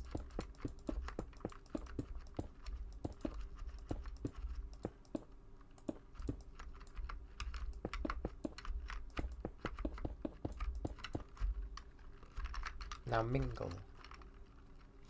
Mingle, I imagine, is going to have full reign over these vents.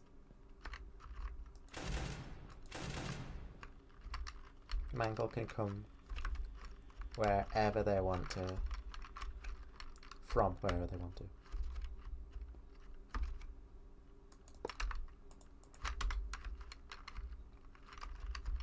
This vent here. I think the main perpetrators of this vent would be the Toy Bonnie and Toy Chica.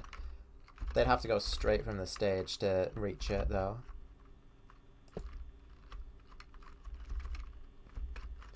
But the good thing about this vent is it shouldn't confuse the guys. It's just a straight go right from them to the vent.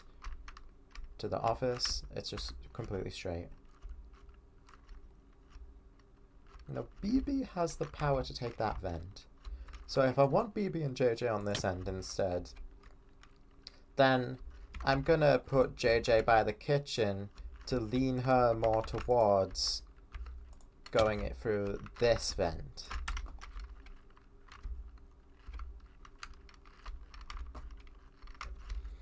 And then that's the toys. Except Mangle, who is gonna be here with free reign over the vent system.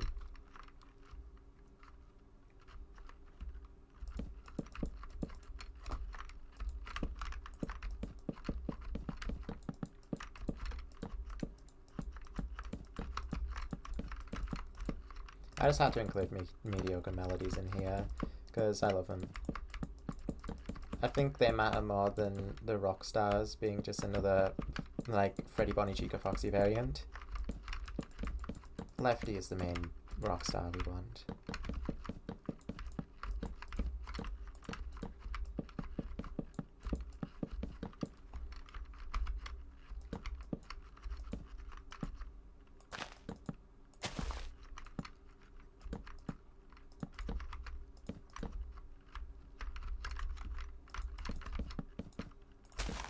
Ray. Is Shadow Mangle in this? I can't remember. Because I could have Shadow Mangle also show up.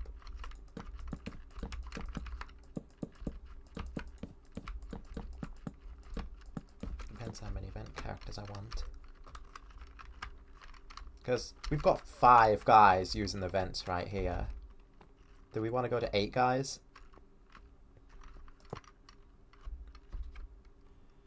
Let's put vent triggers here. So that they can actually get in. Is there a set spawn command? Yeah, set world spawn. Set it to the office. General keep inventory. I want this too. Just so I'm not dropping all my blocks and my Golden Freddy thing when I die.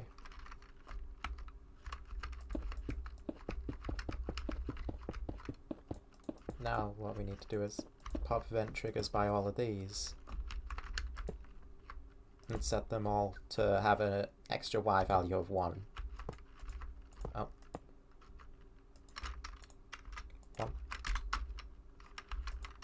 1. 1. Ooh, no. So camera here. Like here.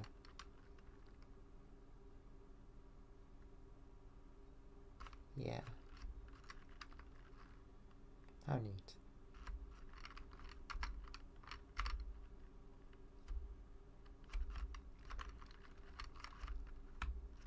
I kind of want curtains on their stage, maybe. What curtains do we go for?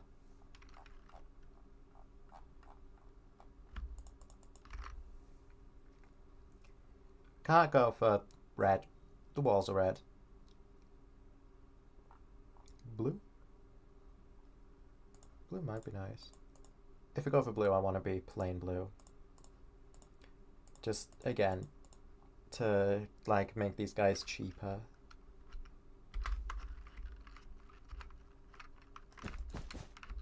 Mind your battery, Mr. Hippo.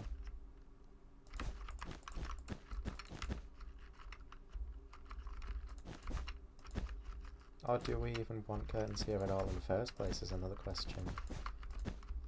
I mean, Happy Frog and Mr. Hippo are going to be obscured if I do that. So I guess the best thing I can do for these guys' sake is just put the curtains like that.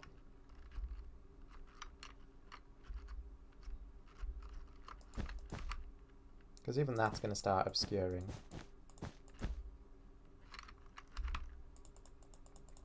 So yeah, I'll keep the curtains rolled back like that.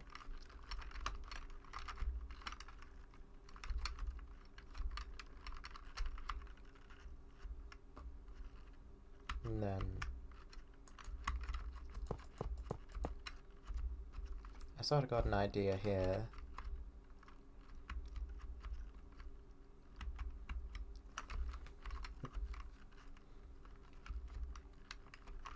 I mean, we're gonna need a few, like,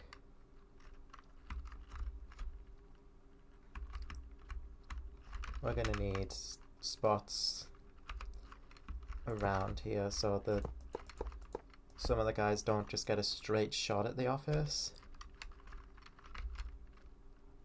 Because I'm not sure what's gonna happen if, like, they come to you, you shut the door on them, are they gonna turn around enough when there's so many of them to the point where you're actually gonna get a break, or are they just gonna, like, go right back at you?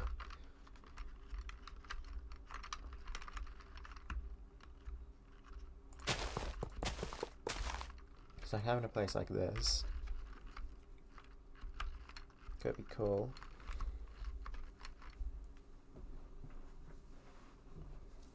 I just want to make sure these guys don't have so much power. If they take these vents, then that's going to be the scariest. But I want them to have the ability to, like, hang around. So I'm going to make a looping point here.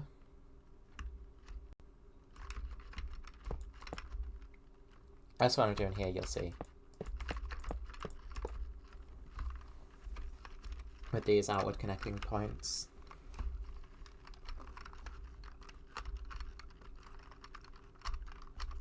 Lefty is just out of there, Roman. So that's one thing there.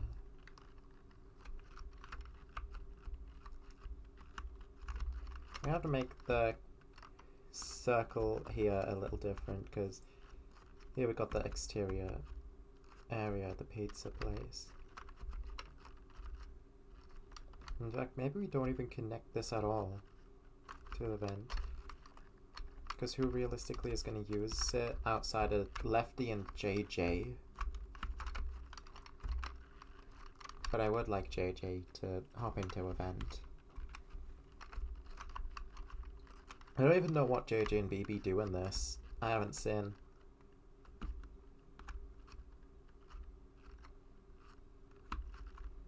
Maybe we end the alleyway area like here. I don't know, the camera to the alleyway is going to be like here, so you're not going to be able to see this.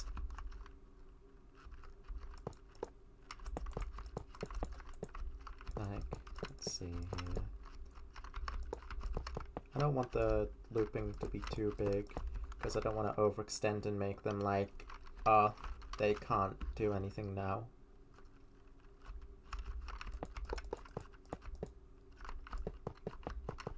We have to reach a balance. I'm going to be testing the balance quite thoroughly.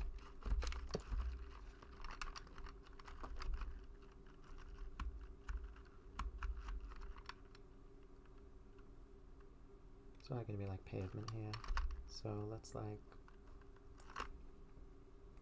I can use the grey facade for looking like pavement. This.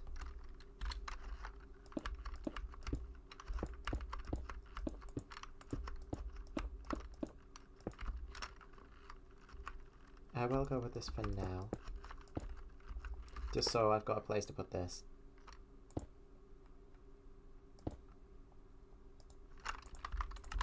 Why addition of one?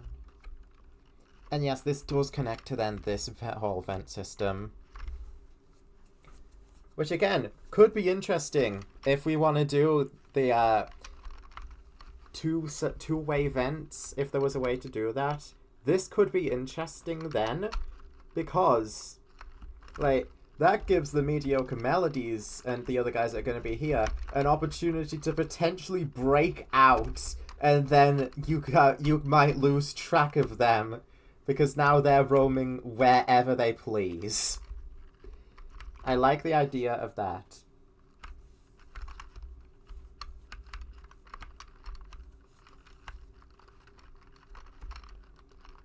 Them here. A room here and there. Sounds cool. This. This. Have an area here. Roundabout. More or less there.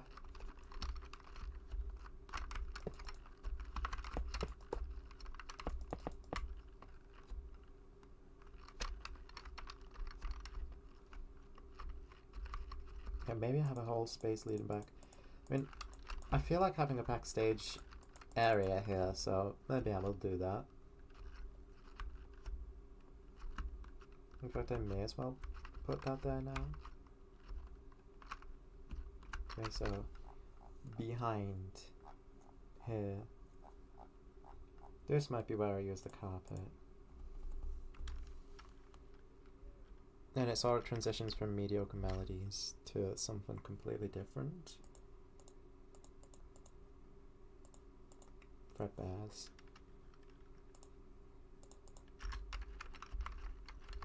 Even though this is not where Fredbear and Spring Bonnie are going, I'm going to use this aesthetic regardless.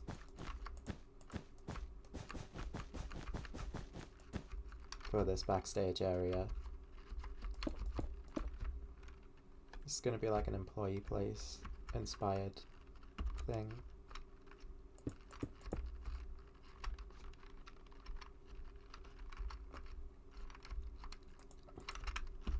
The guys aren't going to be able to break into that. So there's there might be vents there that'll let the person that's back here in here. And there's going to be vents in here in general. But let's just say that there are vents here. So then one goes here. And then, of course, on this side, we got one here. Chicken. That chicken must have been here for a long time, because I've turned off mob spawning yesterday. Because there were slimes all over the place, and I did not want them.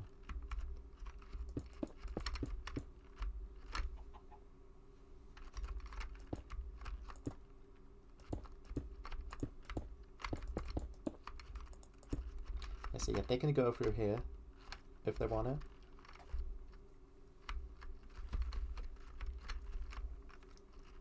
Yeah, there's a pretty big area here that we got. And it would be cool to use the threadbare space for nightmares. And we can't put the nightmares here. I'm just not too sure what else to add over there. Another party room connected to Fredbear and Spring Bonnie, maybe.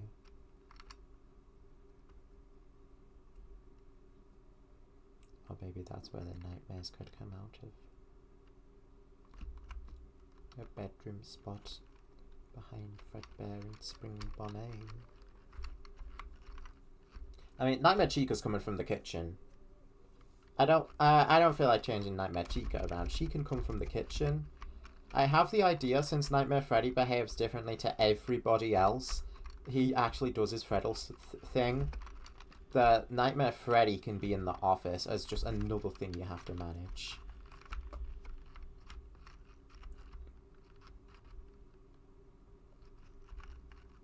So this place here, I don't know about using the carpet. Because it's like a backstage. At the same time I want to be comfortable, at the same time as that. Like, who's gonna go back here realistically? Mangle. Mangle's gonna go here.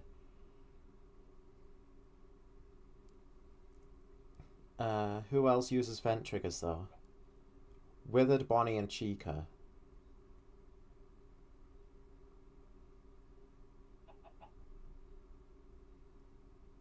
DD uses vent triggers.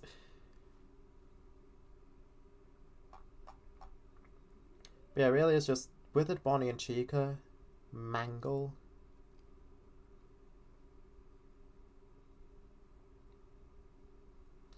Retro Bonnie and Chica, Endo O2, Springtrap.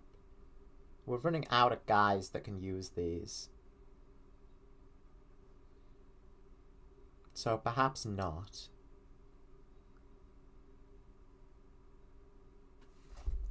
Yeah. A Shadow Balloon Boy who can't use them. Shadow Puppet, Shadow Bonnie.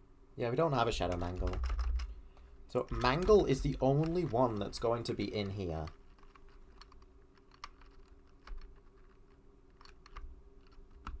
Now that I have that knowledge,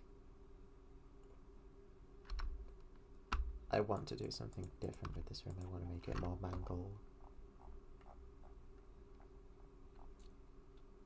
This is Mangle's room. They're getting their own area. So let's make it for Mangle. Stripes walls? I might make it smaller as well, because only Mangle's going in here. At the very, very back.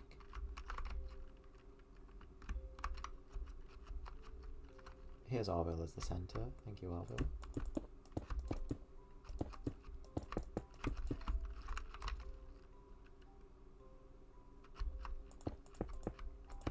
The stripe walls are cool. But I do want the tile trim too.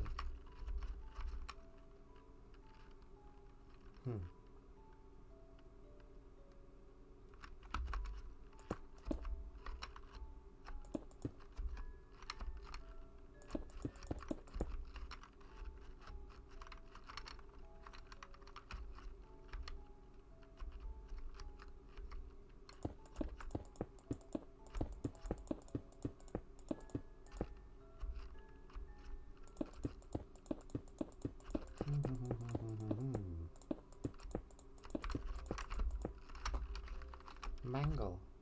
We're the only ones gonna be back here. Oh, Mangle.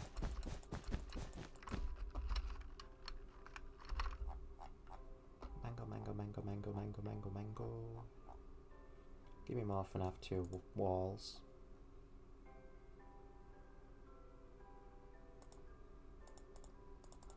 Or maybe even rot.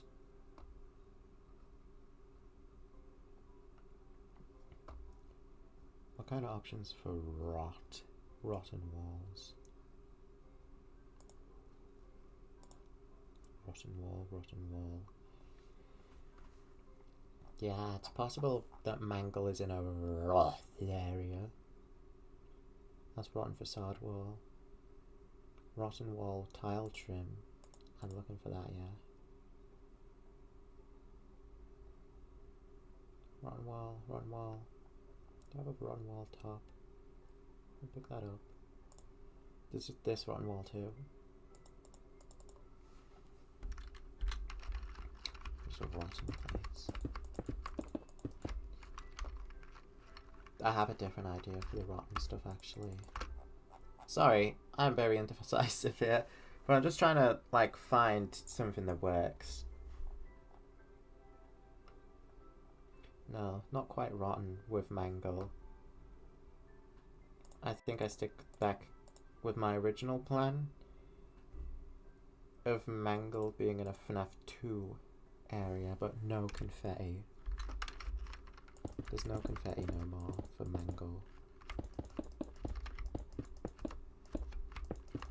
They're secluded in their spawn area. It's away from everything else.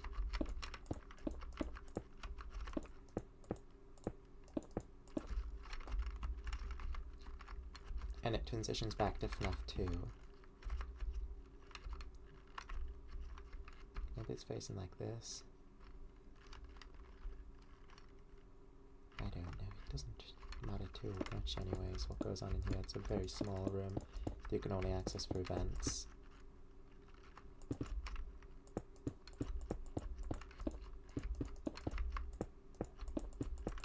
It's only going to be small.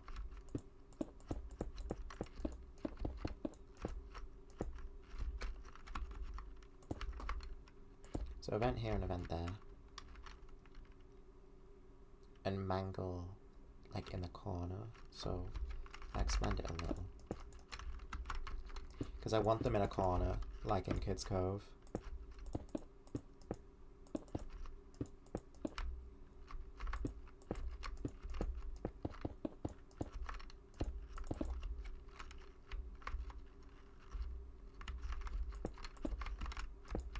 Went there and there.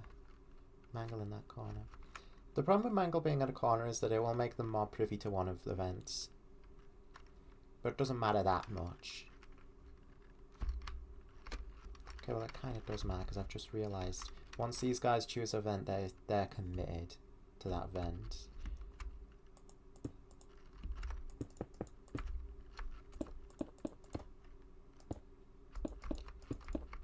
In which case I'm gonna need like,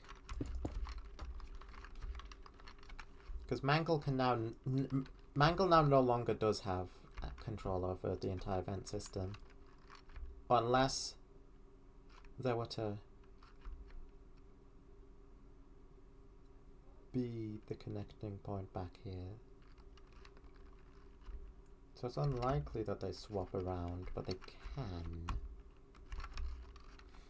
Which would mean that I don't put Mangle here at all, which it did feel kind of like void to make their own space if all I was going to do was copy Kids Cove anyway. Don't worry. I still have plenty of ideas. But the main idea here is going to be letting them swap around.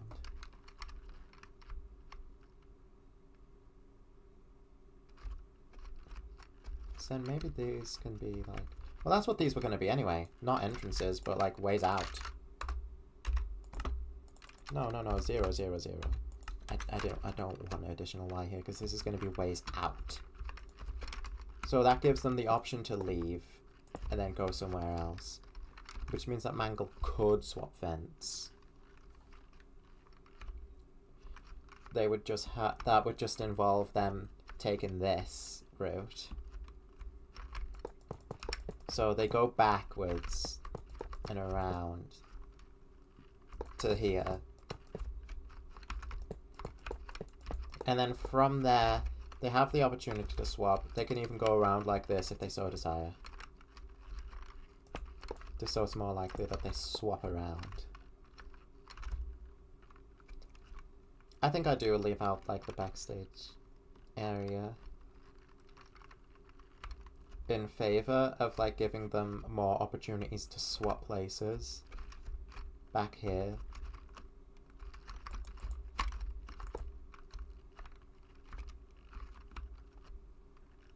Yeah, because it's not the most likely thing in the world that they even come back here at all. So if they do, I want there to be like a good few chances for them to make like the commitment.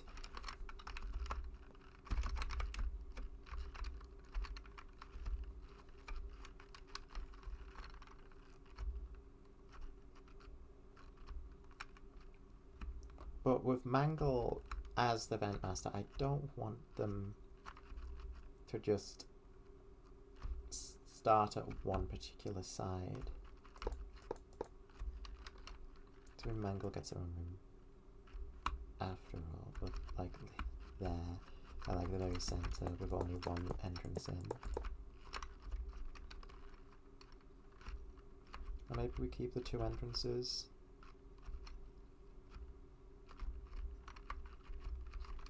Just for the sake of having two entrances, even though only having one accomplishes the exact same thing. But two looks cooler.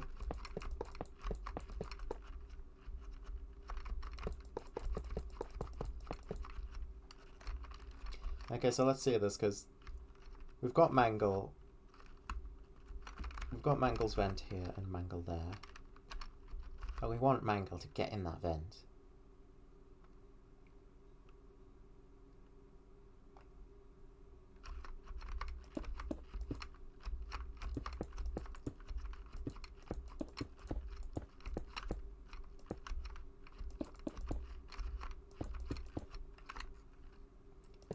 This is Mangle's only option to escape the room. Which then does make having two events a little better, because it means Mangle can actually get out of the room more likely, rather than just hoping they hit one block. But I'm not sure. I want to see how likely exactly it is that Mangle does anything at all. Which means I'm gonna have to test it. Which also means that Happy Frog's gonna refuse to return to stage. So I'm gonna have to kill and respawn her too. We don't need to have a huge room for her, so this works. Mangle is in this corner. This is the Mangle cam. You see them? Cool. You don't see them? Mangle's active. This camera's not really very useful. There are going to be a few cameras in this vent system thing that aren't going to be useful. So I'm kind of wondering if I, like, don't even link cameras up to that. In fact, maybe we have two monitors. Because there's so many rooms, we have one monitor monitors this side. One monitor monitors this side. Maybe we put a separate monitor behind the chair, and that monitor monitors, right, get this, it monitors, but it monitors the vent area, which is behind us, so the monitor's behind us. It means we have to go like, and stuff like that.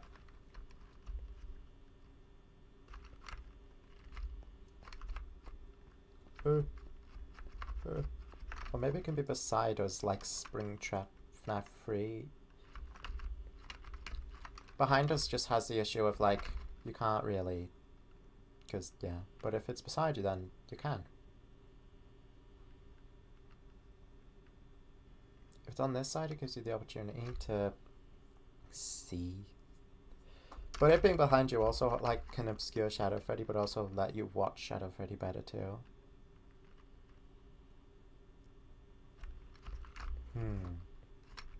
Where do we put the second monitor?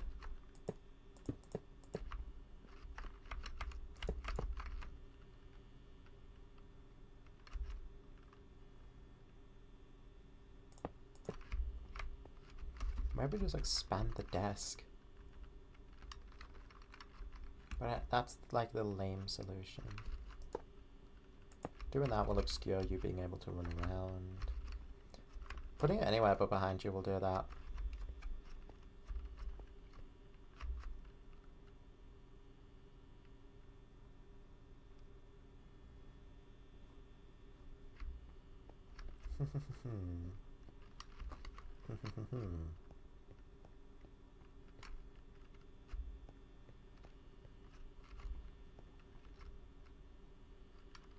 What if it's on the floor?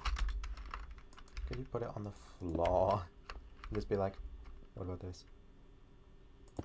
I don't know. That was a bit lame.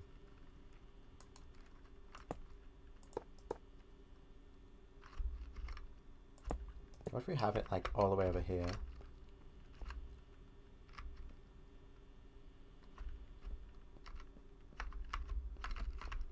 Then you can check that. If you see something over there, it's like,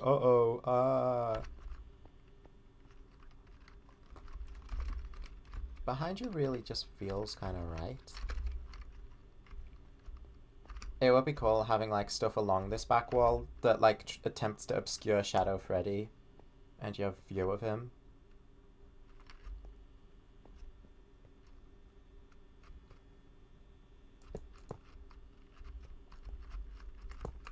It's like maybe we do just go for it there, despite the chair being there.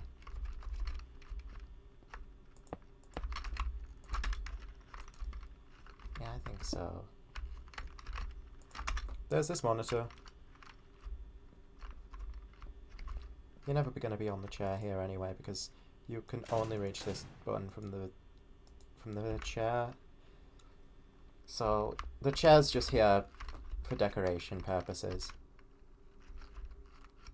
But this lets you get like cameras around the whole vent system, this camera, and Mangle's cam, as well as like others similar to Mangle's that I'm going to put here. But we'll get to that. Because we've got a lot of vent characters going around.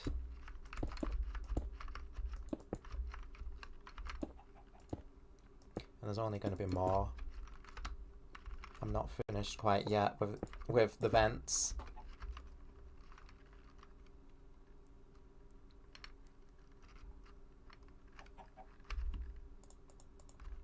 One thing I definitely want in here is a Funtime Foxy poster.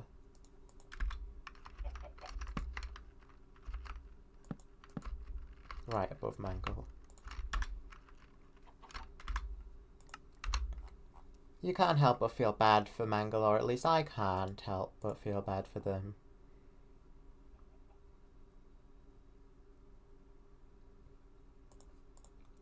It's very unfortunate. Got a pie table there.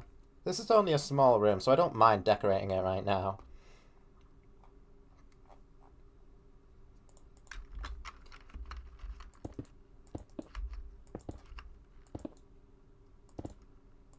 Bunch of confetti.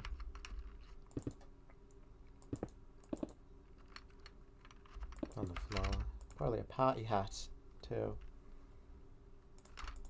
Put a party hat on the table. Where'd it go? Okay. Party hat on the table. What colour should it be? Blue. Let's go blue party hat. I like the blue one.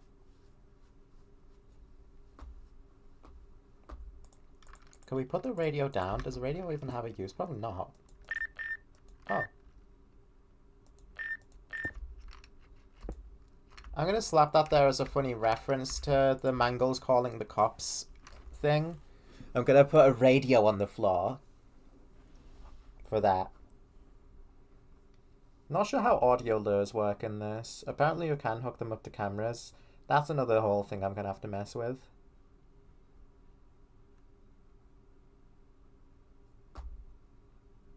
Is there anything else I want here? Let's see this modular door frame. Okay, cool. That is quite modular. Very, very nice.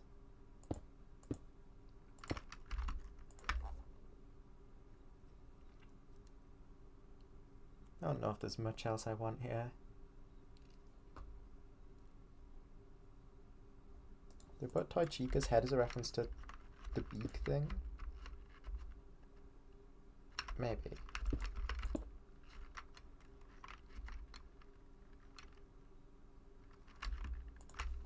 Maybe. I'll think on that.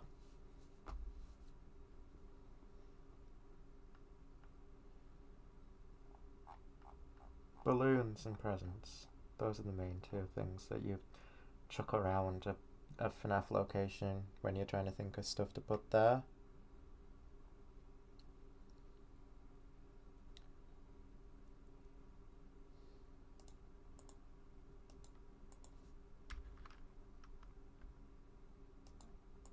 That's what these are. Freddy. Bonnie. This one's quite bad, but it's the one that's got the camera on it. But let's not think of that too hard. To the point where, like, we forget to put stuff on it. Okay, balloons.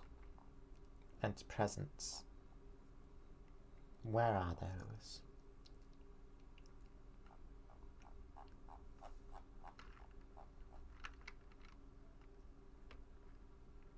We're off just looking for them outright. So then balloon. Balloon and... well, there's that balloon. Balloon bundle. Presents, stack of presents.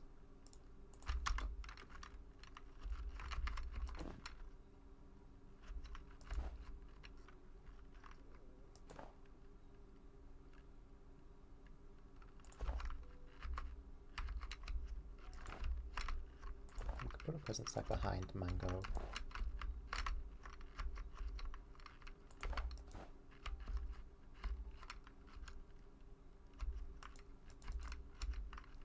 Rotate back around.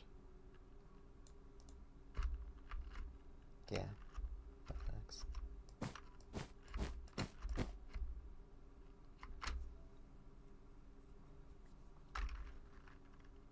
Very FNAF 2 looking now. I don't even know if we need much else in here.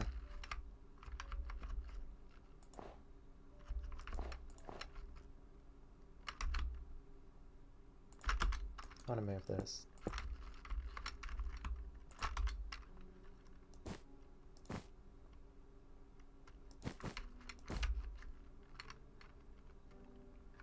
Yeah, this is pretty packed. I don't think we need any balloon bundles. Like, maybe we could put one there, but we don't need to. We don't want to, like, overflow the place and just put a thing everywhere we can just because we can.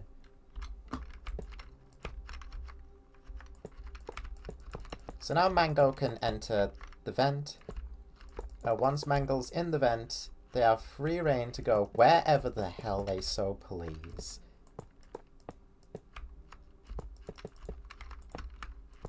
So let's start linking this stuff up. There's only a few more rooms I want to connect with vents.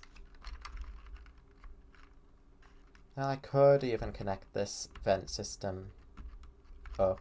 I don't want to do it there because then chances are if they use this vent system they're going to go through there. Due to the way that they keep walking for a good bit after they enter the vent. And I want this person to stop and turn. You can see. So that's going to be further back. So Mangle has the opportunity to go through here. And so do others. That's another thing, actually. Once they're in here, they have to go quite a whiles back to get out. But yeah, that does also mean that these guys actually do have a potential way that they could theoretically break in to the rest of the pizzeria, but chances are they're not really gonna go that far. They could. They probably won't. Hell, they could even potentially break through here if I put a vent here that can let them do that. That could be scary. Or if I turn this into an exit vent. Rather than an entrance vent, this becomes an exit. Way for them to get out. So they see that you just close that door and they're like, ah, well, let's try this instead. That didn't work. And then from that point onwards, they're on this side. But that could also be a strategy that you could potentially abuse to funnel them all into that side. Because once they're on this side, they're probably not going over there. It's possible that people from this side go over there. There's a lot of possibilities with like this whole vent system, and I'm liking that about it. Let's worry about these areas here. What I want to do here is like rot, and this is where I'm putting the rot.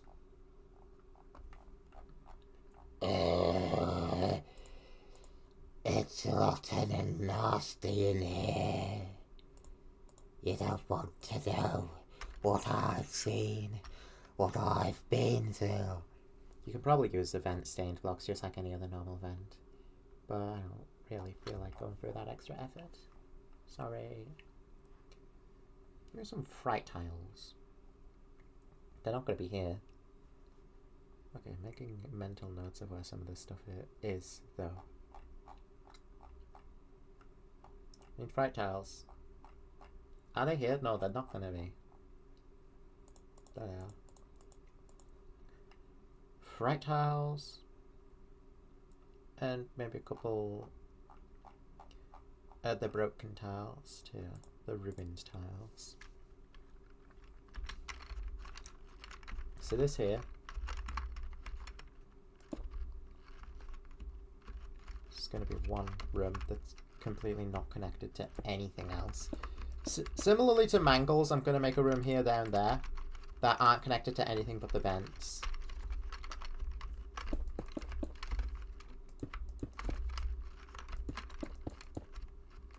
This one is going to have a particular look to it, themed after a particular location that a particular man doesn't like, presumably.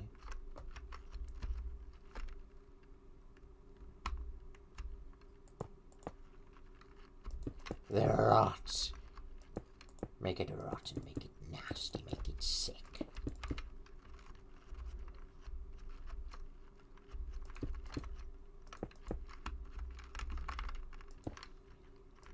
Make it rotten, make it nasty, make it sick.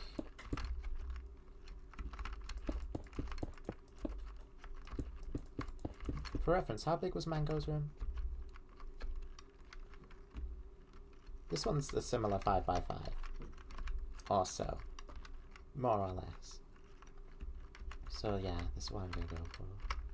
Could be a guy in here. Not doing his best. I want to make sure that they hop into the vent rather than just sitting around here. But I'm sure mediocre melodies are going to be putting enough pressure on you, assuming they hop into their vents across the rooms.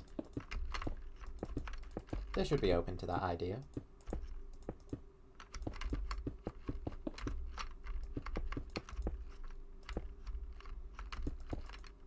But these rooms I'm making now solely exist to be starting points more than for animatronics more than anything else.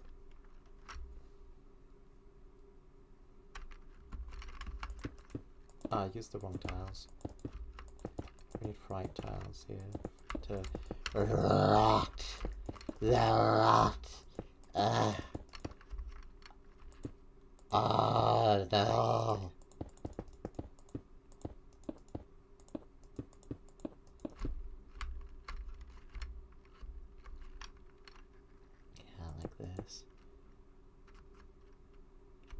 Fright tiles, and we've got broken ruined tiles too. A few of them just around. What kind of patterns do we got for these? Oh, right. They're not actually Faz-wrenchable, despite what the description says. I forgot about that for a second. My bad.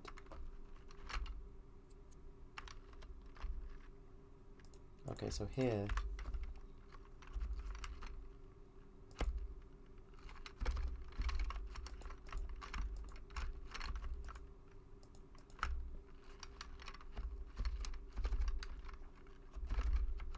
That's what's going on here. Oh! Oh, with the Faz wrench you can make it bloody. Cool. Can you blacklight dye Fredbear?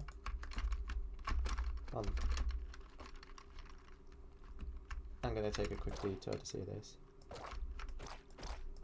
You can't blacklight dye these guys. Puppet? Nah. Probably not. Right. Oh! Oh! That's so cool! You can get a white rabbit. Does that work on all of the spring bunnies? No toy bunny, no toy Freddy, no toy Chica. I know it works on the FNAF one, guys, but I didn't see Foxy's. Nice. So we've got Blacklight Foxy, Blacklight Freddy, Blacklight Chica, and Blacklight Bonnie. Probably not on these guys, right? Nah. No sex baby.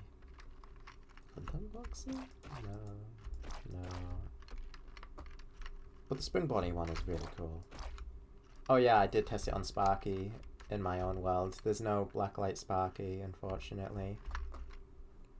They didn't they didn't make up their own Blacklight Sparky just for this. Does this work with Stage 01? Nah, it doesn't work with these guys. Just regular old Spring Bonnie turns into a white rabbit. But that's so cool though. These guys do that. Maybe I put white rabbit somewhere just for the sake of it. Just for the lows. In fact, maybe that's... I don't know. Because we've got Shadow Bonnie. Does it work on Shadow Bonnie? It shouldn't do. I'm just thinking because of the rabbit connection. How did I pick this up and not the die? Yeah, nah. Get out of here. Back to business. Got an empty dead bear suit there.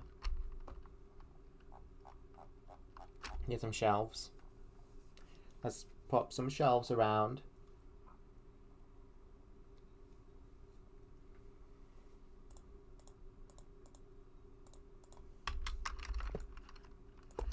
This.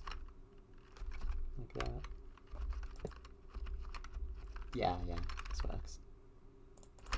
Because this one might be a little too big to fit in.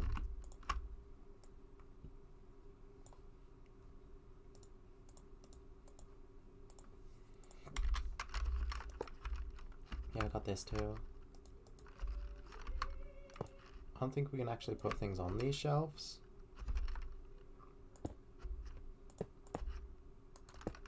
Put the rock back.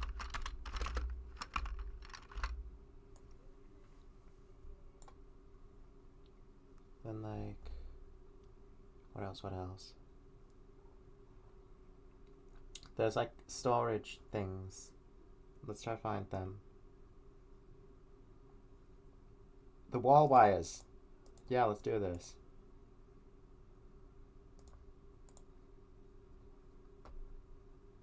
Where are the storage things? That is a vending machine.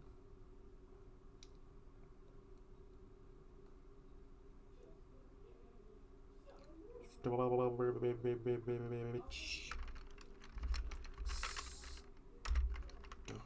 shelf. That's what I was looking for. bunch of these things. Don't really need that here. Oh! Oh, these ones, like... Okay, so that's what they mean by the hanging wall wires. Let's see this. Curved wall wires, thin curved, long curved. Stick these. Dangling wall wires. Wall wires.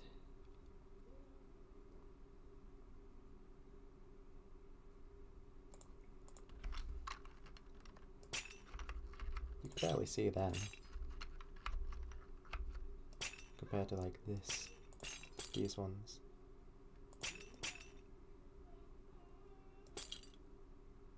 Okay, nice. They kind of like fit with each other pretty well.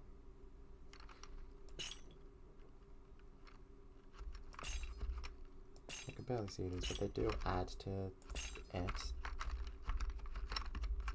They do add to the room still, even if they're difficult to spot.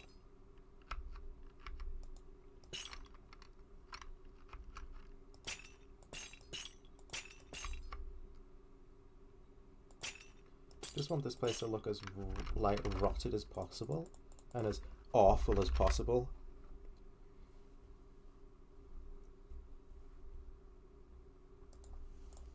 Let's try the thin ones. Yeah, I like the thin ones.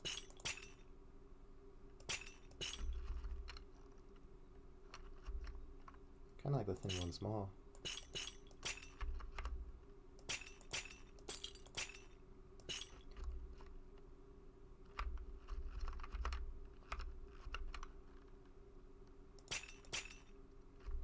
Okay.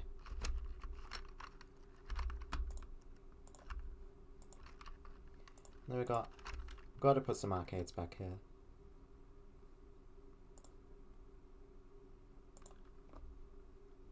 It's no Fredbear arcade, but that's okay.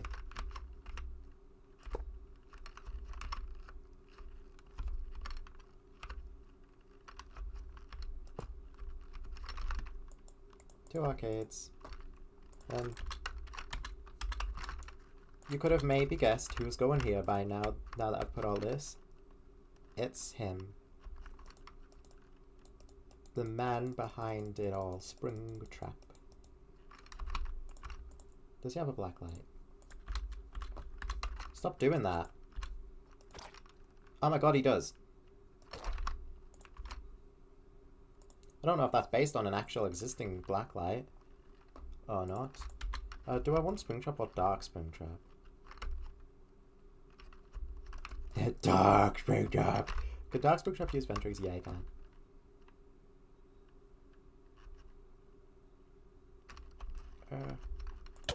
It doesn't really matter. I tried Dark Springtrap, but I might swap him out. I don't know how obstructive the axe is, but this is what we got here. I'm putting him there in place of Scrap Trap because I don't feel too much like having Springtrap and Scrap Trap. And when given the choice between the two, I mean, Scrap Trap does look quite nice in this. He's getting a remodel, but he doesn't look as bad here because the Minecraft stuff, like, overtakes the badness of Scrap Trap. Oh god. Has my iPad died without telling me? My iPad didn't tell me it needed charge. It must have died, though. That's the only thing that could have happened here. Yeah. Damn. Reading chat's gonna be a bit more troublesome here now. Why didn't you tell me that you were gonna die? Okay, let's just plug it in.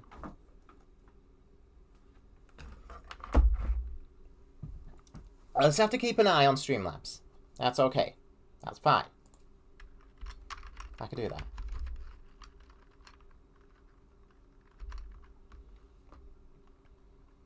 Okay. As I was. I would have this here too if I wanted to. Is Yellow Rabbit in this? No. Not yet, at least. He's gonna be. I don't know much.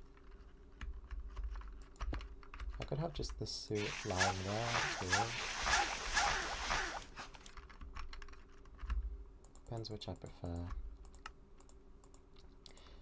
Because we got the man himself in here. So do I want the suit as well?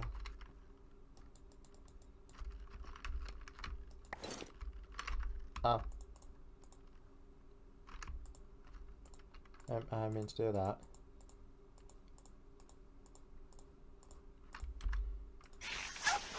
Put the Cassidy stuff back on. Good, put Cassidy again.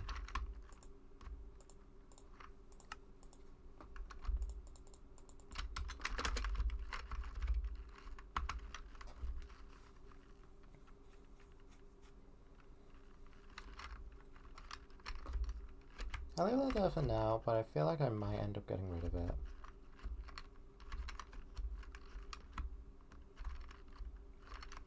As with these two sides.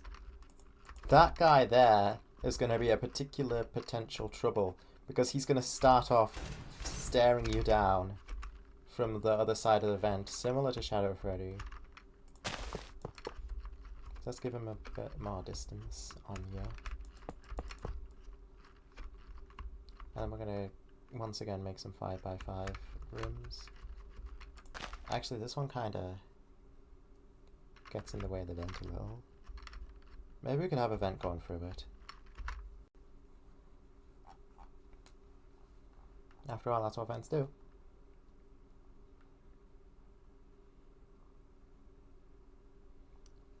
Now, what do I put in this one though? And the other one.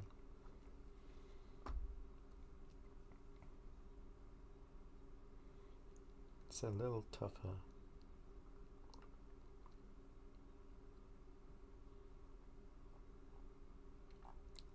I kind of just want these to be dark rooms.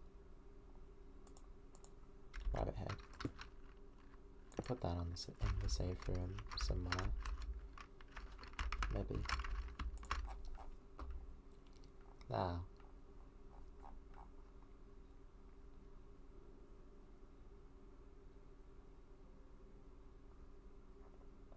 Dirty fright wall tiles.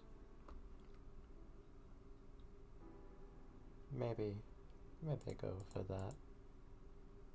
This sort of thing. Fright wall, the fright flooring.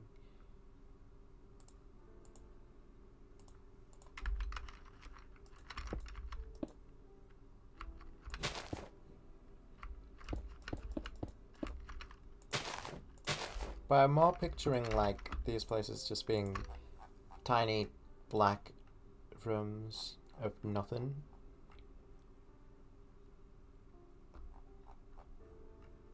Where it's just like, go. Dark small bottoms.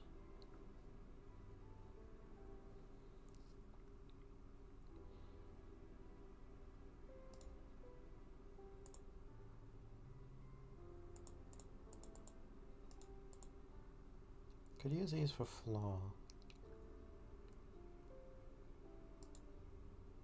And then this is the walling. Maybe. Or maybe the backstage wall.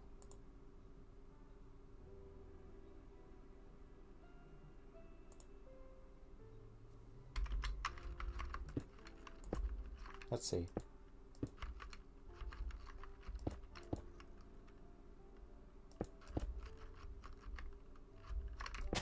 So I want these ones to feel claustrophobic.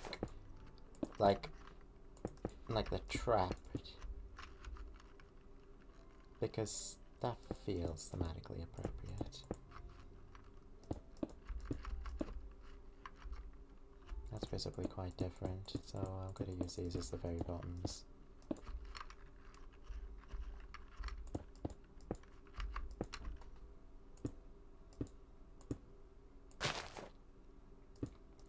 Just probably going to have a pure black floor.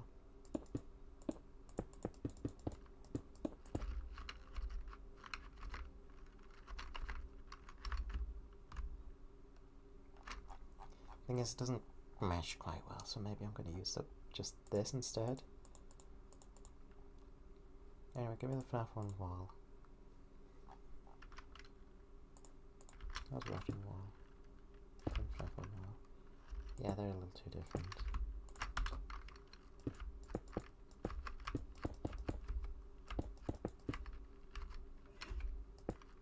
Yeah. So I've got this going on in here. Good morning. Hello.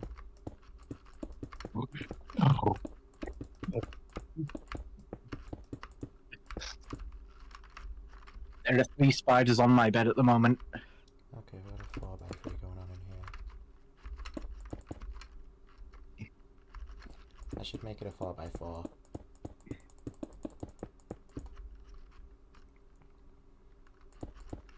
Slightly smaller than the safe room, but that kind of goes with what I'm trying to accomplish here.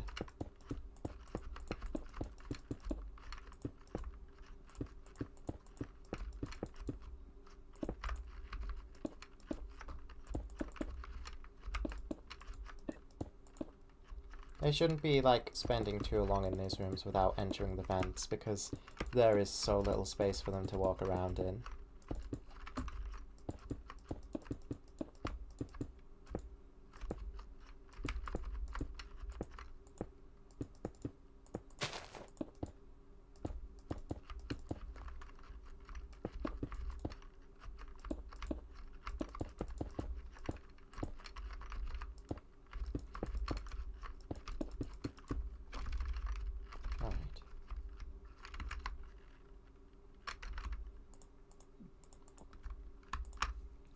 I might end up swapping the materials in here around, depending on how I'm feeling later.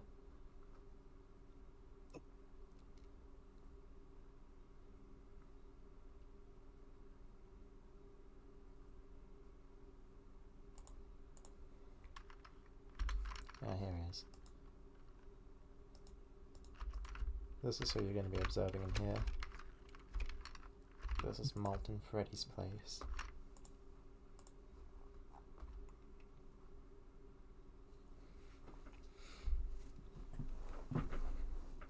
And the Melty Molten Freddy, he's gonna spawn in here. There's gonna be nothing for him to do. So we're just gonna head out. I think I'm proud of my design for Anastasia now. It's definitely busy in the face, but that's kind of the point because of how people look after they've drowned.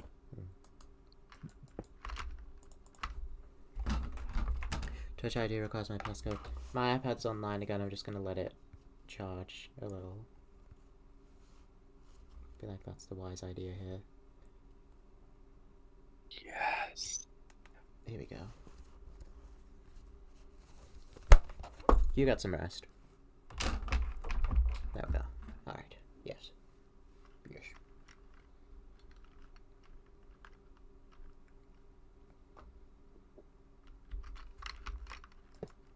Put a vent trigger here for him. Pretty sure I put one in the safe room, right?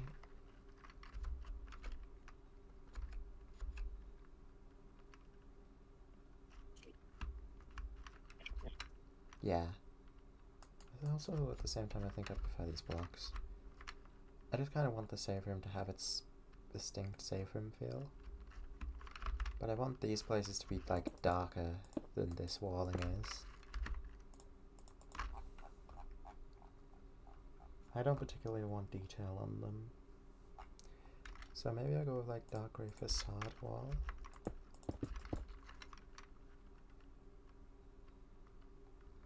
It's pretty much just the same wall, but darker. Because I kind of want to... I'm also looking for, like, a metal look. Like cladding?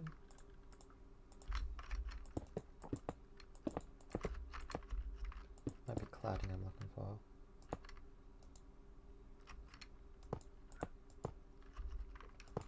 Some cladding and SL tiles.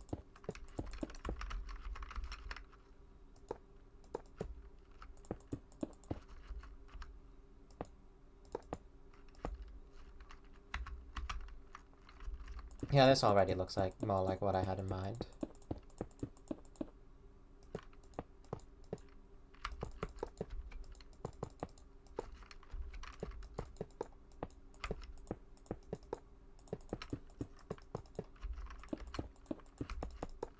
Nice.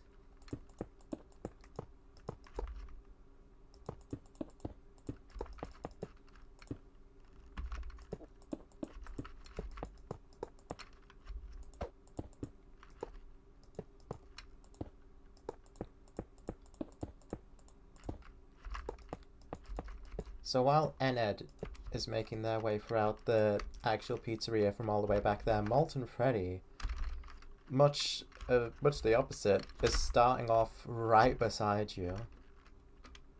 And he's not got much of a crawl to do.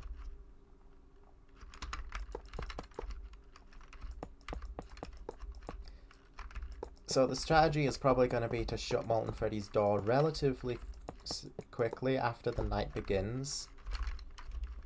And then he's gonna hopefully get to wandering elsewhere, potentially into the pizzeria itself, if he takes that route.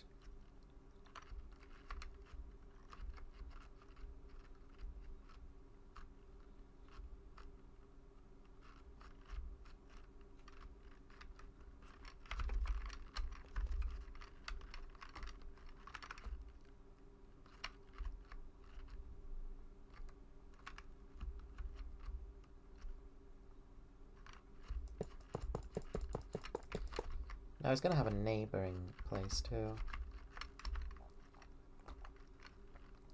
So he put Springtrap in his own room, and we put Molten Freddy in his own secluded room here. So then, could you guess who could be going in this final secluded room?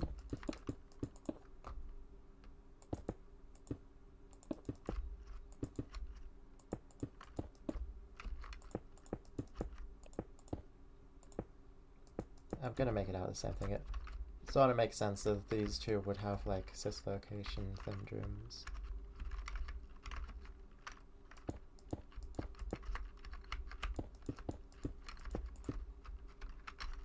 Because this one is going to Scrap Baby.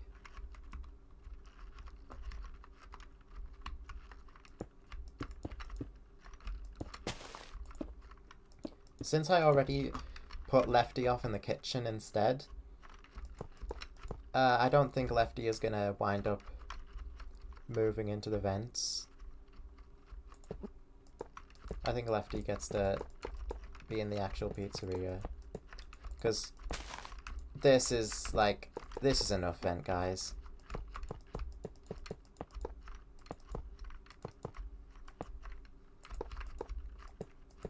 This is plenty, guys, in the vents. Since there's 5 members of Mediocre Melodies alone, like, Mangle's filling in for Lefty. So then we got Springtrap, Scrap Baby, and Molten Freddy, which will give you like 9 characters running through these vents potentially at any given time. Scrap Baby's got a little bit further to travel than Molten Freddy does.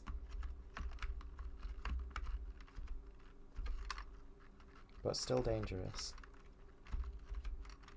So Molten Freddy's camera is going to go here by this. Then Scrap Baby's is going to go here.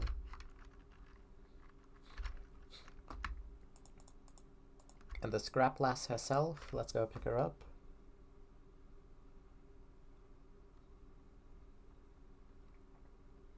Where is her egg?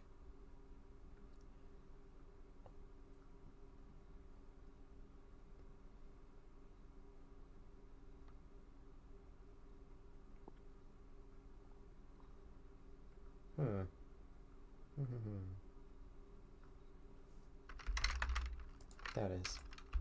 It's this orange looking one. Where was that?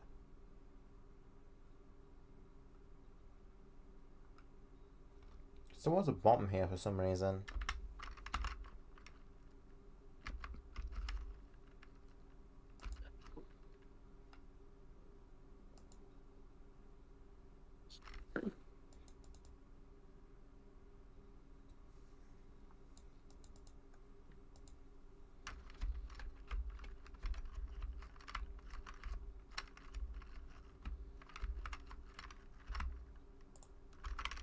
There's not really going to be anything in these rooms. If anything, just more hanging wires.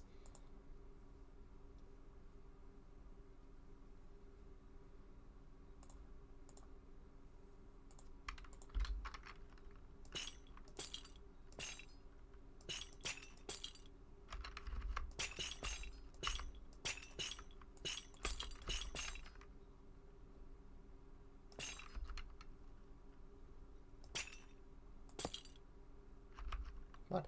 Don't do that.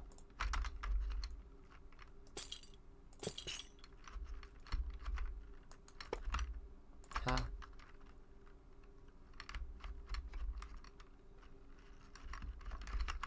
Get in here too. Let's put a good few wires in Molten Freddy's room. Even over the vent.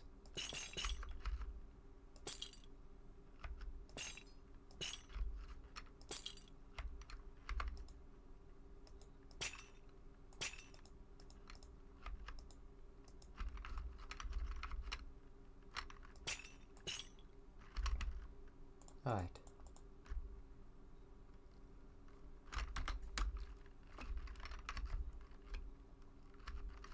Scar Baby there, Molten Freddy there. That should about do it for the vent system.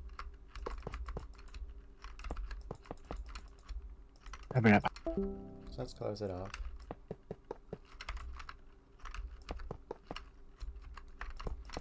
Yeah. Mangle starts all the way back here, but they've got the opportunities to jump into the Mediocre Melodies room and from there take any vents they want. You can get a shiny Rayquaza in the Water Violet raids.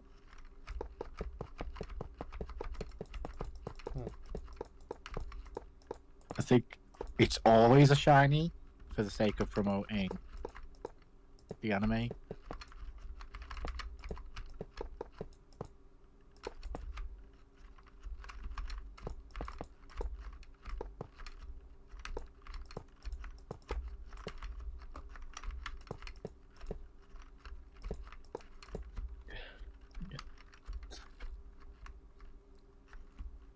Alright. Keep connecting up.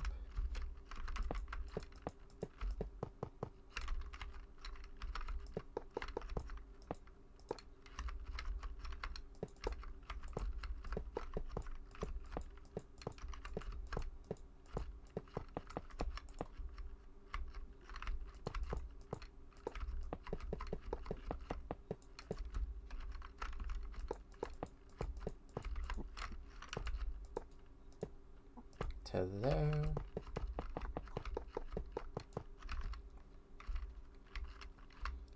Anyone missing a roof? Yeah, here.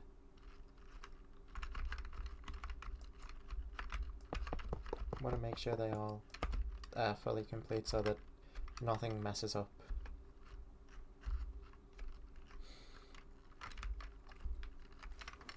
Yeah, that looks pretty much complete. Looks good to me.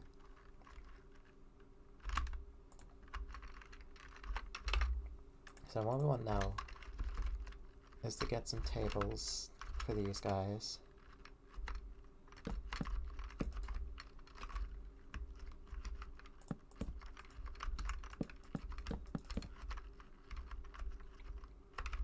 One cable is going here and there.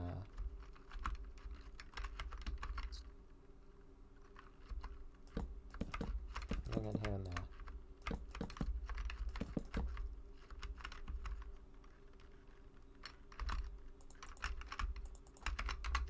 We're going to see we have red and purple stools.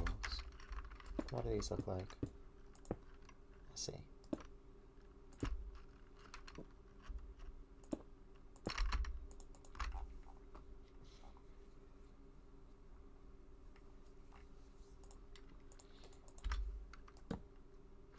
The cutouts are interesting because if you punch them, they die, rather than like anything else. They're saying, you know, Pillar Chase is most likely update today. Oh! Blade is in studio right now. That's exciting. Maybe next week Pillar Chase 2 is going to be on the agenda then. We'll have to see. Because Oh yeah, next week is my birthday. On Tuesday, it's my birthday next week. Christmas Eve, so yeah, that's gonna be really exciting. And then Wednesday, of course, Christmas itself. Thursday's gonna be Boxing Day. So I might or might not stream, depending on how like everything goes. Because I haven't asked for anything for Christmas. So what I'm getting is completely unknown to me. And depending on what I get, I may or may not be too occupied to actually, like, have the time to stream. We'll have to see. But yeah, I kind of completely forgot about that. Yeah, it's my birthday next week. On the day before, I'm going to see the third Sonic movie. So that's going to be really exciting. I am very hyped for that. It's sort of like a little hard to believe that it's so close already. Can you believe it, guys? I'm very excited about this information. I think with this vent, I'm beginning to realize that there's not gonna be a way out if I do it like this. At all. The only way out of this vent, if I do it this way, is going to be the office.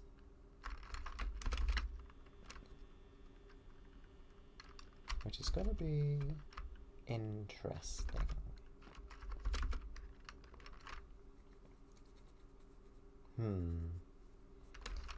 I'll see how that works. Also, there's a few management wanted things. I need some time. What is time? It's 12 PM. Okay, so that just tells you the time. Okay. Reduce flashing sounds kind of helpful. Kill. FNAF game? Huh. I've already changed to Golden Freddy AI chance and stuff like that. Head. I don't know what that does. Just kind of messing around now. Prevent hostile spawn on blocks. I don't know what that is.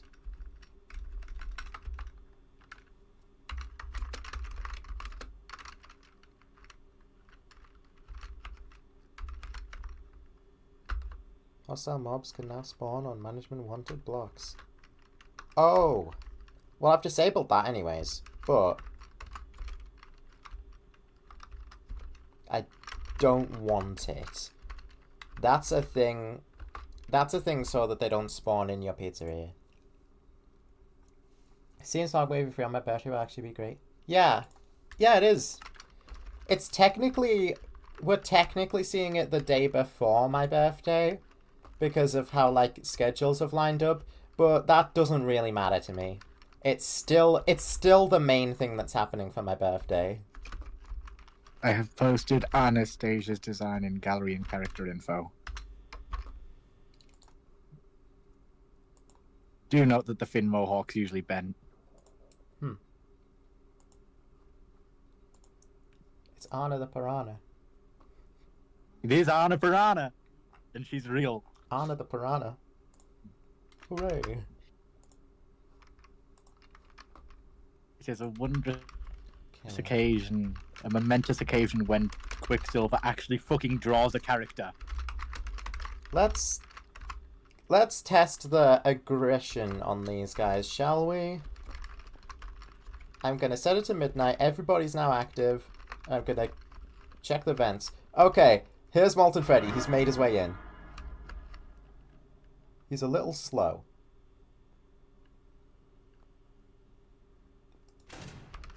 That'll stop him. Make sure nothing bad's happening around here. I shouldn't... Oh god! He's smart! He's taking the other way! He's going to the other door!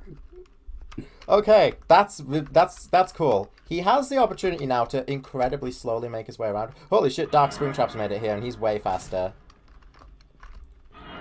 Fuck. Okay. Okay, I see how it is. What do I do about this? If I go in here... Oh, there's Chica. There's everybody. Oh, Chica's shutting those doors behind her. That's bad because she can't actually open them to get in.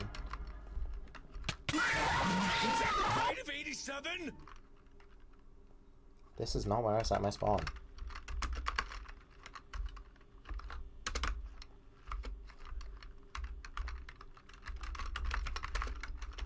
Okay, set it back to noon. Okay, Mingle made it in here, at least. Mingle made it this far. Molten Freddy was being a bit of a jerk there. If for some reason I don't get it out by tomorrow, expect it by the 22nd at the latest. Alright, neat. I don't know how he got up there. Well, I don't know how he managed to get up there. Don't know why he's talking to a tree. Okay, so Molten Freddy actually accelerated quite a good bit here. Alternating between these. I don't know where Baby got to, if anywhere, that night. Yeah, as you can see, Happy Frog does not return to her stage when it's daytime. Oh. And Shadow Happy Freddy seems to do the same thing. From what I'm seeing, though, nobody else has that trait. The Happy Frog. Incredibly obnoxious that Chica, Nightmare Chica, shuts these doors. Because I don't want her doing that. I want these doors remaining open at all times, kinda. So I might have to change that, because they can't open the doors. They could shut them, they can't open them back up. Because the Dark Springtrap, though, he seems to have made his way through here pretty quickly. So he's going to be a menace. I shouldn't set it to midnight. Yeah, I should set myself to survival first, so that like they're not moving before I'm ready.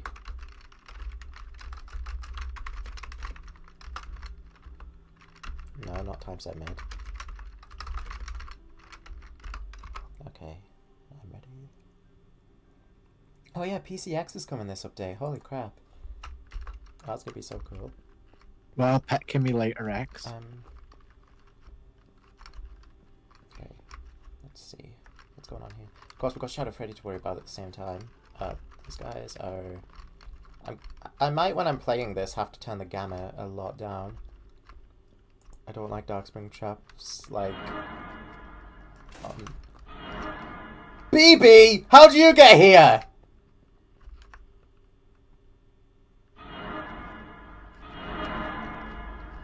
He distracted me. He distracted me. He distracted me.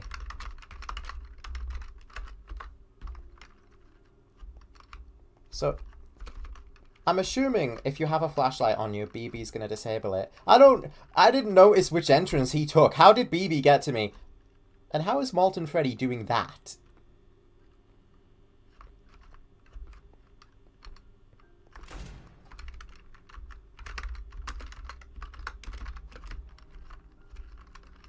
Okay, Happy Frog didn't really get much farther. Where's Mangle? And Baby? Baby's in here. Is she stuck now?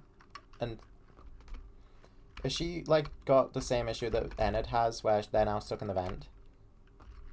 Yeah, she's trapped.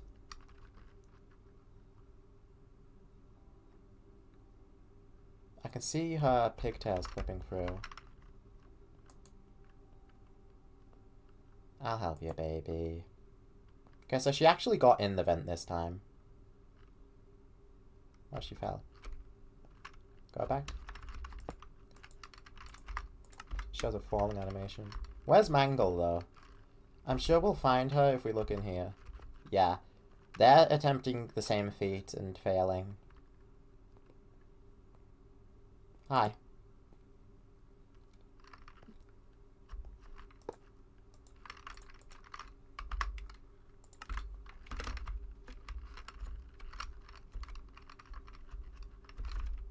I wish the vent triggers weren't directional, because it's causing a lot of jank. Okay, so Molten Freddy is a huge pain.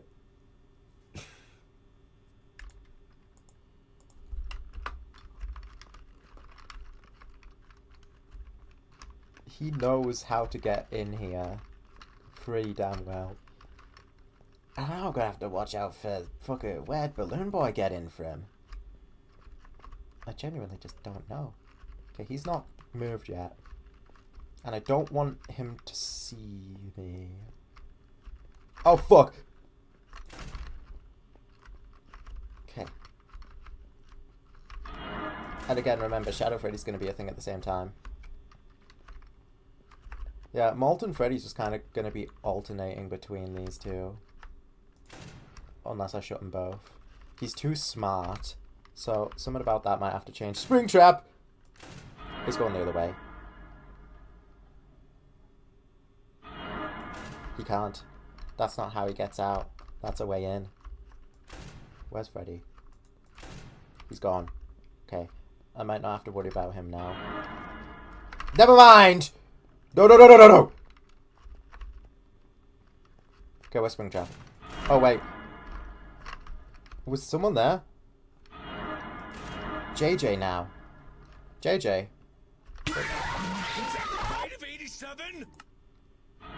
JJ can kill you. Okay, noted. Has someone else noticed me? What was that sound? Where's JJ coming in from? Is she just like sneaking in through the door? Okay. JJ, stop.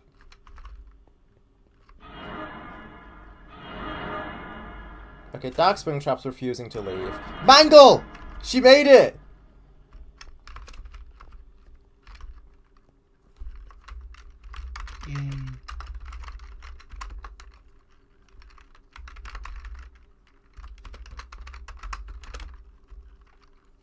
Because these vent guys are way aggressive once they reach you.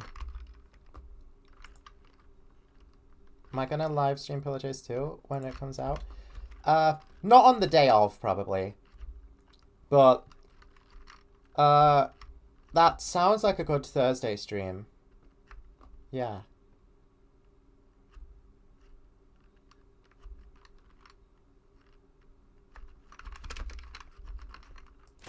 Okay, Molten Freddy's ability to alternate the vents like that is incredibly troublesome. Oh, and now he's stuck.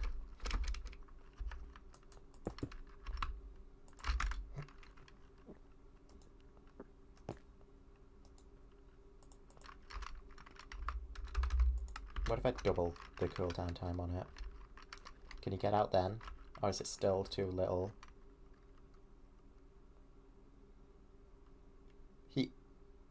Okay, he went the other way. He's still going this way. This is not the way back to your vent. Oh. Oh, that's how they're getting up. Okay. That explains a lot. Is baby stuck? Yeah, she's stuck. I'm gonna give her the same treatment then.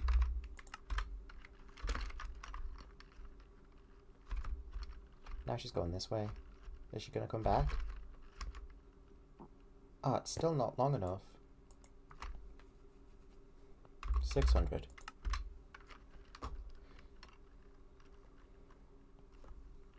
Come on, baby, you can do it with 600.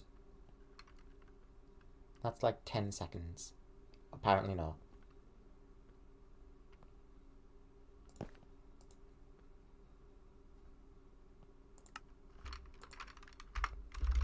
$1,000?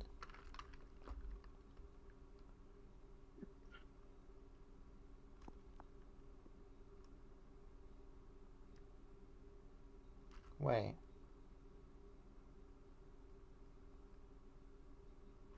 Was this how long they move through the vents? Oh. Oh, have I just found a revelation?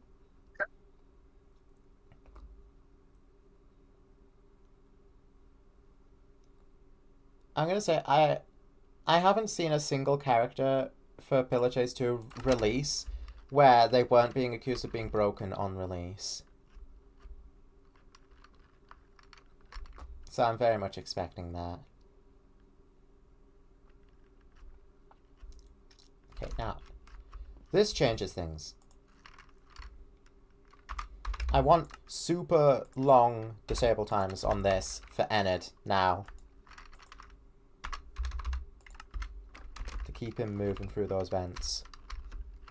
I want him to keep moving through them vents.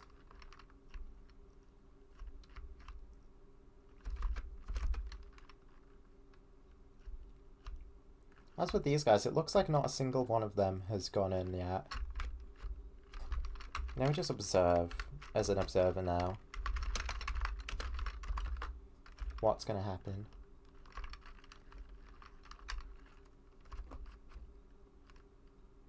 So Dark Springtrap's in, because he can't get out, much like the others.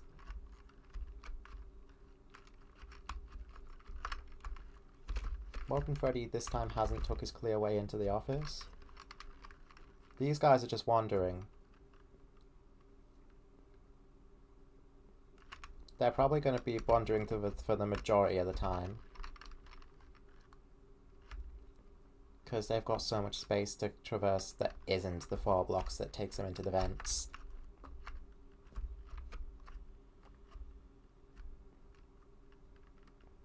That's probably what's going on there. Baby's made it out. Dark Springtrap is trying to get out that way. Oh, because this is still shut. Lefty and Nightmare Chica have gone this way this time. Because Chica shut the doors on them.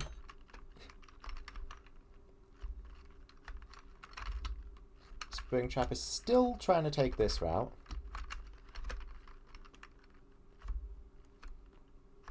Baby's just chilling.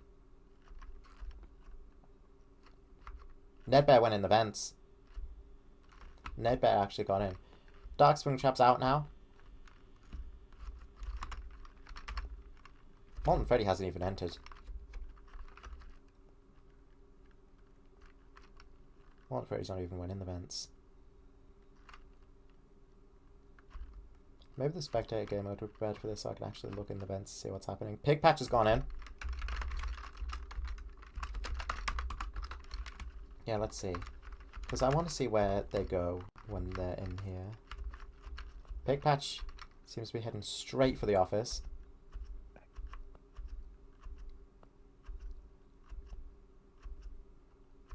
Yep. Nedbear's made it in too. Mangle's made it in.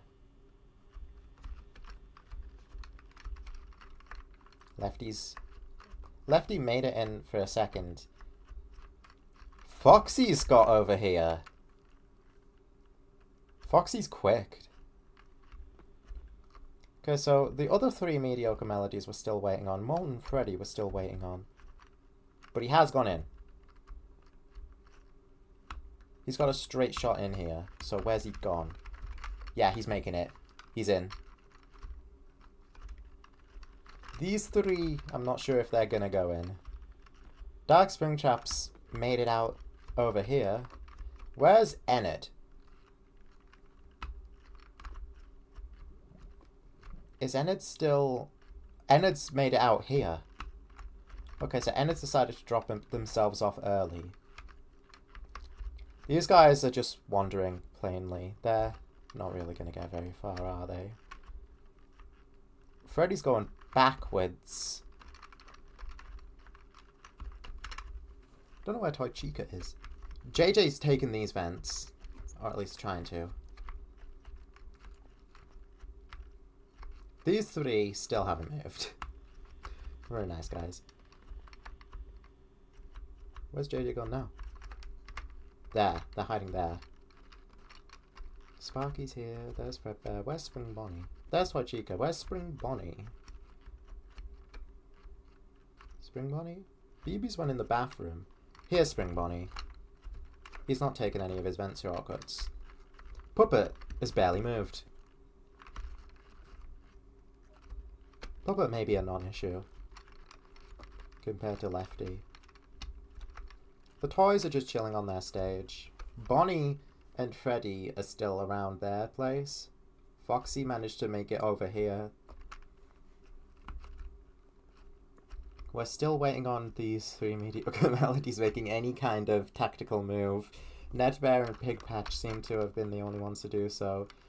Hippo got close there. Orville is thinking about it. Happy Frog doesn't give a crap. Orville's still thinking about it.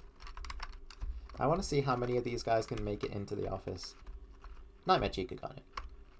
Okay, Toy Chica has finally made it to the hallway. Which means that if this were survival mode, she would begin a rush now. JJ... I haven't seen her leave these vents. She must have, though. Where'd she go? JJ? JJ Abrams is somewhere around here. Yeah, there she is. Back on stage for these lot.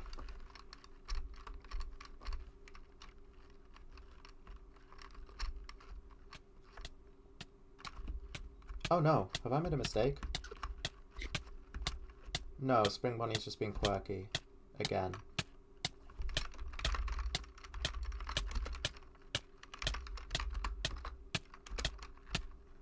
Spring Bonnie. Stop it. I don't know why him specifically is messing up in the vents.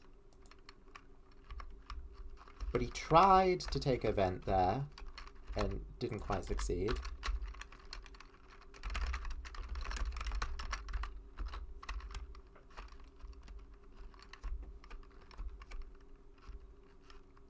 Where's Bernard? Since when was Christmas outlawed, by the way? In hell, it's always been. It's been a plot point since, like, the beginning. Hippo, come on, get in that vent. I know you can do it, boy. I'm gonna need to find some sort of way to get these guys in more consistently.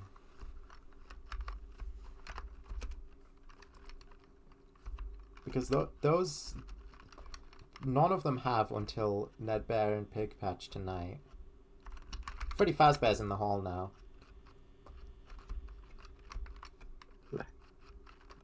Ironically enough, this is the location cast are the least threatening. Enid kind of has the opportunity to get over, but he chose not to tonight. And he's just chilling. These guys aren't even leaving their place. Ballora's gone the complete wrong way. I don't know where Foxy went. Baby has only just left into Path and Service. Funtime Foxy's gone all the way to Enid's spawn area.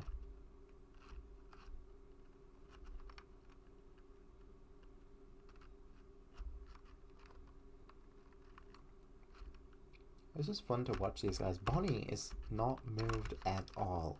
He just likes the ball pit. I'll go back again. There's Spring Bonnie again. Fredbear's going into the arcade. The puppet hasn't left the arcade. Oh, I thought Hippo took a vent for a second. He has not.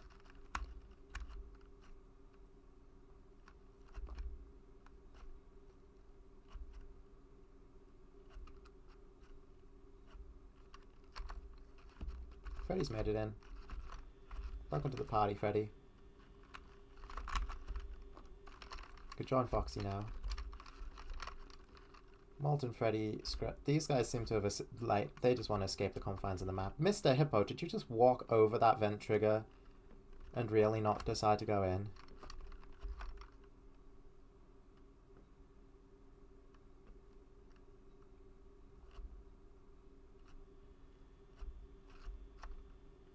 Mangle hop back into the vent.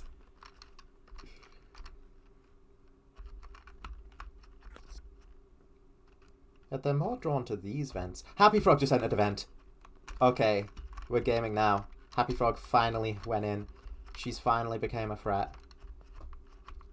I'm gonna have to think though, like maybe I screwed up with Molten Freddy's balancing a little. With his ability to go into both vents, like here. I might have to move the way into the other vent. And even Dark Springtrap is not privy to leaving once he's here because of this entrance. Actually, if an animatronic were to take this entrance, they would not be able to get out unless they were to go into the office, so maybe that should be the other way around. Maybe that should be an exit. After all.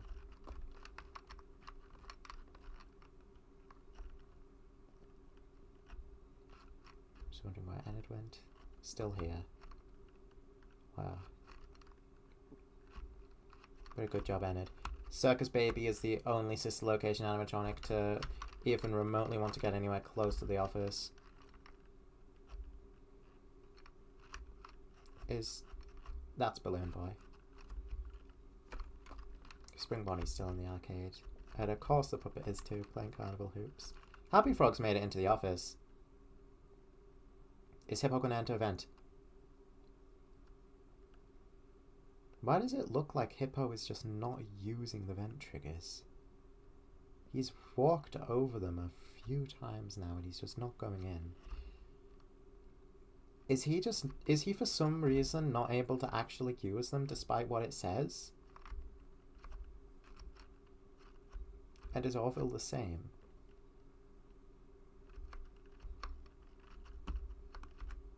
Mr. Gritmore, because he's grabbing onto the fucking vent. Who's that outside, by the way? Or are they in the vent? There's a few people outside. Oh, how's that happened? Vent triggers. No, it's because the map isn't complete, so they can just walk out. Oh. But do they return to their spot they were spawned? The vast majority do. Only Happy Frog currently doesn't.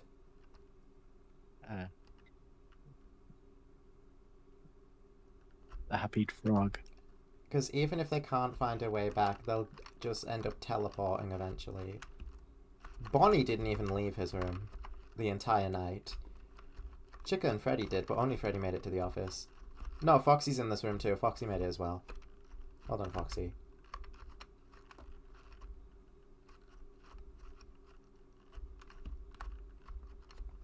Yeah, I'm switching this around to be an exit. It was kind of strange having these both be entrances anyway, but you can't get out of this vent this way. And I kind of want Dark Springtrap to be able to leave you alone a little, so I'm going to make him... Chances are when you fend him off, he's going to exit through here, probably give you a second go, and then wander back off.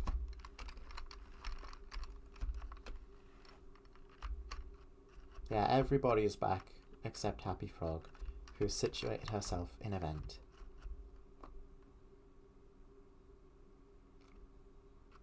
Even Springtrap's back where he belongs. And Mangle all the way over there. Now you, Springtrap. I've decided that I'm gonna replace Dark Springtrap with just Springtrap.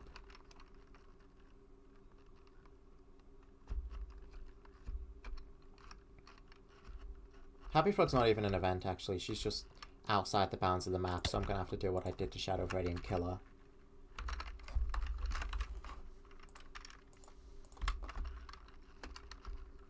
All things considered, this night is going to be absolute madness. Probably going to do a lot of work on this off stream as well. No. This is huge.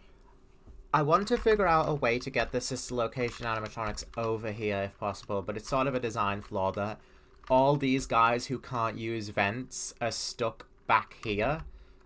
So only Enid has a chance of getting over. And that's if he decides not to take this exit.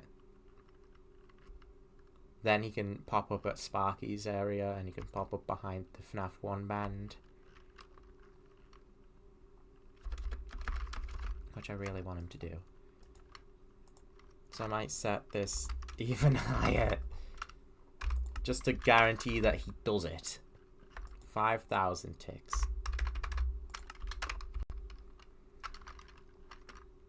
This looks cool. Thank you, Funtime Foxy. Means a lot to hear it from the man himself.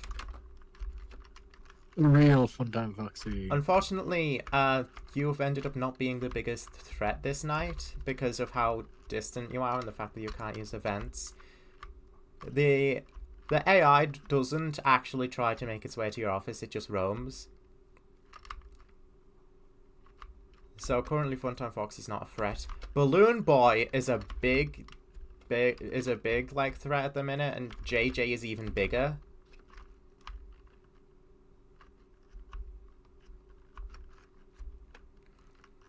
Now Molten Freddy's being stuck between these two vents, and that's not cool. I'd much prefer he didn't do that. So I'm going to try moving the connector back a bit. I do still want him to be able to connect, after all. The mediocre melodies aren't really too much of a threat.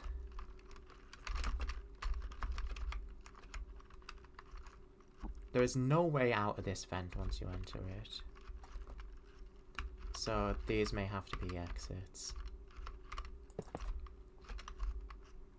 How much is it sucks? Well, one of them can be an exit, maybe. I don't know. It's not likely you're getting a guy out of here if they get in. And it's not easy to see them in here either. Okay. I'm gonna just do one more night of watching Ennard before I call this stream. Because Ennard is one I'm very interested in. He's got a long vent way to travel. I want to see what he does. This time, which vent's he gonna take? If he does even end up taking one.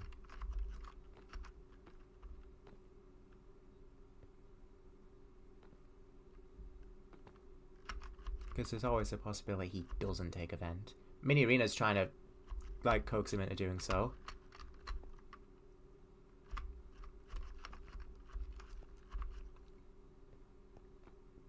But they don't much like doing it often. So Ennard, for the start of the night, isn't much of a threat most of the time. And if he decides to walk out of this area, then he doesn't become a threat at all. Like there. Now you don't have to worry about him. More or less. He could still take a vent, but it's not likely he's gonna. Okay, there we go. He's moving a little. He doesn't move enough, though. Most of these guys don't. I don't know why I've got the mini arenas around other than just cause they're with Ballora.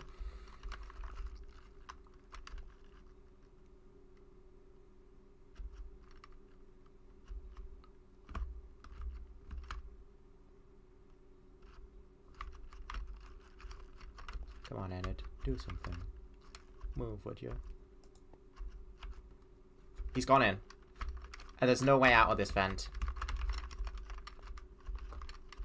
There's no way out of this vent except for the Freddy stage. So let's watch him. Go, go, go. Ennard, go, go, go. Keep going. You can make it through. Yeah, and if we have a camera like here, then you might be able to catch him doing this. And yeah, he'll clip through, but not much I can do about that. He's moving. He might just make it out.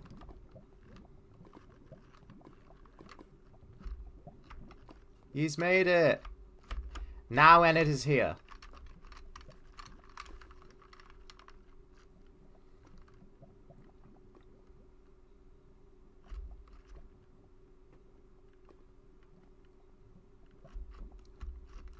It's also pretty bad. Who's made it to the office this time around? Pigpatch and Nedbear again.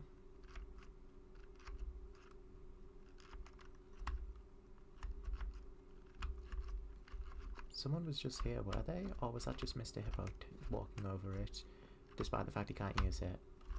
Okay, Orville has now entered event, at last. Tonight, Orville's entered event.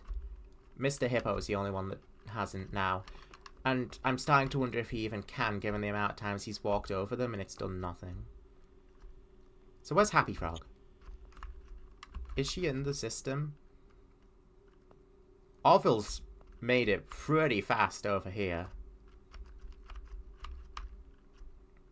They seem to know where the exits of the vents are, at least.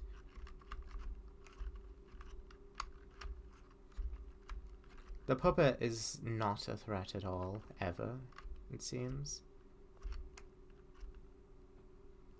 Is that Spring Bonnie? Yeah. Fredbear's just checking out Sparky's stage. Enid is still in there. Springtrap's managed to climb up here. Good for you, Springtrap. Good for you. Happy Frog's walked out the map again. The Happy Frog is God. Happy Frog. Alright, it's daytime again. You should have 3 dark spring traps. These kitchen doors really just... It's not going to work with them. It just isn't. I'm sorry to say. That's unfortunate. But I can't do much about it.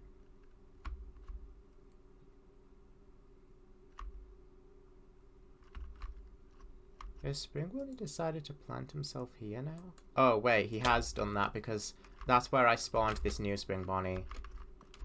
Get back on the stage. Can you please keep calm and let me speak? Your son has inadvertent. Where's Happy Frog now? Because she's not going to go back there.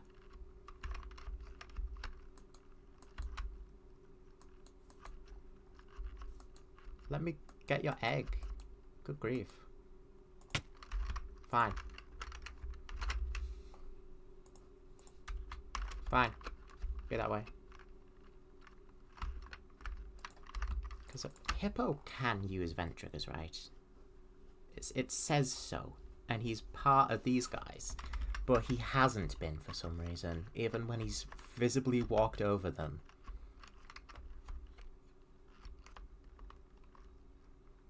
Is something set wrong with him?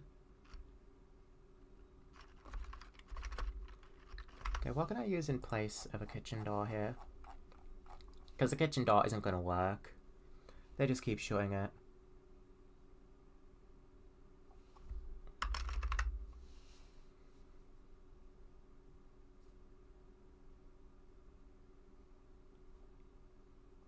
Parts and service door. Backstage door. I don't really want to use either of those, because, yeah. But at the same time,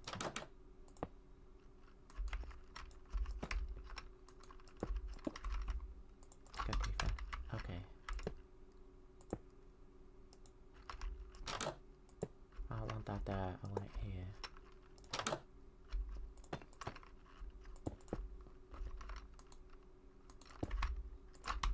Okay, this works better.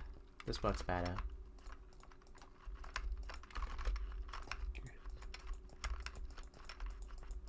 Where's the hitbox for it? Okay.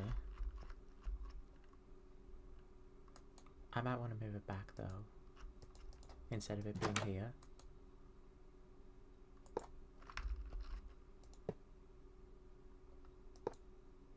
What? Is the hitbox on the doorknob itself? Or where the doorknob would be when it's shut, pretty much.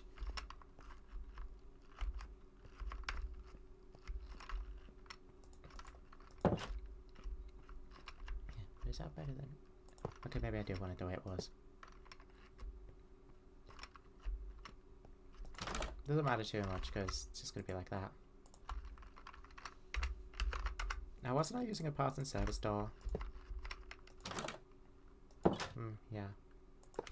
But it doesn't really matter. Okay. Well, this place is certainly expanded.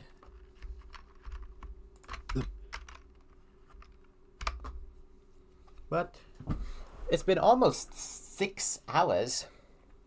So this is where I'm going to call it for the night.